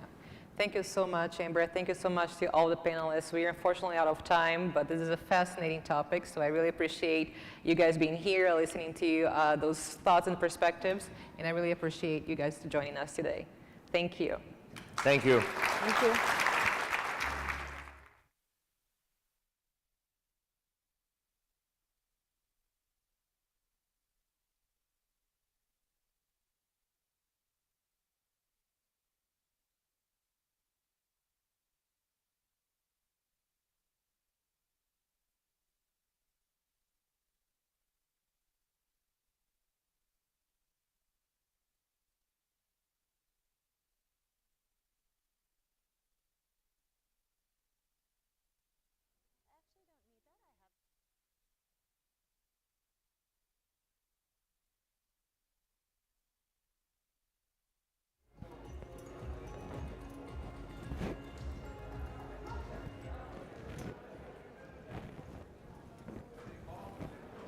Hello, everyone. Is everybody having a good time so far? Good. Personal welcome from an American. So glad to have you all here. Thanks for coming. I hope you're enjoying DC and this unusually nice weather we are having in the city. So thank you also very much to the International Foundation for Electoral Systems for having us here. My name is Kimberly Adams. I'm the host and senior Washington correspondent for our public radio business and economy program, Marketplace, which is a radio program that airs on about 800 radio stations across the United States. I've been a journalist since I was 16 years old, which is when I first started covering presidential elections. I covered the 2000 presidential election from my hometown of St. Louis, Missouri, where I was bouncing around from polling places to courthouses, disputing elections and things like that. And since then, I've covered many more presidential, local, state elections, and also elections in the United Kingdom as well as in Egypt after the revolution. And I should say that now I cover the intersection between money and politics, and there's a lot of it here in the United States. Open Secrets, a group that tracks money in politics here in the United States, estimates that when all is said and done, this election here in the United States, the campaign will have cost about $16 billion. $16 billion. And adjusted for inflation, believe it or not, that may end up being less than the 2020 presidential election was, but it's still a ton of money. And if you go over to the Wesleyan Media Project, which tracks ad spending, They're saying that about $4.5 billion of that went to television and radio ads alone. That's not even including spending on digital media. And this money isn't just coming from the candidates and their committees or even the political parties. There's a ton of money coming from outside groups, and sometimes it's really hard for Americans to know where that money is coming from. It's a huge player in the United States elections, the money that's flowing through all these different systems. And so whether or not we like it, it is a factor at the state level, the local level, the federal level, and there are rules at each level about how that money is and is not allowed to be spent, but those rules are not always followed, and maybe those rules don't sometimes work the way that we expect, as I know Trevor knows very, very well. So to help us understand more about money, power, and politics in the US election this year, we have on stage Ellen Weintraub, hello, and Trevor Potter. I'm going to read brief bios for the both of them before we get to their opening remarks. Vice Chair Weintraub has been a commissioner on the United States Federal Election Commission since 2002. And has served 3 times as its chair. During her tenure, Commissioner Weintraub has been a consistent voice for meaningful campaign finance, law enforcement, and robust disclosures on money in politics.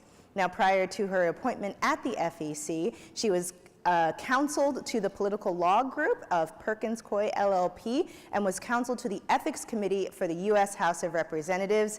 Vice Chair Weintraub has published articles in the New York Times, the Washington Post, and leading law reviews, and is, of course, a frequent speaker on news programs and shows and conferences at home and abroad, hails from the wonderful state of New York, and holds degrees from Yale College and Harvard Law School. Hello.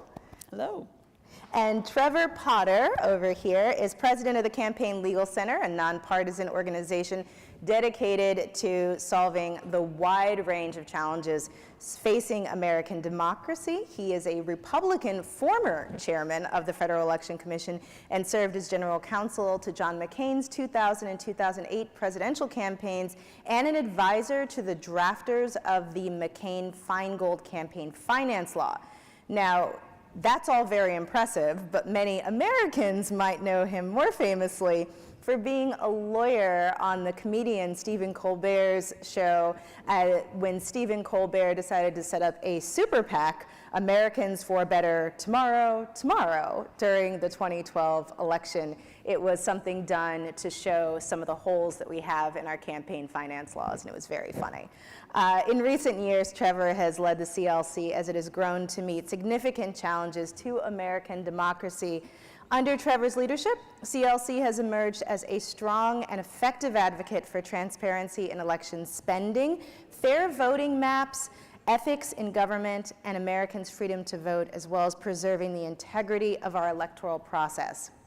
Now, we are going to have opening statements from both of our guests here. They have so many interesting points, and their work is so well-rounded. But I do want to point out that after this, I'm going to ask them a couple of questions, but this is really all about you all. So if you have questions for either one of them, you're welcome to submit those through your conference app, the HOVA app. I've got it up here, and we will get to as many of those questions as we can. Commissioner.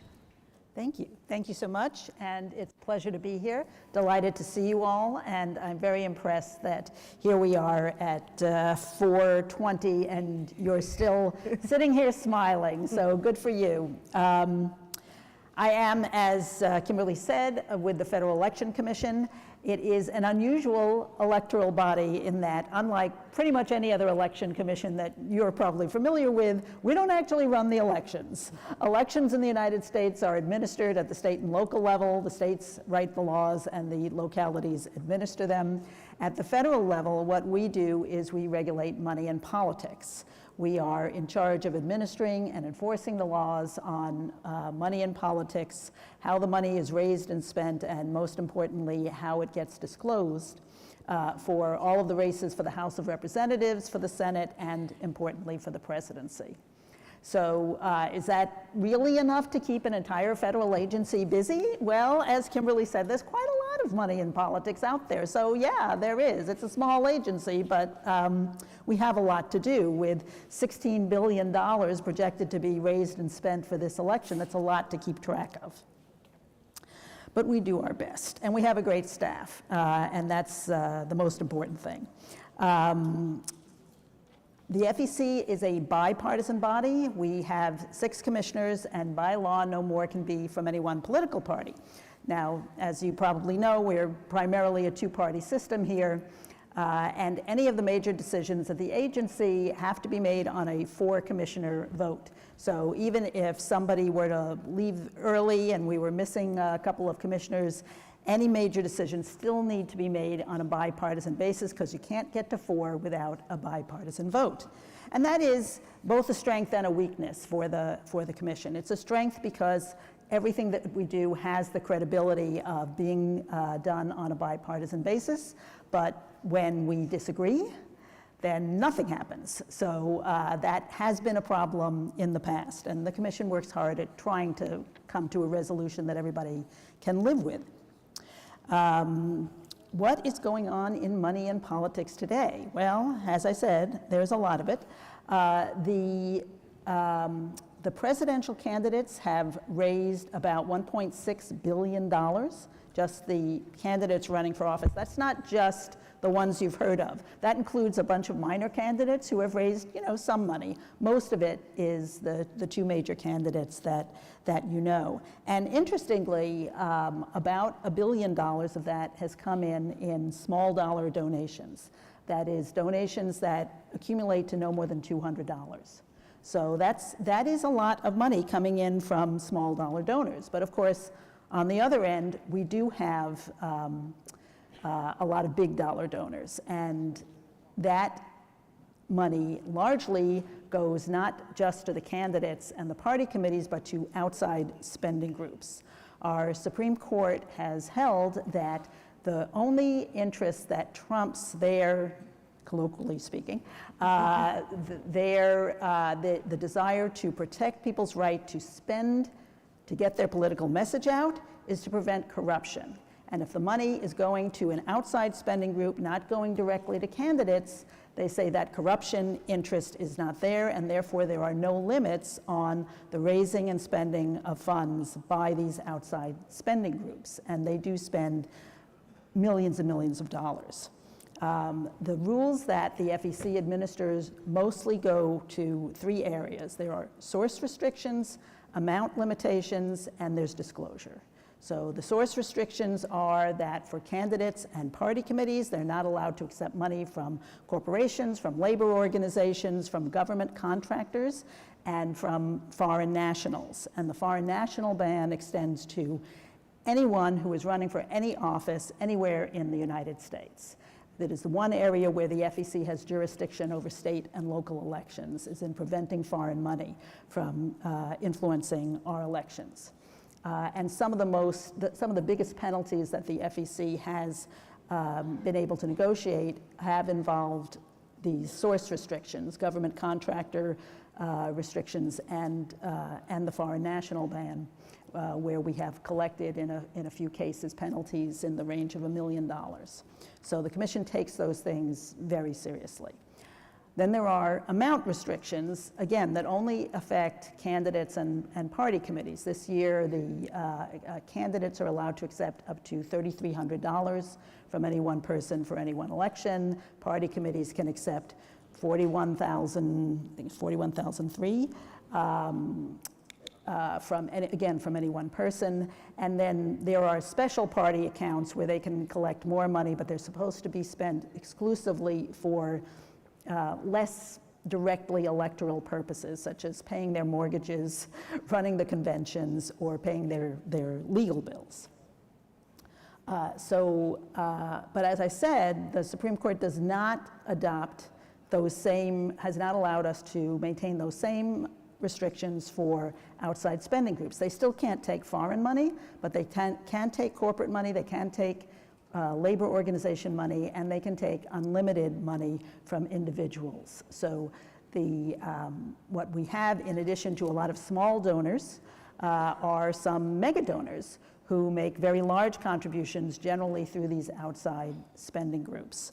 And we have seen over the last number of years, and I think it's been, the trend has even increased this year, that there's a small number of very, very wealthy individuals who do spend a great deal of money, millions of dollars every cycle, some tens of millions, and a few hundreds of millions. I think this year already, Open Secrets has tracked at least 45 donors, that's individuals or couples who have given at least $10 million to a variety of political groups. And there are 4 individuals or couples who are already over 100 million. So we have some big spenders. And when people ask, you know, why do American elections cost so much? Why is there so much money? Because there can be. Because the Supreme Court has said that there cannot be spending limits, that any kind of limit on spending is a limit on how much speech, how much political speech can be put forth into the community, and that is something that they have very little tolerance for, any kind of limit on speech. And then there is disclosure, and I think we run a very effective disclosure database. It is the basis for every article. That's where every journalist gets their information. It's where Open Secrets gets their information. We have great partners in the journalistic community and in the NGO community who take the data that we make public and do some really great and helpful, useful analyses. But all of the data is drawn from the reports that the candidates and the party committees and the super PACs, they all file reports with us. They file reports throughout the election, throughout the candidacy, throughout the election season, and are still filing reports and will be filing reports even after the election, so that we have fairly current information. Most reports are filed electronically. We get them up on the website almost instantaneously, and they're available to the public. Technology has been a big assistance to us in this regard. I can remember the old days where people had to come into the office of the Federal Election Commission in order to read the reports, either on paper or on these old microfiche machines. I bet Trevor remembers the microfiche machines. Now it all goes up on the internet and anybody can see this information anywhere. And technology has also enhanced the way that candidates and other political committees can raise money. It has now become almost frictionless to make contributions, particularly for smaller donors. In the old days, people had to find a checkbook and a pen and an envelope and a stamp and make a trip to the post office or to their mailbox if they wanted to make a political contribution. But now, a lot of this, most of it, is all online. Or by text message, and it becomes very easy for candidates to raise money from small dollar donors using this technology. You can ask for, and believe me, everyone in the United States has been deluged with text messages, emails, social media requests, whatever form of communication from every candidate and every party committee asking for $3, for $5, for $25. And those small donations really add up. They're easy to make, and there are candidates who raise millions of dollars from those small dollar donations. But as I said, there's also the flip side are the big dollar donations on the top end.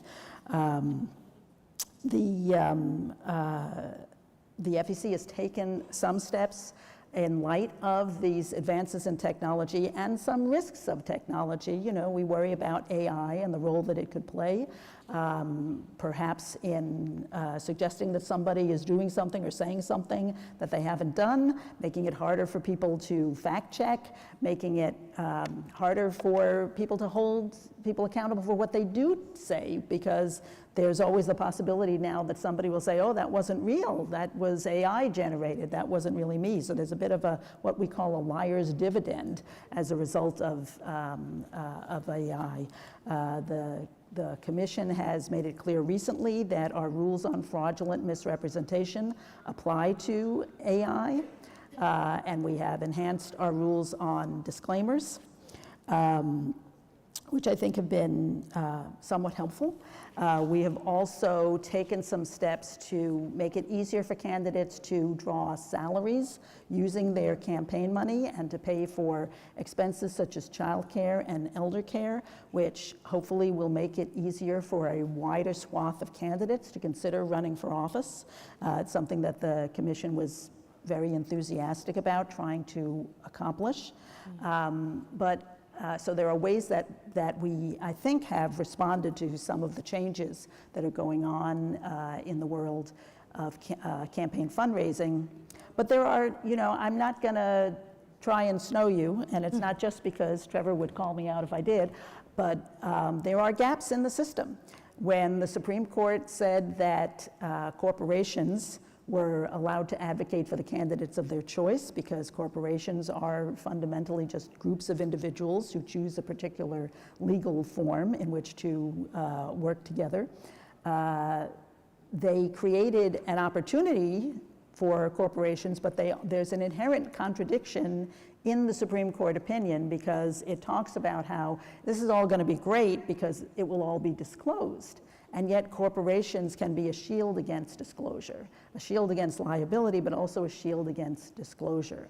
So we do have the phenomenon of what we call dark money, money that is not fully disclosed, largely because it is funneled through a corporate form, usually a nonprofit organization that is organized as a corporation, collects contributions, and then because corporate money is allowed to be spent through these super PACs, that money can be given to a super PAC, and then the super PAC does have disclosure obligations, but to the extent they are getting money from a group that doesn't disclose where it's getting its money from, there are holes in the system. So I think we have a fairly good disclosure system, but it's not perfect. And I would like to see us work to try and close up some of the loopholes that exist, but at this point, we still have, I think, a reasonably robust disclosure system,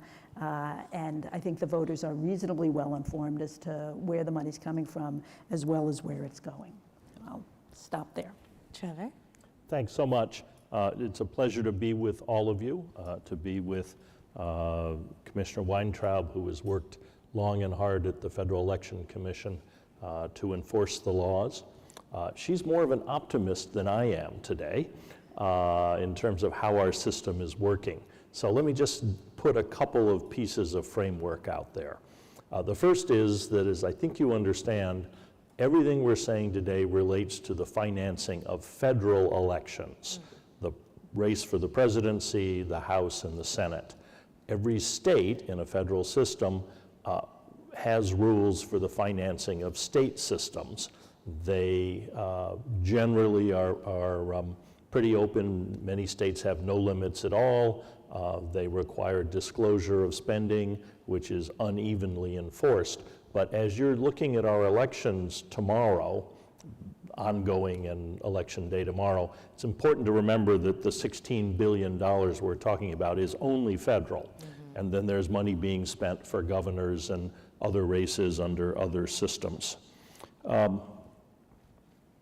Historically, the context for the conversation we're having today goes back 50 years to the reforms Congress made after the Watergate scandal, when President Richard Nixon raised money from corporations. Corporations gave to the Republican Party. Basically, in return, they thought for deals to get them out of trouble with the Justice Department. There was secret money, there was cash. It led to a view that we needed to totally revamp our system of financing of federal elections. And we ended up with a new law that provided strict limits on what individuals could give to candidates, party committees, and political action committees, all of which had to register and report with the Federal Election Commission and describe all of their political spending and all of their contributions. We created the Federal Election Commission to manage, as Commissioner Weintraub has said, all those reports and all that disclosure so it would be fully transparent. And there was a presidential public financing system for the first time. So when I arrived in Washington 40 years ago, in the first presidential election I saw here in 1984, we had a system with full public financing in the primaries and in the general election. We had a Republican challenger against a Democratic incumbent president, President Jimmy Carter. They both spent the same amount of money, which came in a grant from the federal government, around $35 to $40 million total. And then, of course, House and Senate candidates spent money which they raised under these relatively strict limits, maximum to a candidate of $1,000. No corporate money allowed in federal elections. People had gone to prison as corporate officials who had spent corporate money in the Nixon years, so corporations were very careful about that. All of it fully disclosed. So here we are on this stage now, talking about a completely different world, where we're talking about $16 billion being spent in this election, and we do not have the disclosure that Congress mandated us to have. How did we get from there to here? Well, over time, the party committees pushed to raise more money. They came up with ways to raise money outside of the system, the federal system, by saying it was going to be spent on state races. Eventually, Congress, now 20 years ago, enacted the McCain-Feingold reforms to get us back to where we were. Again, limits on contributions, no corporate money, full disclosure. What we have seen is, first off, the demise of the presidential public funding system. It was voluntary, meaning candidates did not have to participate, and over time, candidates discovered that if they didn't participate, they could raise more money privately from individuals than they would get in the check from the federal government. We can maybe have time to talk about the details later, but the result of that is no candidates today participate in the public funding system. Both major parties now, for some period of time, their candidates have raised money privately and not taken the government grant. So that has changed. The reform laws of 20 years ago were then in part declared unconstitutional by the United States Supreme Court. And one of our great problems regulating money in politics has been the changing view of the Supreme Court of what can be regulated by government, what the First Amendment allows in terms of free speech and allows in terms of government regulation. And the court started out after the Watergate reform saying, as Commissioner Weintraub noted, that you could limit what people gave to candidates and party committees, but you couldn't limit the total amount they spent, so that if a candidate had more donors than the other and raised more money, they could spend more money within the limits. Over time, so that was the first thing the court did. The second thing was to say, crucially, if money is spent by individuals independently of candidates, so if I give my $1,000 to a candidate and then I decide I want to go out and on my own, independent of the candidate, take out an advertisement that costs $10,000, I have a right to do that, said the court. That is my free speech right, as long as it's wholly independent of the candidate and the parties. So you had this avenue for what came to be called independent spending that went around the contribution limits. Then, about 10 years later, the Supreme Court, a new Supreme Court, different justices, decided that the First Amendment gave the same free speech rights and independent rights to corporations, which was a pretty revolutionary idea for us. We'd been restricting corporate spending for most of the 20th century. But the court said, no, they can spend it too, as Commissioner Weintraub said, but don't worry, it'll be fully disclosed. So where are we today? We're in a place where the 16 billion that we talked about is probably $1 billion each for the actual candidates. They're raising it within still relatively strict limits, 3,500? 3,300 from an individual.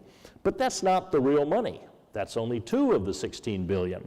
That 16 billion includes what House and Senate candidates are raising within limits, what the parties are raising and spending within limits, and to some extent they can coordinate all that spending with candidates. But the big chunk out there is this new independent spending, which has grown and grown and grown.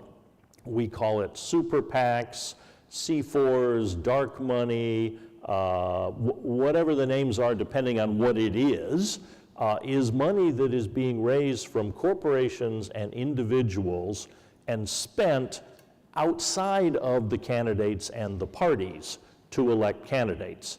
Now, remember what I said was the Supreme Court had said this was okay because it wasn't corrupting, because it was totally and wholly independent, separate, independent of party committees. That's where our system has, in my view, completely broken down. What we are seeing is money being spent in coordination with candidates and parties. It is often raised directly by candidates. It's not supposed to be, but we see it all the time. It is being spent by people who are, like Elon Musk, on stage with the Republican nominee, supporting him, meeting with his staff, and then spending literally hundreds of millions of dollars in key states like Pennsylvania. It is not Commissioner Weintraub's fault because she dissented, but the Federal Election Commission in a 4-2 vote this year said the ban on coordination doesn't apply to that spending that Elon Musk is doing in coordination with the Trump campaign because it's not TV or radio advertising. It is only knocking on people's doors, working with the candidate to figure out where best to spend the money. So we've ended up with this huge, it's not a loophole, it's a huge diversion of political money being spent in this election in coordination with parties and candidates that under the 74 law was not supposed to happen, under the 2002 law was not supposed to happen, but is occurring. So that's the scene we're in. The question is, of course, what can we do about it? The answer is partly not Commissioner Weintraub's fault. The FEC has not been enforcing the law, either deadlocking or coming up to allow more spending. The Supreme Court has taken off on this, I think, ill-informed view that the more money, the better, corporations should be speaking, and it misunderstood the way politics works when it said everything was going to be fully disclosed. And of course, Congress could do something about this. It could pass some new laws requiring more disclosure, requiring more independence, but it has been deadlocked on a partisan basis. In the last Congress, a big reform bill passed the House of Representatives and died in the Senate. It just didn't have enough votes to get over the finish line. So that's where we are.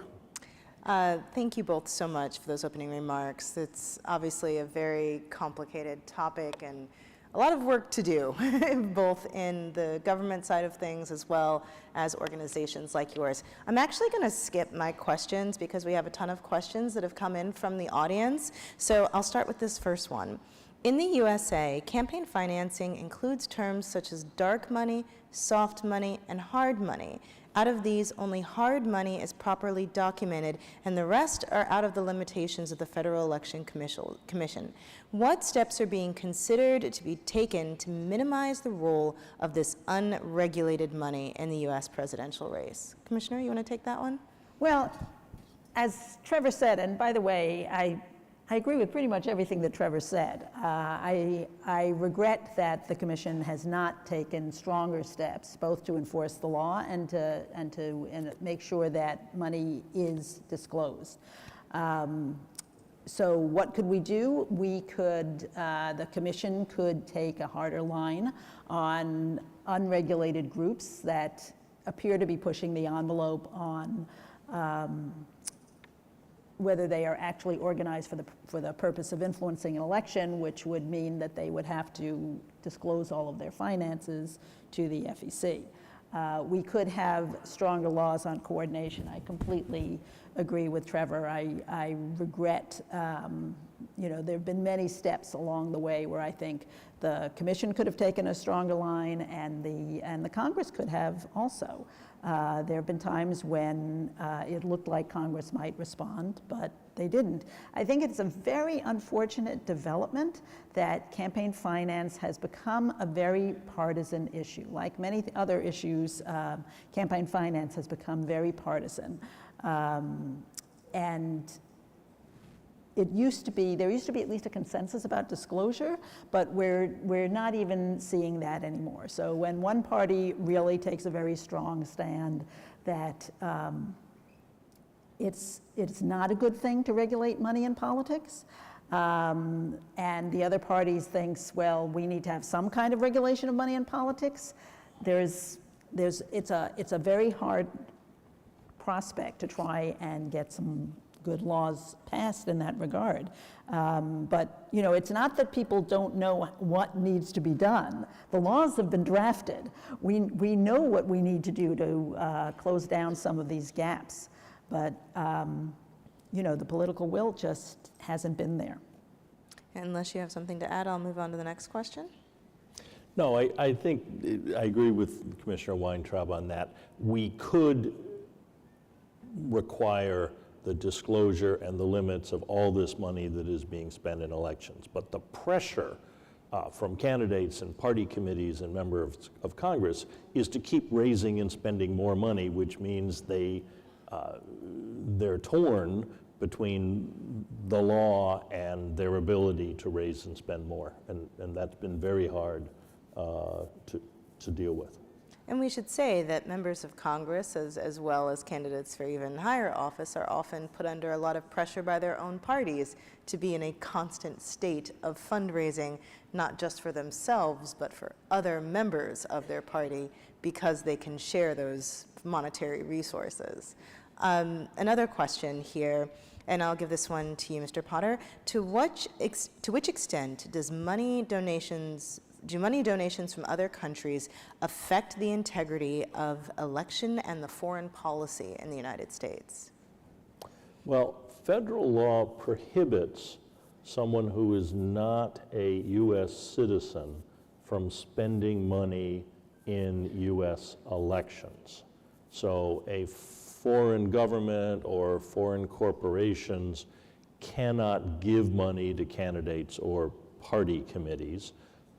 And if they try to give money secretly to some of these independent expenditure groups, that is likely illegal as well if it is then used for federal elections. Of course, the word secretly is the problem there. If it is given secretly, will anyone know about it and be able to enforce the law? But the FEC has been pretty vigorous when it has come to the Commission's attention in enforcing that law, which applies not only to federal elections, but to state and local. I think where we're seeing foreign money is in social media, through the internet, and in ways that is almost impossible to control because it's not given to a candidate or a party committee and put in their account. It is being spent on, whether it's X or YouTube videos or the range of social media being spent outside of this country. Very hard to know how much of it there is and to track it. The US government this year has repeatedly closed down literally hundreds of websites which it has determined are initiated by Russian entities and are out there attempting to talk to voters in the US election and create chaos in our system.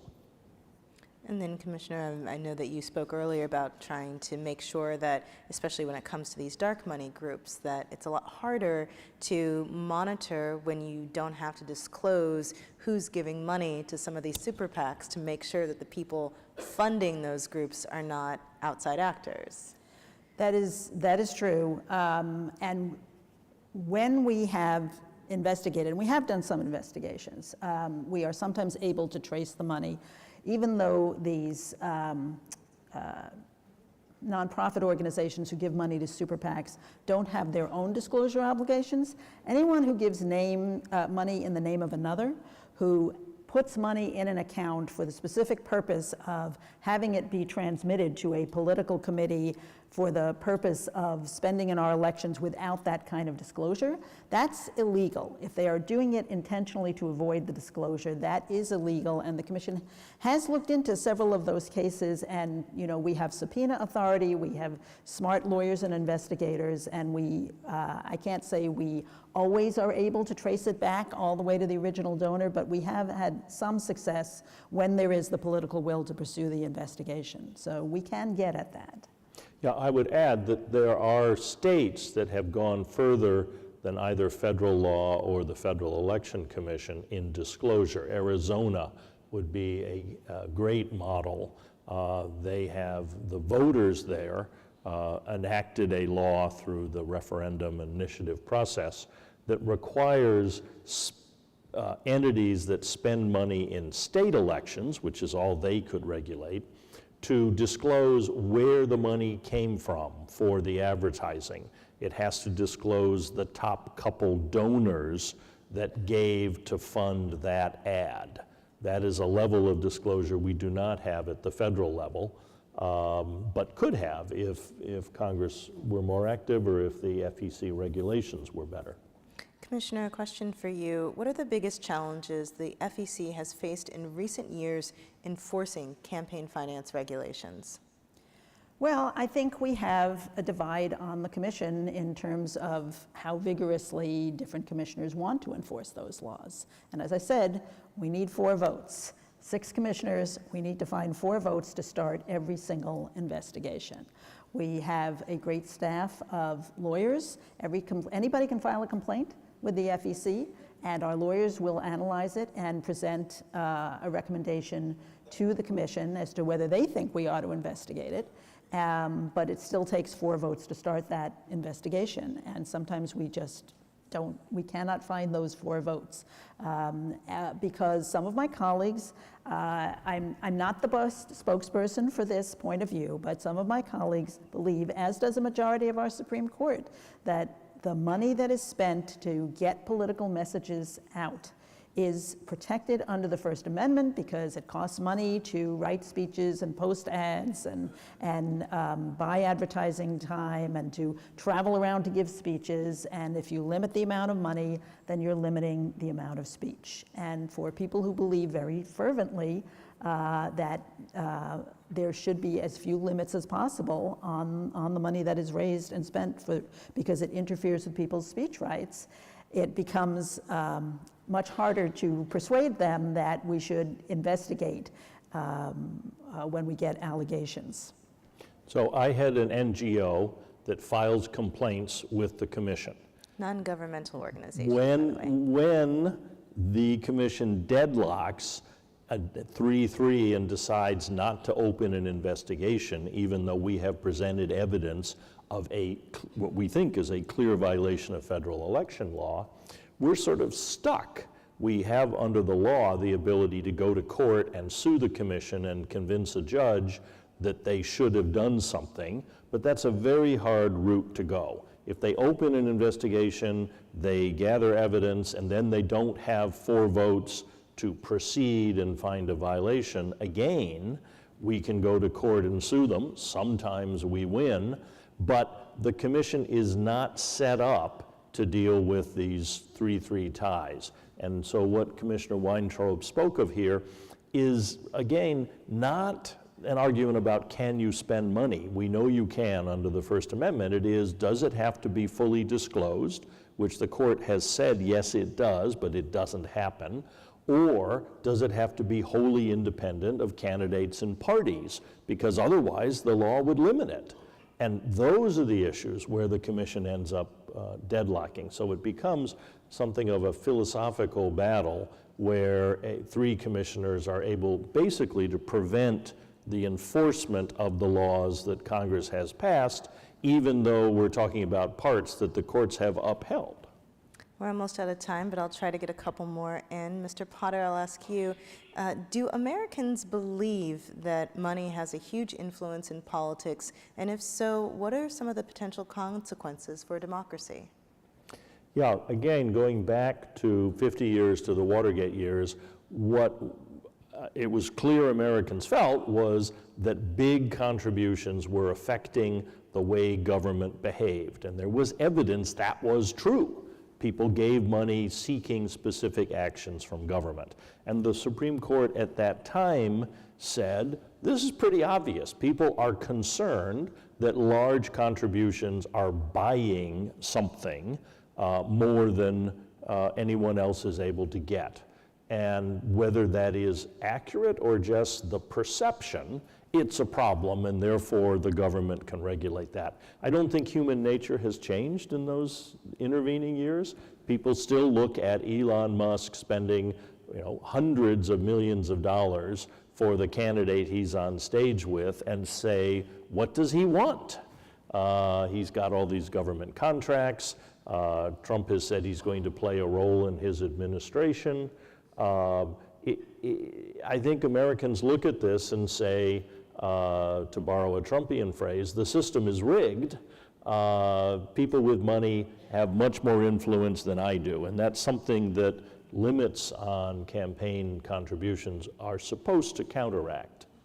And the studies show, there have been any number of polls done over many years, and the results are fairly consistent, that the American public is not happy with this system, and they get the problem with it, and they do feel that their voice is diminished. I mean, the Watergate scandal involved about $1 million, which even with inflation would be somewhere in the range of, $7 to $10 million today. And now we have individual donors. As I said, there are 45 individual donors who've given more than $10 million in this election. I think that what we've seen in this election, we saw one candidate who raised $1 billion in 3 months. We had the late change in candidates on the Democratic side, and Vice President Harris subsequently raised about $1 billion in 3 months. That I have never seen before, that kind of rapid raising of that much money. And then on the other side, as Trevor said, we've got literally the richest man in the world who has the deepest pockets imaginable and owns his own social media platform.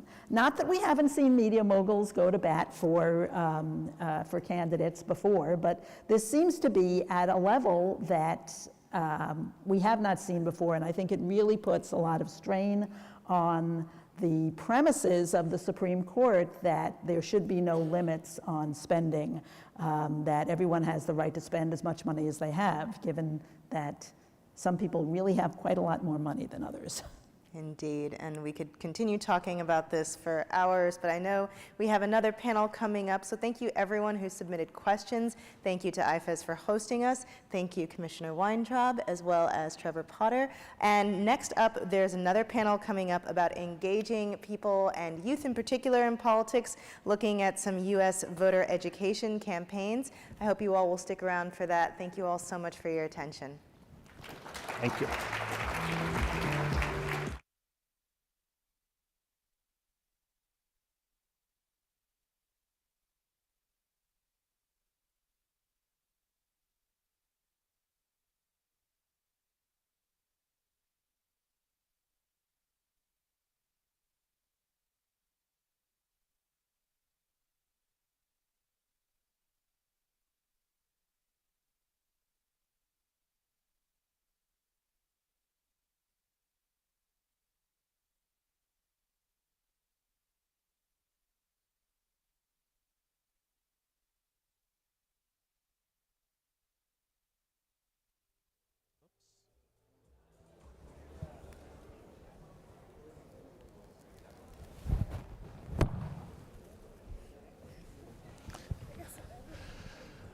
Good afternoon.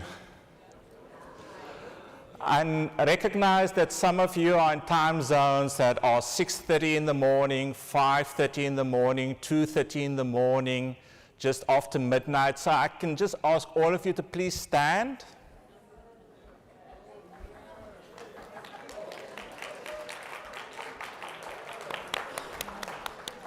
Can I ask you to all take a very deep breath and let it out? Let's take another one. Let it out. If you feel comfortable to yawn, just cover your mouth and take in as much oxygen as you can. Stretch out. Shake your legs. Shake your arms. And let's take a seat.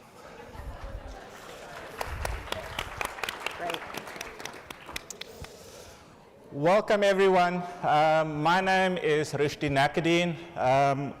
I'm the Senior Global Advisor for Training and Capacity Development at IFES. And we are having a very important discussion this afternoon. In 30 minutes, we're going to talk about youth engagement and political participation. Globally, we're at a time when young people across the globe are at the forefront of social movements. We see climate action, addressing school shootings, challenging police brutality in countries like Nigeria, opposing tax hikes in countries like Kenya. Yet, paradoxically and at the same time, we're also witnessing a decline in youth turnout in formal elections, revealing a very critical disconnect in traditional political engagement.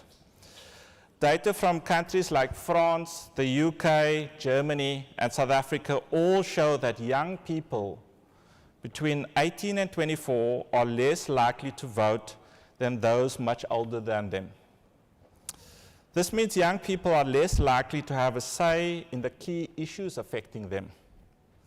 In the US, with 41 million young people between 18 and 27 eligible to vote, almost half of them being youth of color, this represents a critical cohort of voters in tomorrow's elections. Our esteemed panelists today bring together unique perspectives on this issue, each contributing innovative approaches to not just voter education, but also civic education and youth empowerment. We are joined online by Emily White, partner at Collective Entertainment and founder of the I Voted Festival.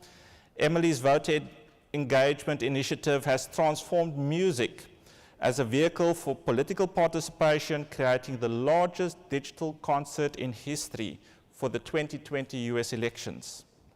Next on stage with me is Dr. Greer Burrows, Associate Professor at the College of New Jersey. With over 2 decades focused on civic education, Dr. Burrows has worked extensively in curriculum development, both in the US and abroad in countries such as Georgia, Ukraine, Armenia, Serbia, and Bangladesh.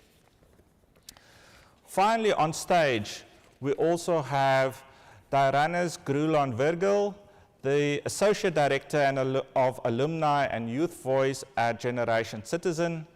She's been a dedicated advocate for gender equality, education, civics, and the arts. Together, our 3 panelists offer a wealth of knowledge on how to engage and mobilize young people in today's political landscape. So for the next 30 minutes, let's dive into this conversation and explore how we can bridge the gap between youth-led activism and formal political engagement. We'll start off with Emily. Emily, you've been scoring the country over the past couple of days, running concerts, free concerts for young people. Tell us a little bit about how you leverage music and culture to create a lasting connection between young people and civic participation. Thank you, and thank you so much for having me. So as mentioned, I'm the founder and CEO of #IVotedConcerts. We produce data-driven concerts on US election nights and during early voting periods that the public gets into for free by submitting a selfie from outside their polling place or at home with a blank and unmarked ballot. They can also check their voter registration for free entry. Future voters get into our shows by letting us know what election they will be 18 for, and non-citizens and those ineligible to vote enter our concerts by sharing why they're excited to attend. So that way we're in compliance with US electoral law, and our concerts are open to everyone. MIT has shown that I Voted concerts increase voter turnout by over 7%, whereas traditional get out the vote drives do so by 0.5 to 1%. And that's because we book artists for the data based on what people are listening to where, because what people are listening to in Milwaukee, Wisconsin is different from Pittsburgh, where I am right now, is different from Atlanta. So that's always worked very well for us. And this year, I'm a visiting fellow at Johns Hopkins University's SNF Agora Institute, where our mission is to strengthen global democracy. And through my fellowship, we have analyzed the data on the top trending artists in each location to show which of the top trending artists will increase civic impact the most. And we do that by comparing each artist's unique fan demographics with local voter files to determine the artists that have the most low propensity voters. So for example, although Taylor Swift has the most listeners in Atlanta, Drake, Future, and The Weeknd can turn out more voters because Taylor's fans already vote. We're producing 18 data-driven concerts this fall. We're halfway through. We've got another one tonight in Pittsburgh, like I said, and we've got 8 more nationwide on election night tomorrow.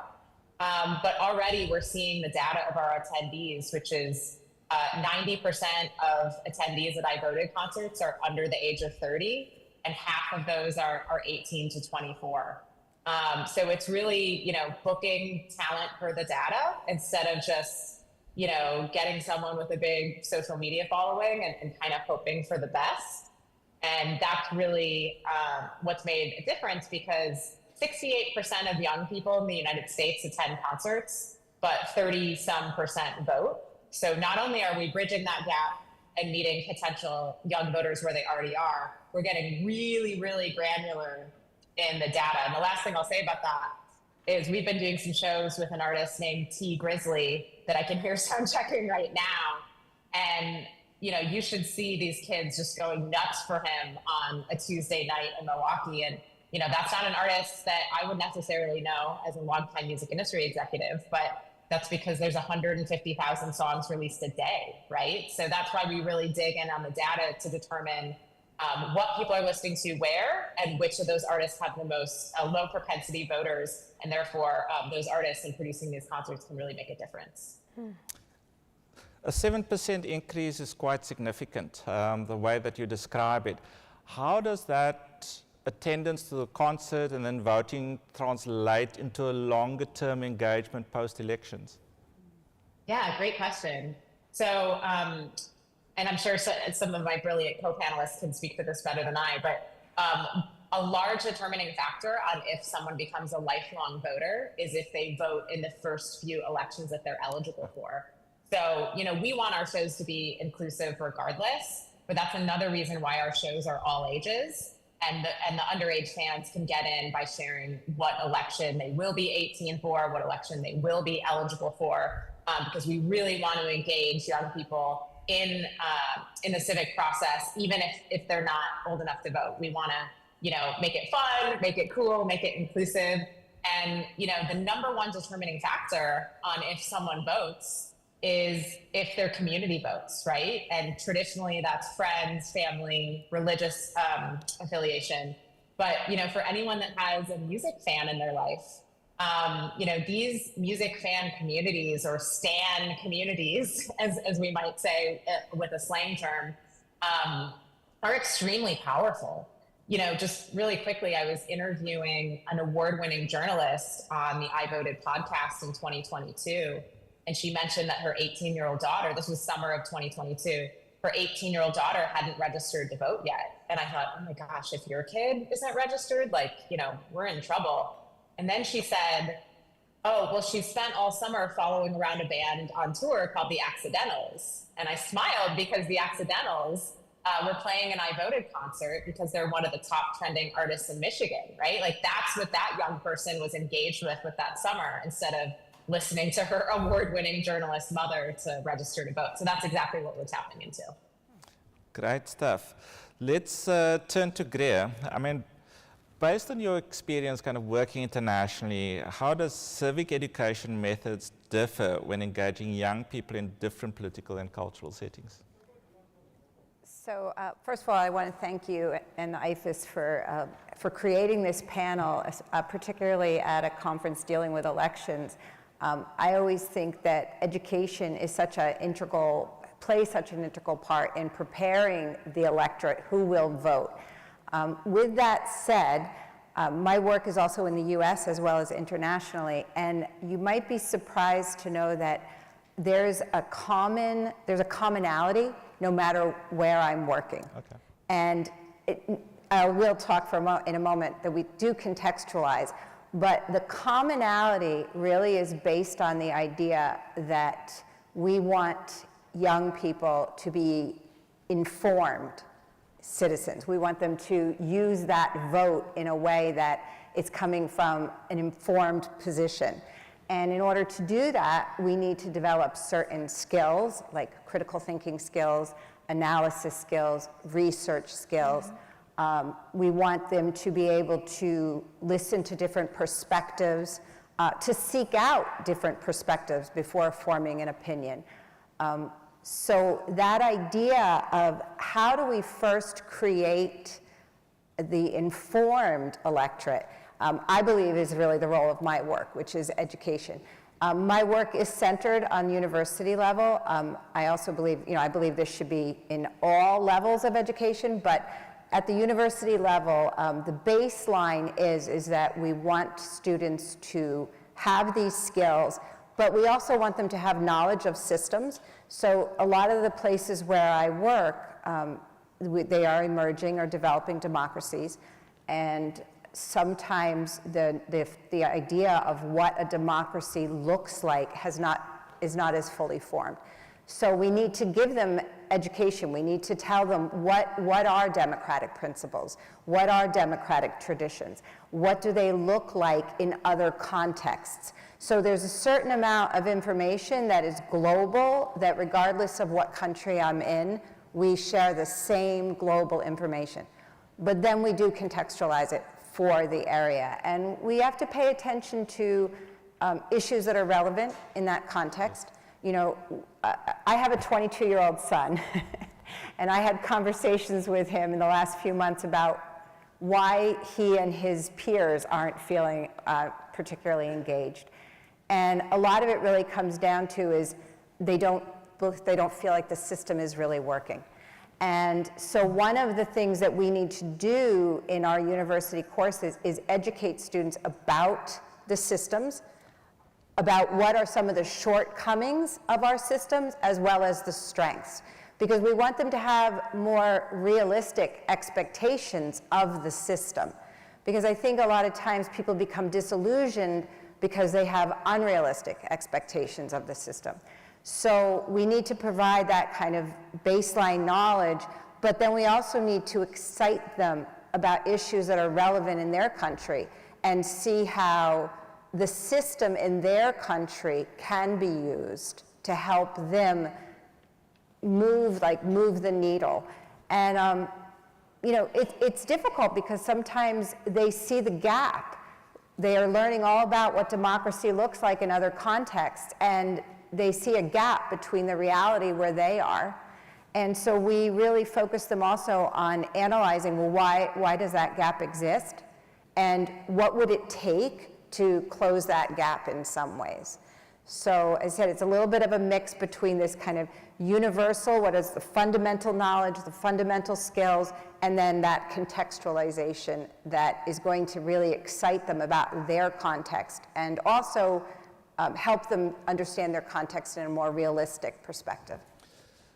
Greer, can you share with us any kind of success stories, especially the university level kind of programs that you're running, any kind of anecdotes or research about some of that long-term commitment that you see after that awareness raising takes place? Yeah, thank you for asking that, because I also have the privilege of doing a lot of the focus groups with students in different countries, and I've analyzed a lot of the data on it.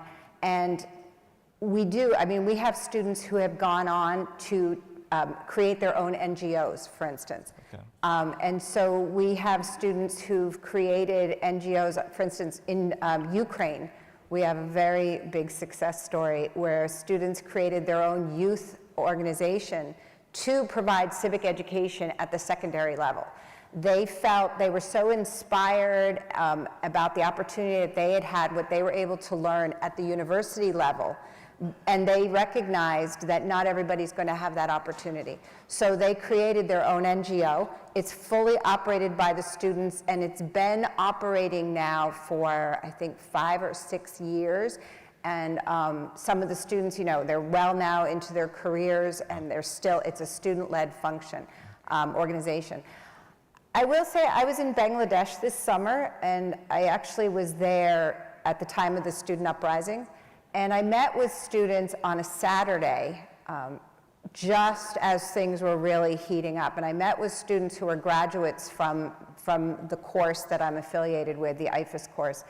And they were telling me very definitely why they felt that it was important for them to go protest, and how much the experience in the course had influenced that decision.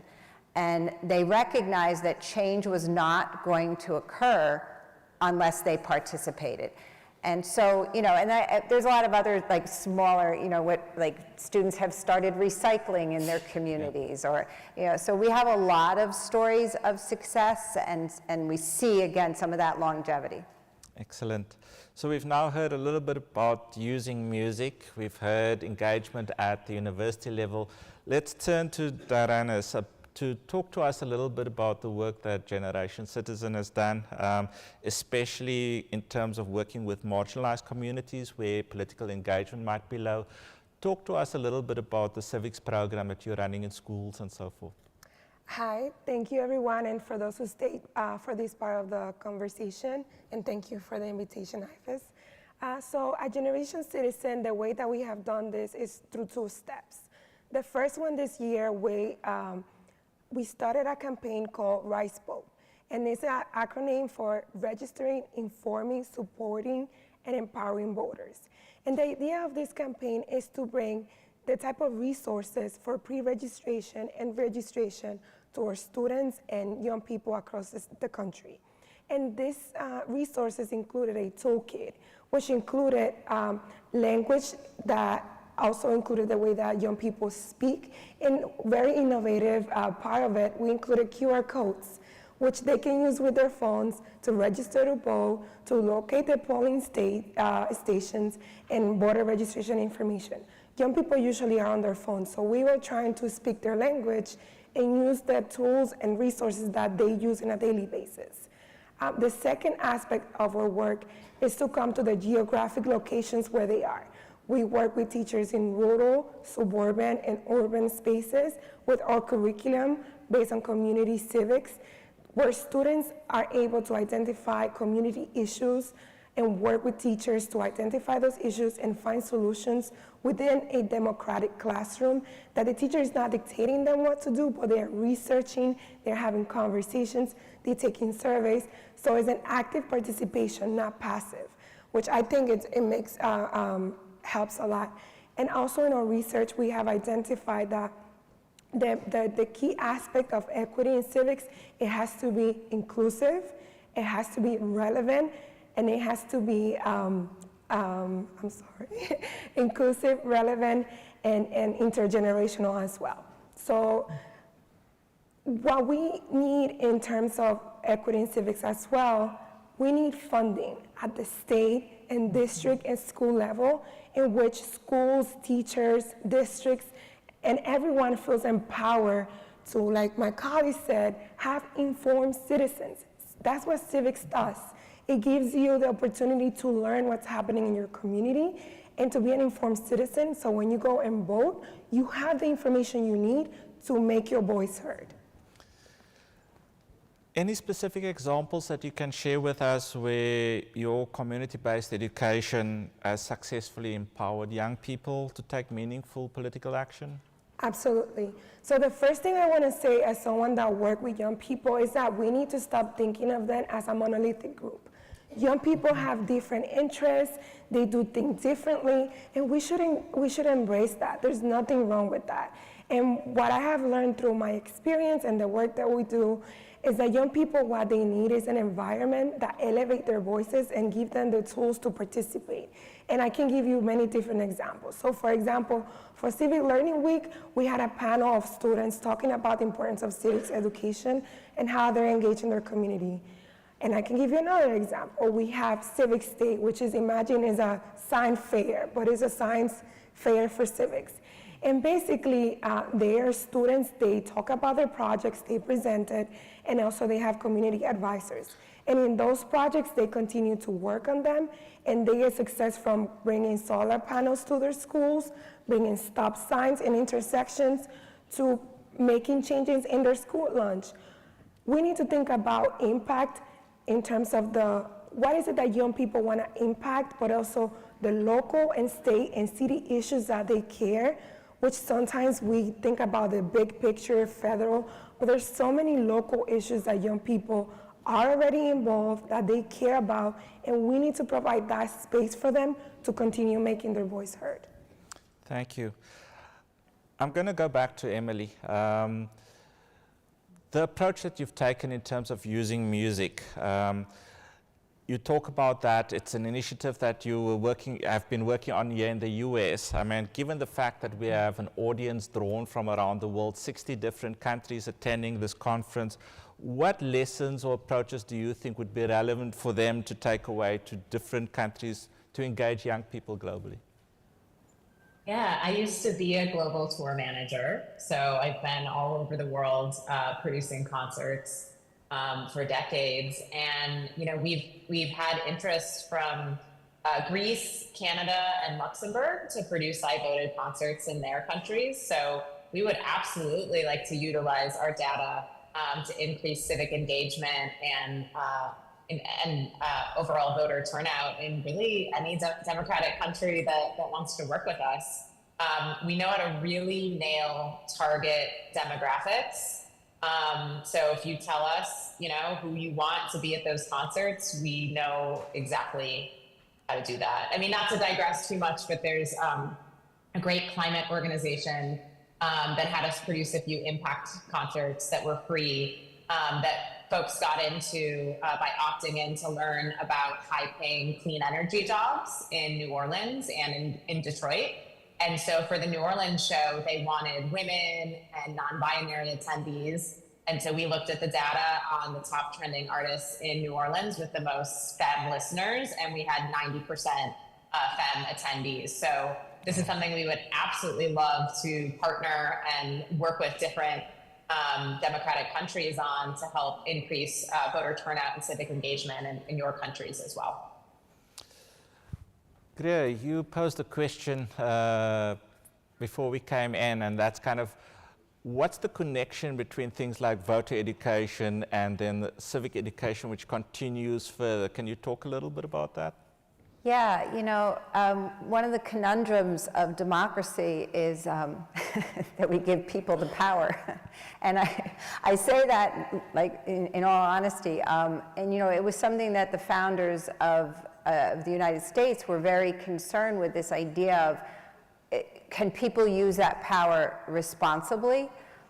Will they have enough information to use that power? And, you know, I know much of the world scratches their head at our electoral college system, but one of the reasons we instituted the electoral college was to kind of, as a safeguard for that, because the founders were aware of this idea that there could be this, like, tyranny of the majority, and that that majority might not, you know, may not actually be informed or educated. So to me, as a lifetime educator, I am more concerned with educated votes than I am with just voter turnout, because of that reason, that I want people to really understand the stakes.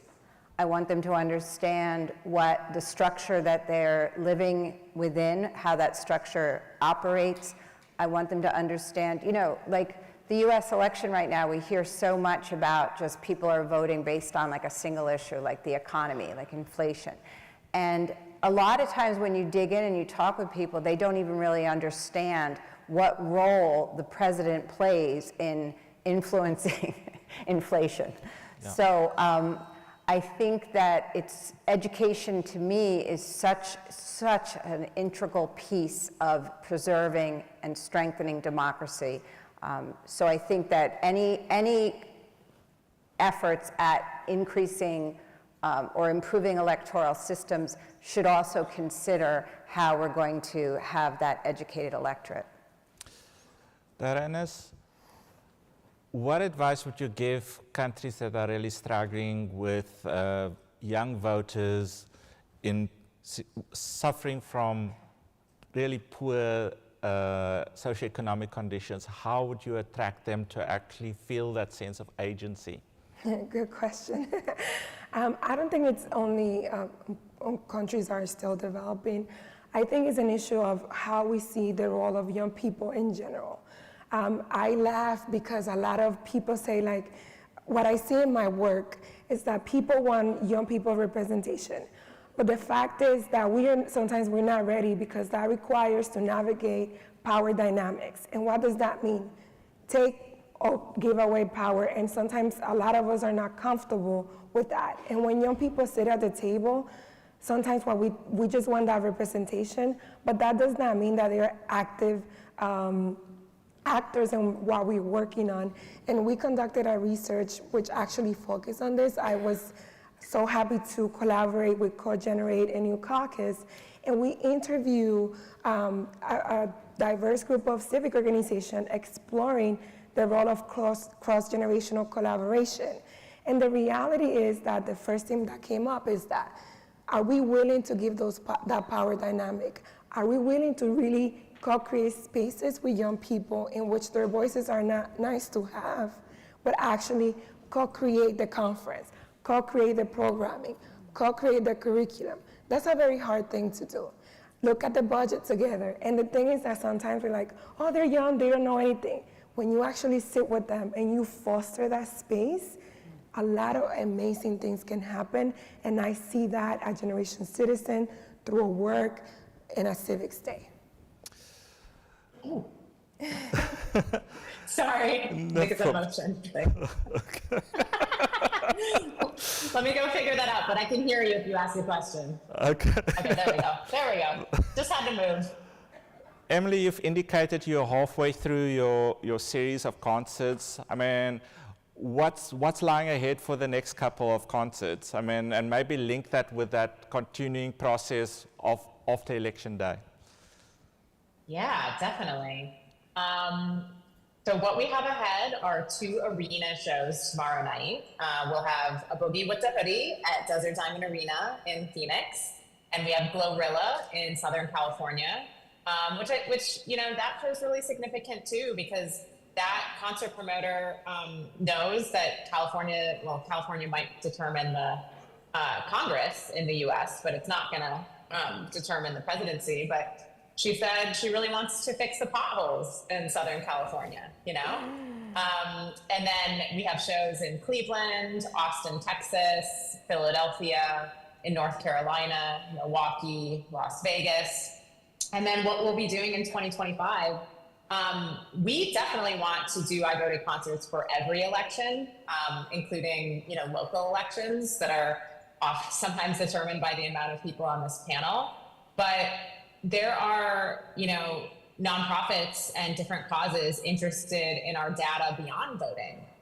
So like I said, there were all these new jobs created through the Inflation Reduction Act here in the United States. And a lot of people didn't know about these clean energy jobs. So that's why we were tapped to produce concerts to appeal to young people in Detroit and then women in New Orleans that folks got into for free by opting in to learn about clean energy jobs. So we're going to be producing about 25 of those in 2025.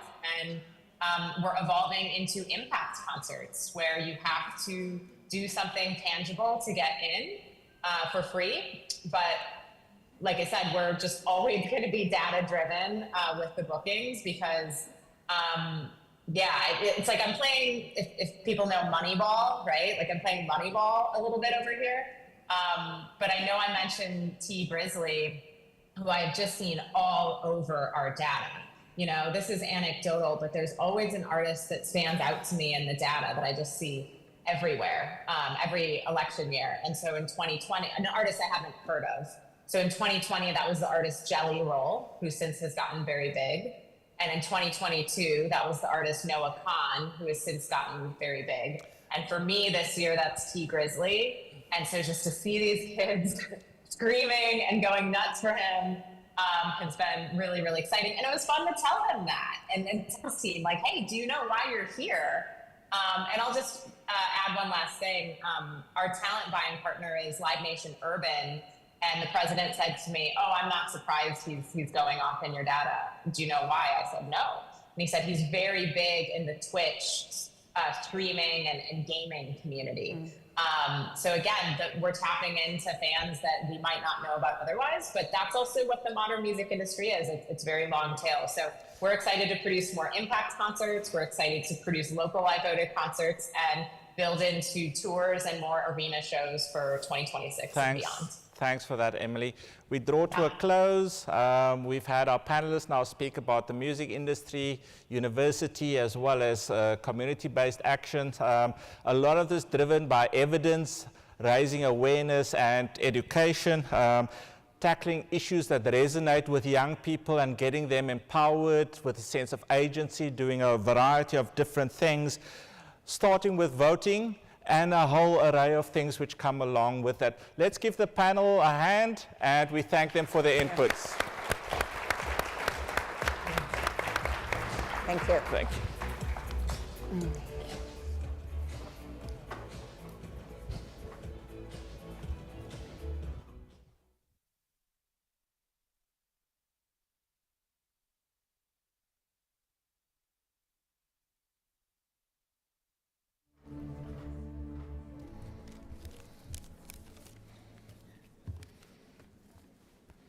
Well, good evening. It is not lost on me that I stand largely between you and drinks and dinner, and so I will not be conducting a 3-hour deepfake training, which we've been doing around the world with folks, but I do want to talk a little bit about that work.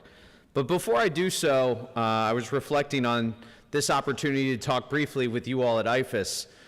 When I started in elections in 2005, 2006, one of the very first meetings I had the privilege to participate in as an intern to then Election Assistance Commission Commissioner Paul DiGregorio was with IFES and John Pierre Kingsley, and learning the perspective and value of the work that IFES does around the world and the work that all of you do was one of the first introductions I had to election administration and the incredible work that is done around the world to protect our democracy.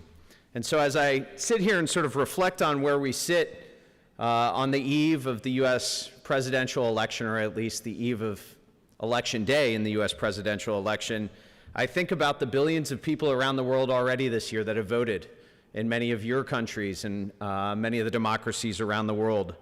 And I think about what you all, some of you all at least, will see tomorrow as thousands of election jurisdictions, 8,800 plus election jurisdictions around the United States, open their polls to serve their voters, as more than 100,000 polling places, or around 100,000 polling places around the United States, open, all staffed by poll workers working for nothing or close to nothing, but so proud to serve their communities and their democracy, to step up, and they're Republicans and they're Democrats, and they're in small jurisdictions and large jurisdictions, in cities, in red and blue counties and purple counties across the United States. And I think about the energy and excitement that comes with that as we talk about the work that you all do, as we talk about the work that those election officials across the United States do. across those nearly 100,000 polling places, which, by the way, is about 5 times more polling places than McDonald's in the United States. What an incredible effort this is by our election community, and what a privilege it is to serve this community. I've worked in elections my entire career. I actually worked at the Election Assistance Commission when I started my career testing and certifying voting systems, which has changed incredibly over the years.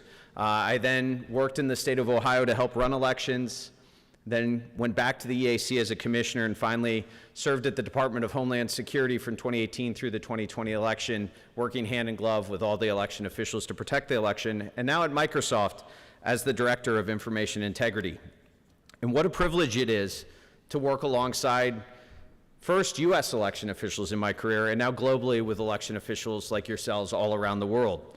And what I find is that you all share, regardless of country, the same commitment to service, to protection of our elections, to ensuring the accuracy, integrity, and security of our elections.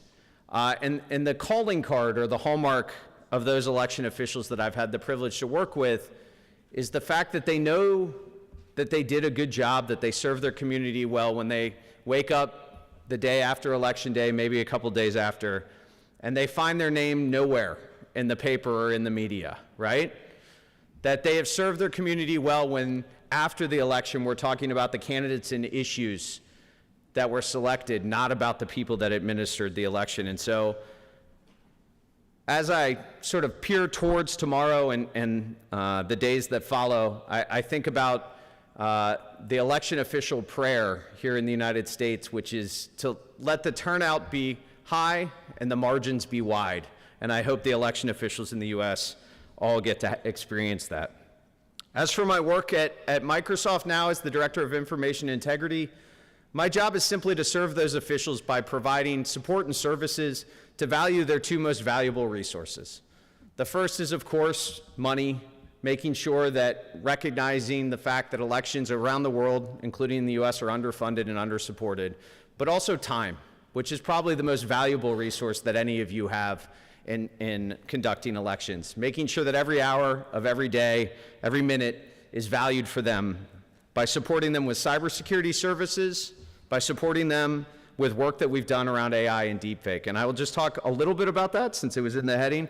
Over this last year, since February, I've been privileged to work with the team at Microsoft to conduct 160 trainings around the world to over 6,000 election officials, campaigns, candidates about AI deepfakes and the challenge that AI poses to our democracy. And the one overwhelming response that we've gotten to this work is the importance of the continued conversation about this. As our Microsoft Threat Analysis Center, who tracks nation-state activities targeting elections, has seen, the use of AI and deepfakes is happening. Our adversaries are trying and using it, though perhaps not as broadly as first expected, but that will only increase in time. And so our work is really focused on 3 main purposes. The first is limiting the impact or amount of AI-generated content that can impact democracies around the world.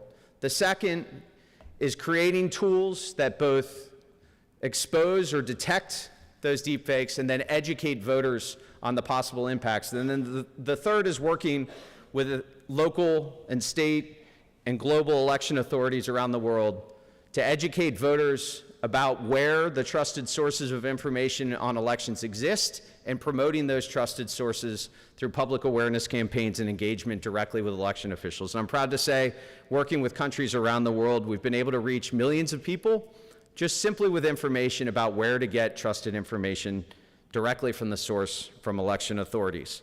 We've also been able to work on something called content provenance, which allows election officials, candidates, and campaigns to put trusted sources, trusted data of information about where pictures, videos, audios come from, so that when voters are presented with information that may be false or misleading, they have the tools necessary to identify what is trusted, where it's coming from, and how they can identify it. This is something we've been able to work with global election authorities, candidates, and campaigns, including here in the United States, where we see the use of this improving trust around the election process. Then finally, the work to engage on media and information literacy, which is going to be a generational challenge for all of us to continue to engage and talk about how information's disseminated, how it's shared, how we can identify the sources of that information, and how to get additional context or trust indicators about that election information out to the public. This is something that we've focused on throughout this year. We've partnered here in the United States with the National Association of State Election Directors to promote their election information broadly across all 50 states, including a focused public awareness campaign in the swing states, all with the goal of slowing the spread of mis or disinformation around the election and promoting trusted, authoritative information from election officials. And I will say, in my experience, election officials always plan, adjust, and prepare for what's next. They constantly ask themselves, what could go wrong?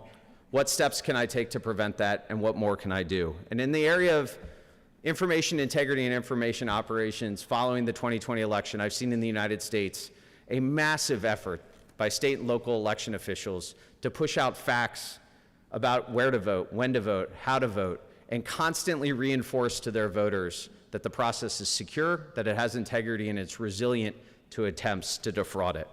And so as we move forward, I look forward to continuing to serve, to work with all of you, to promote things like content credentials and content provenance, to respond and expose our adversaries' attempts to use AI to deceive our voters, and most importantly, to reinforce that our election processes around the world are secure, they have integrity, and are accessible to all. So thank you, I appreciate the time. Good luck and enjoy tomorrow. It is my favorite day of the year, every year, but especially in a presidential election year. Thank you.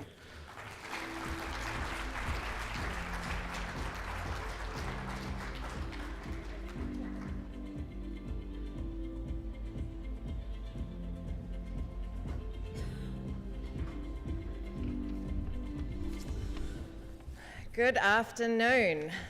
Who is ready for one more panel?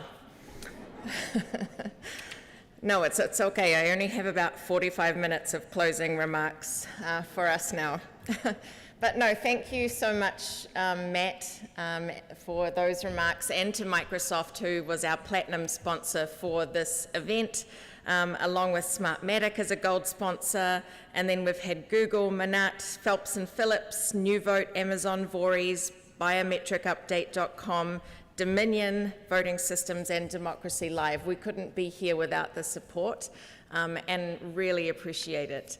For those I haven't met, my name is Catherine Eleanor. I am the Vice President for Global Programs at IFES, and I am delighted to have you all here, still here at almost 6 p.m. the night before elections. We are getting excited for tomorrow. I want to just give a few administrative announcements before just finishing with a brief video and personal story. Tomorrow, breakfast will be at 7 a.m., the same place it was this morning. And then please, if possible, be here on time at 8 a.m. There's a really important briefing for the polling station tour. And when you come into this room, if you could please sit at the table number that aligns with the bus you will be taking tomorrow.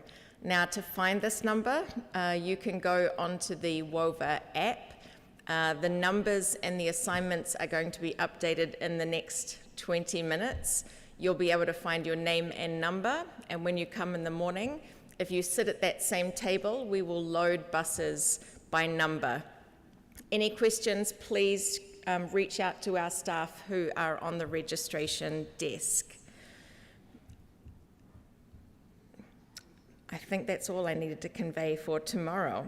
So just briefly, we have a video of Senator Mark Warner. He is my senator from Virginia, been in office since 2009 and was a governor of Virginia prior to that. He has been a long-time champion of democracy, particularly of technology and democracy.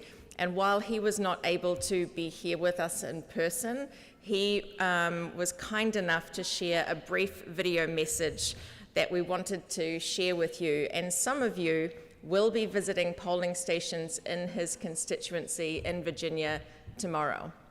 So if we can pull the video of Senator Mark Warner up.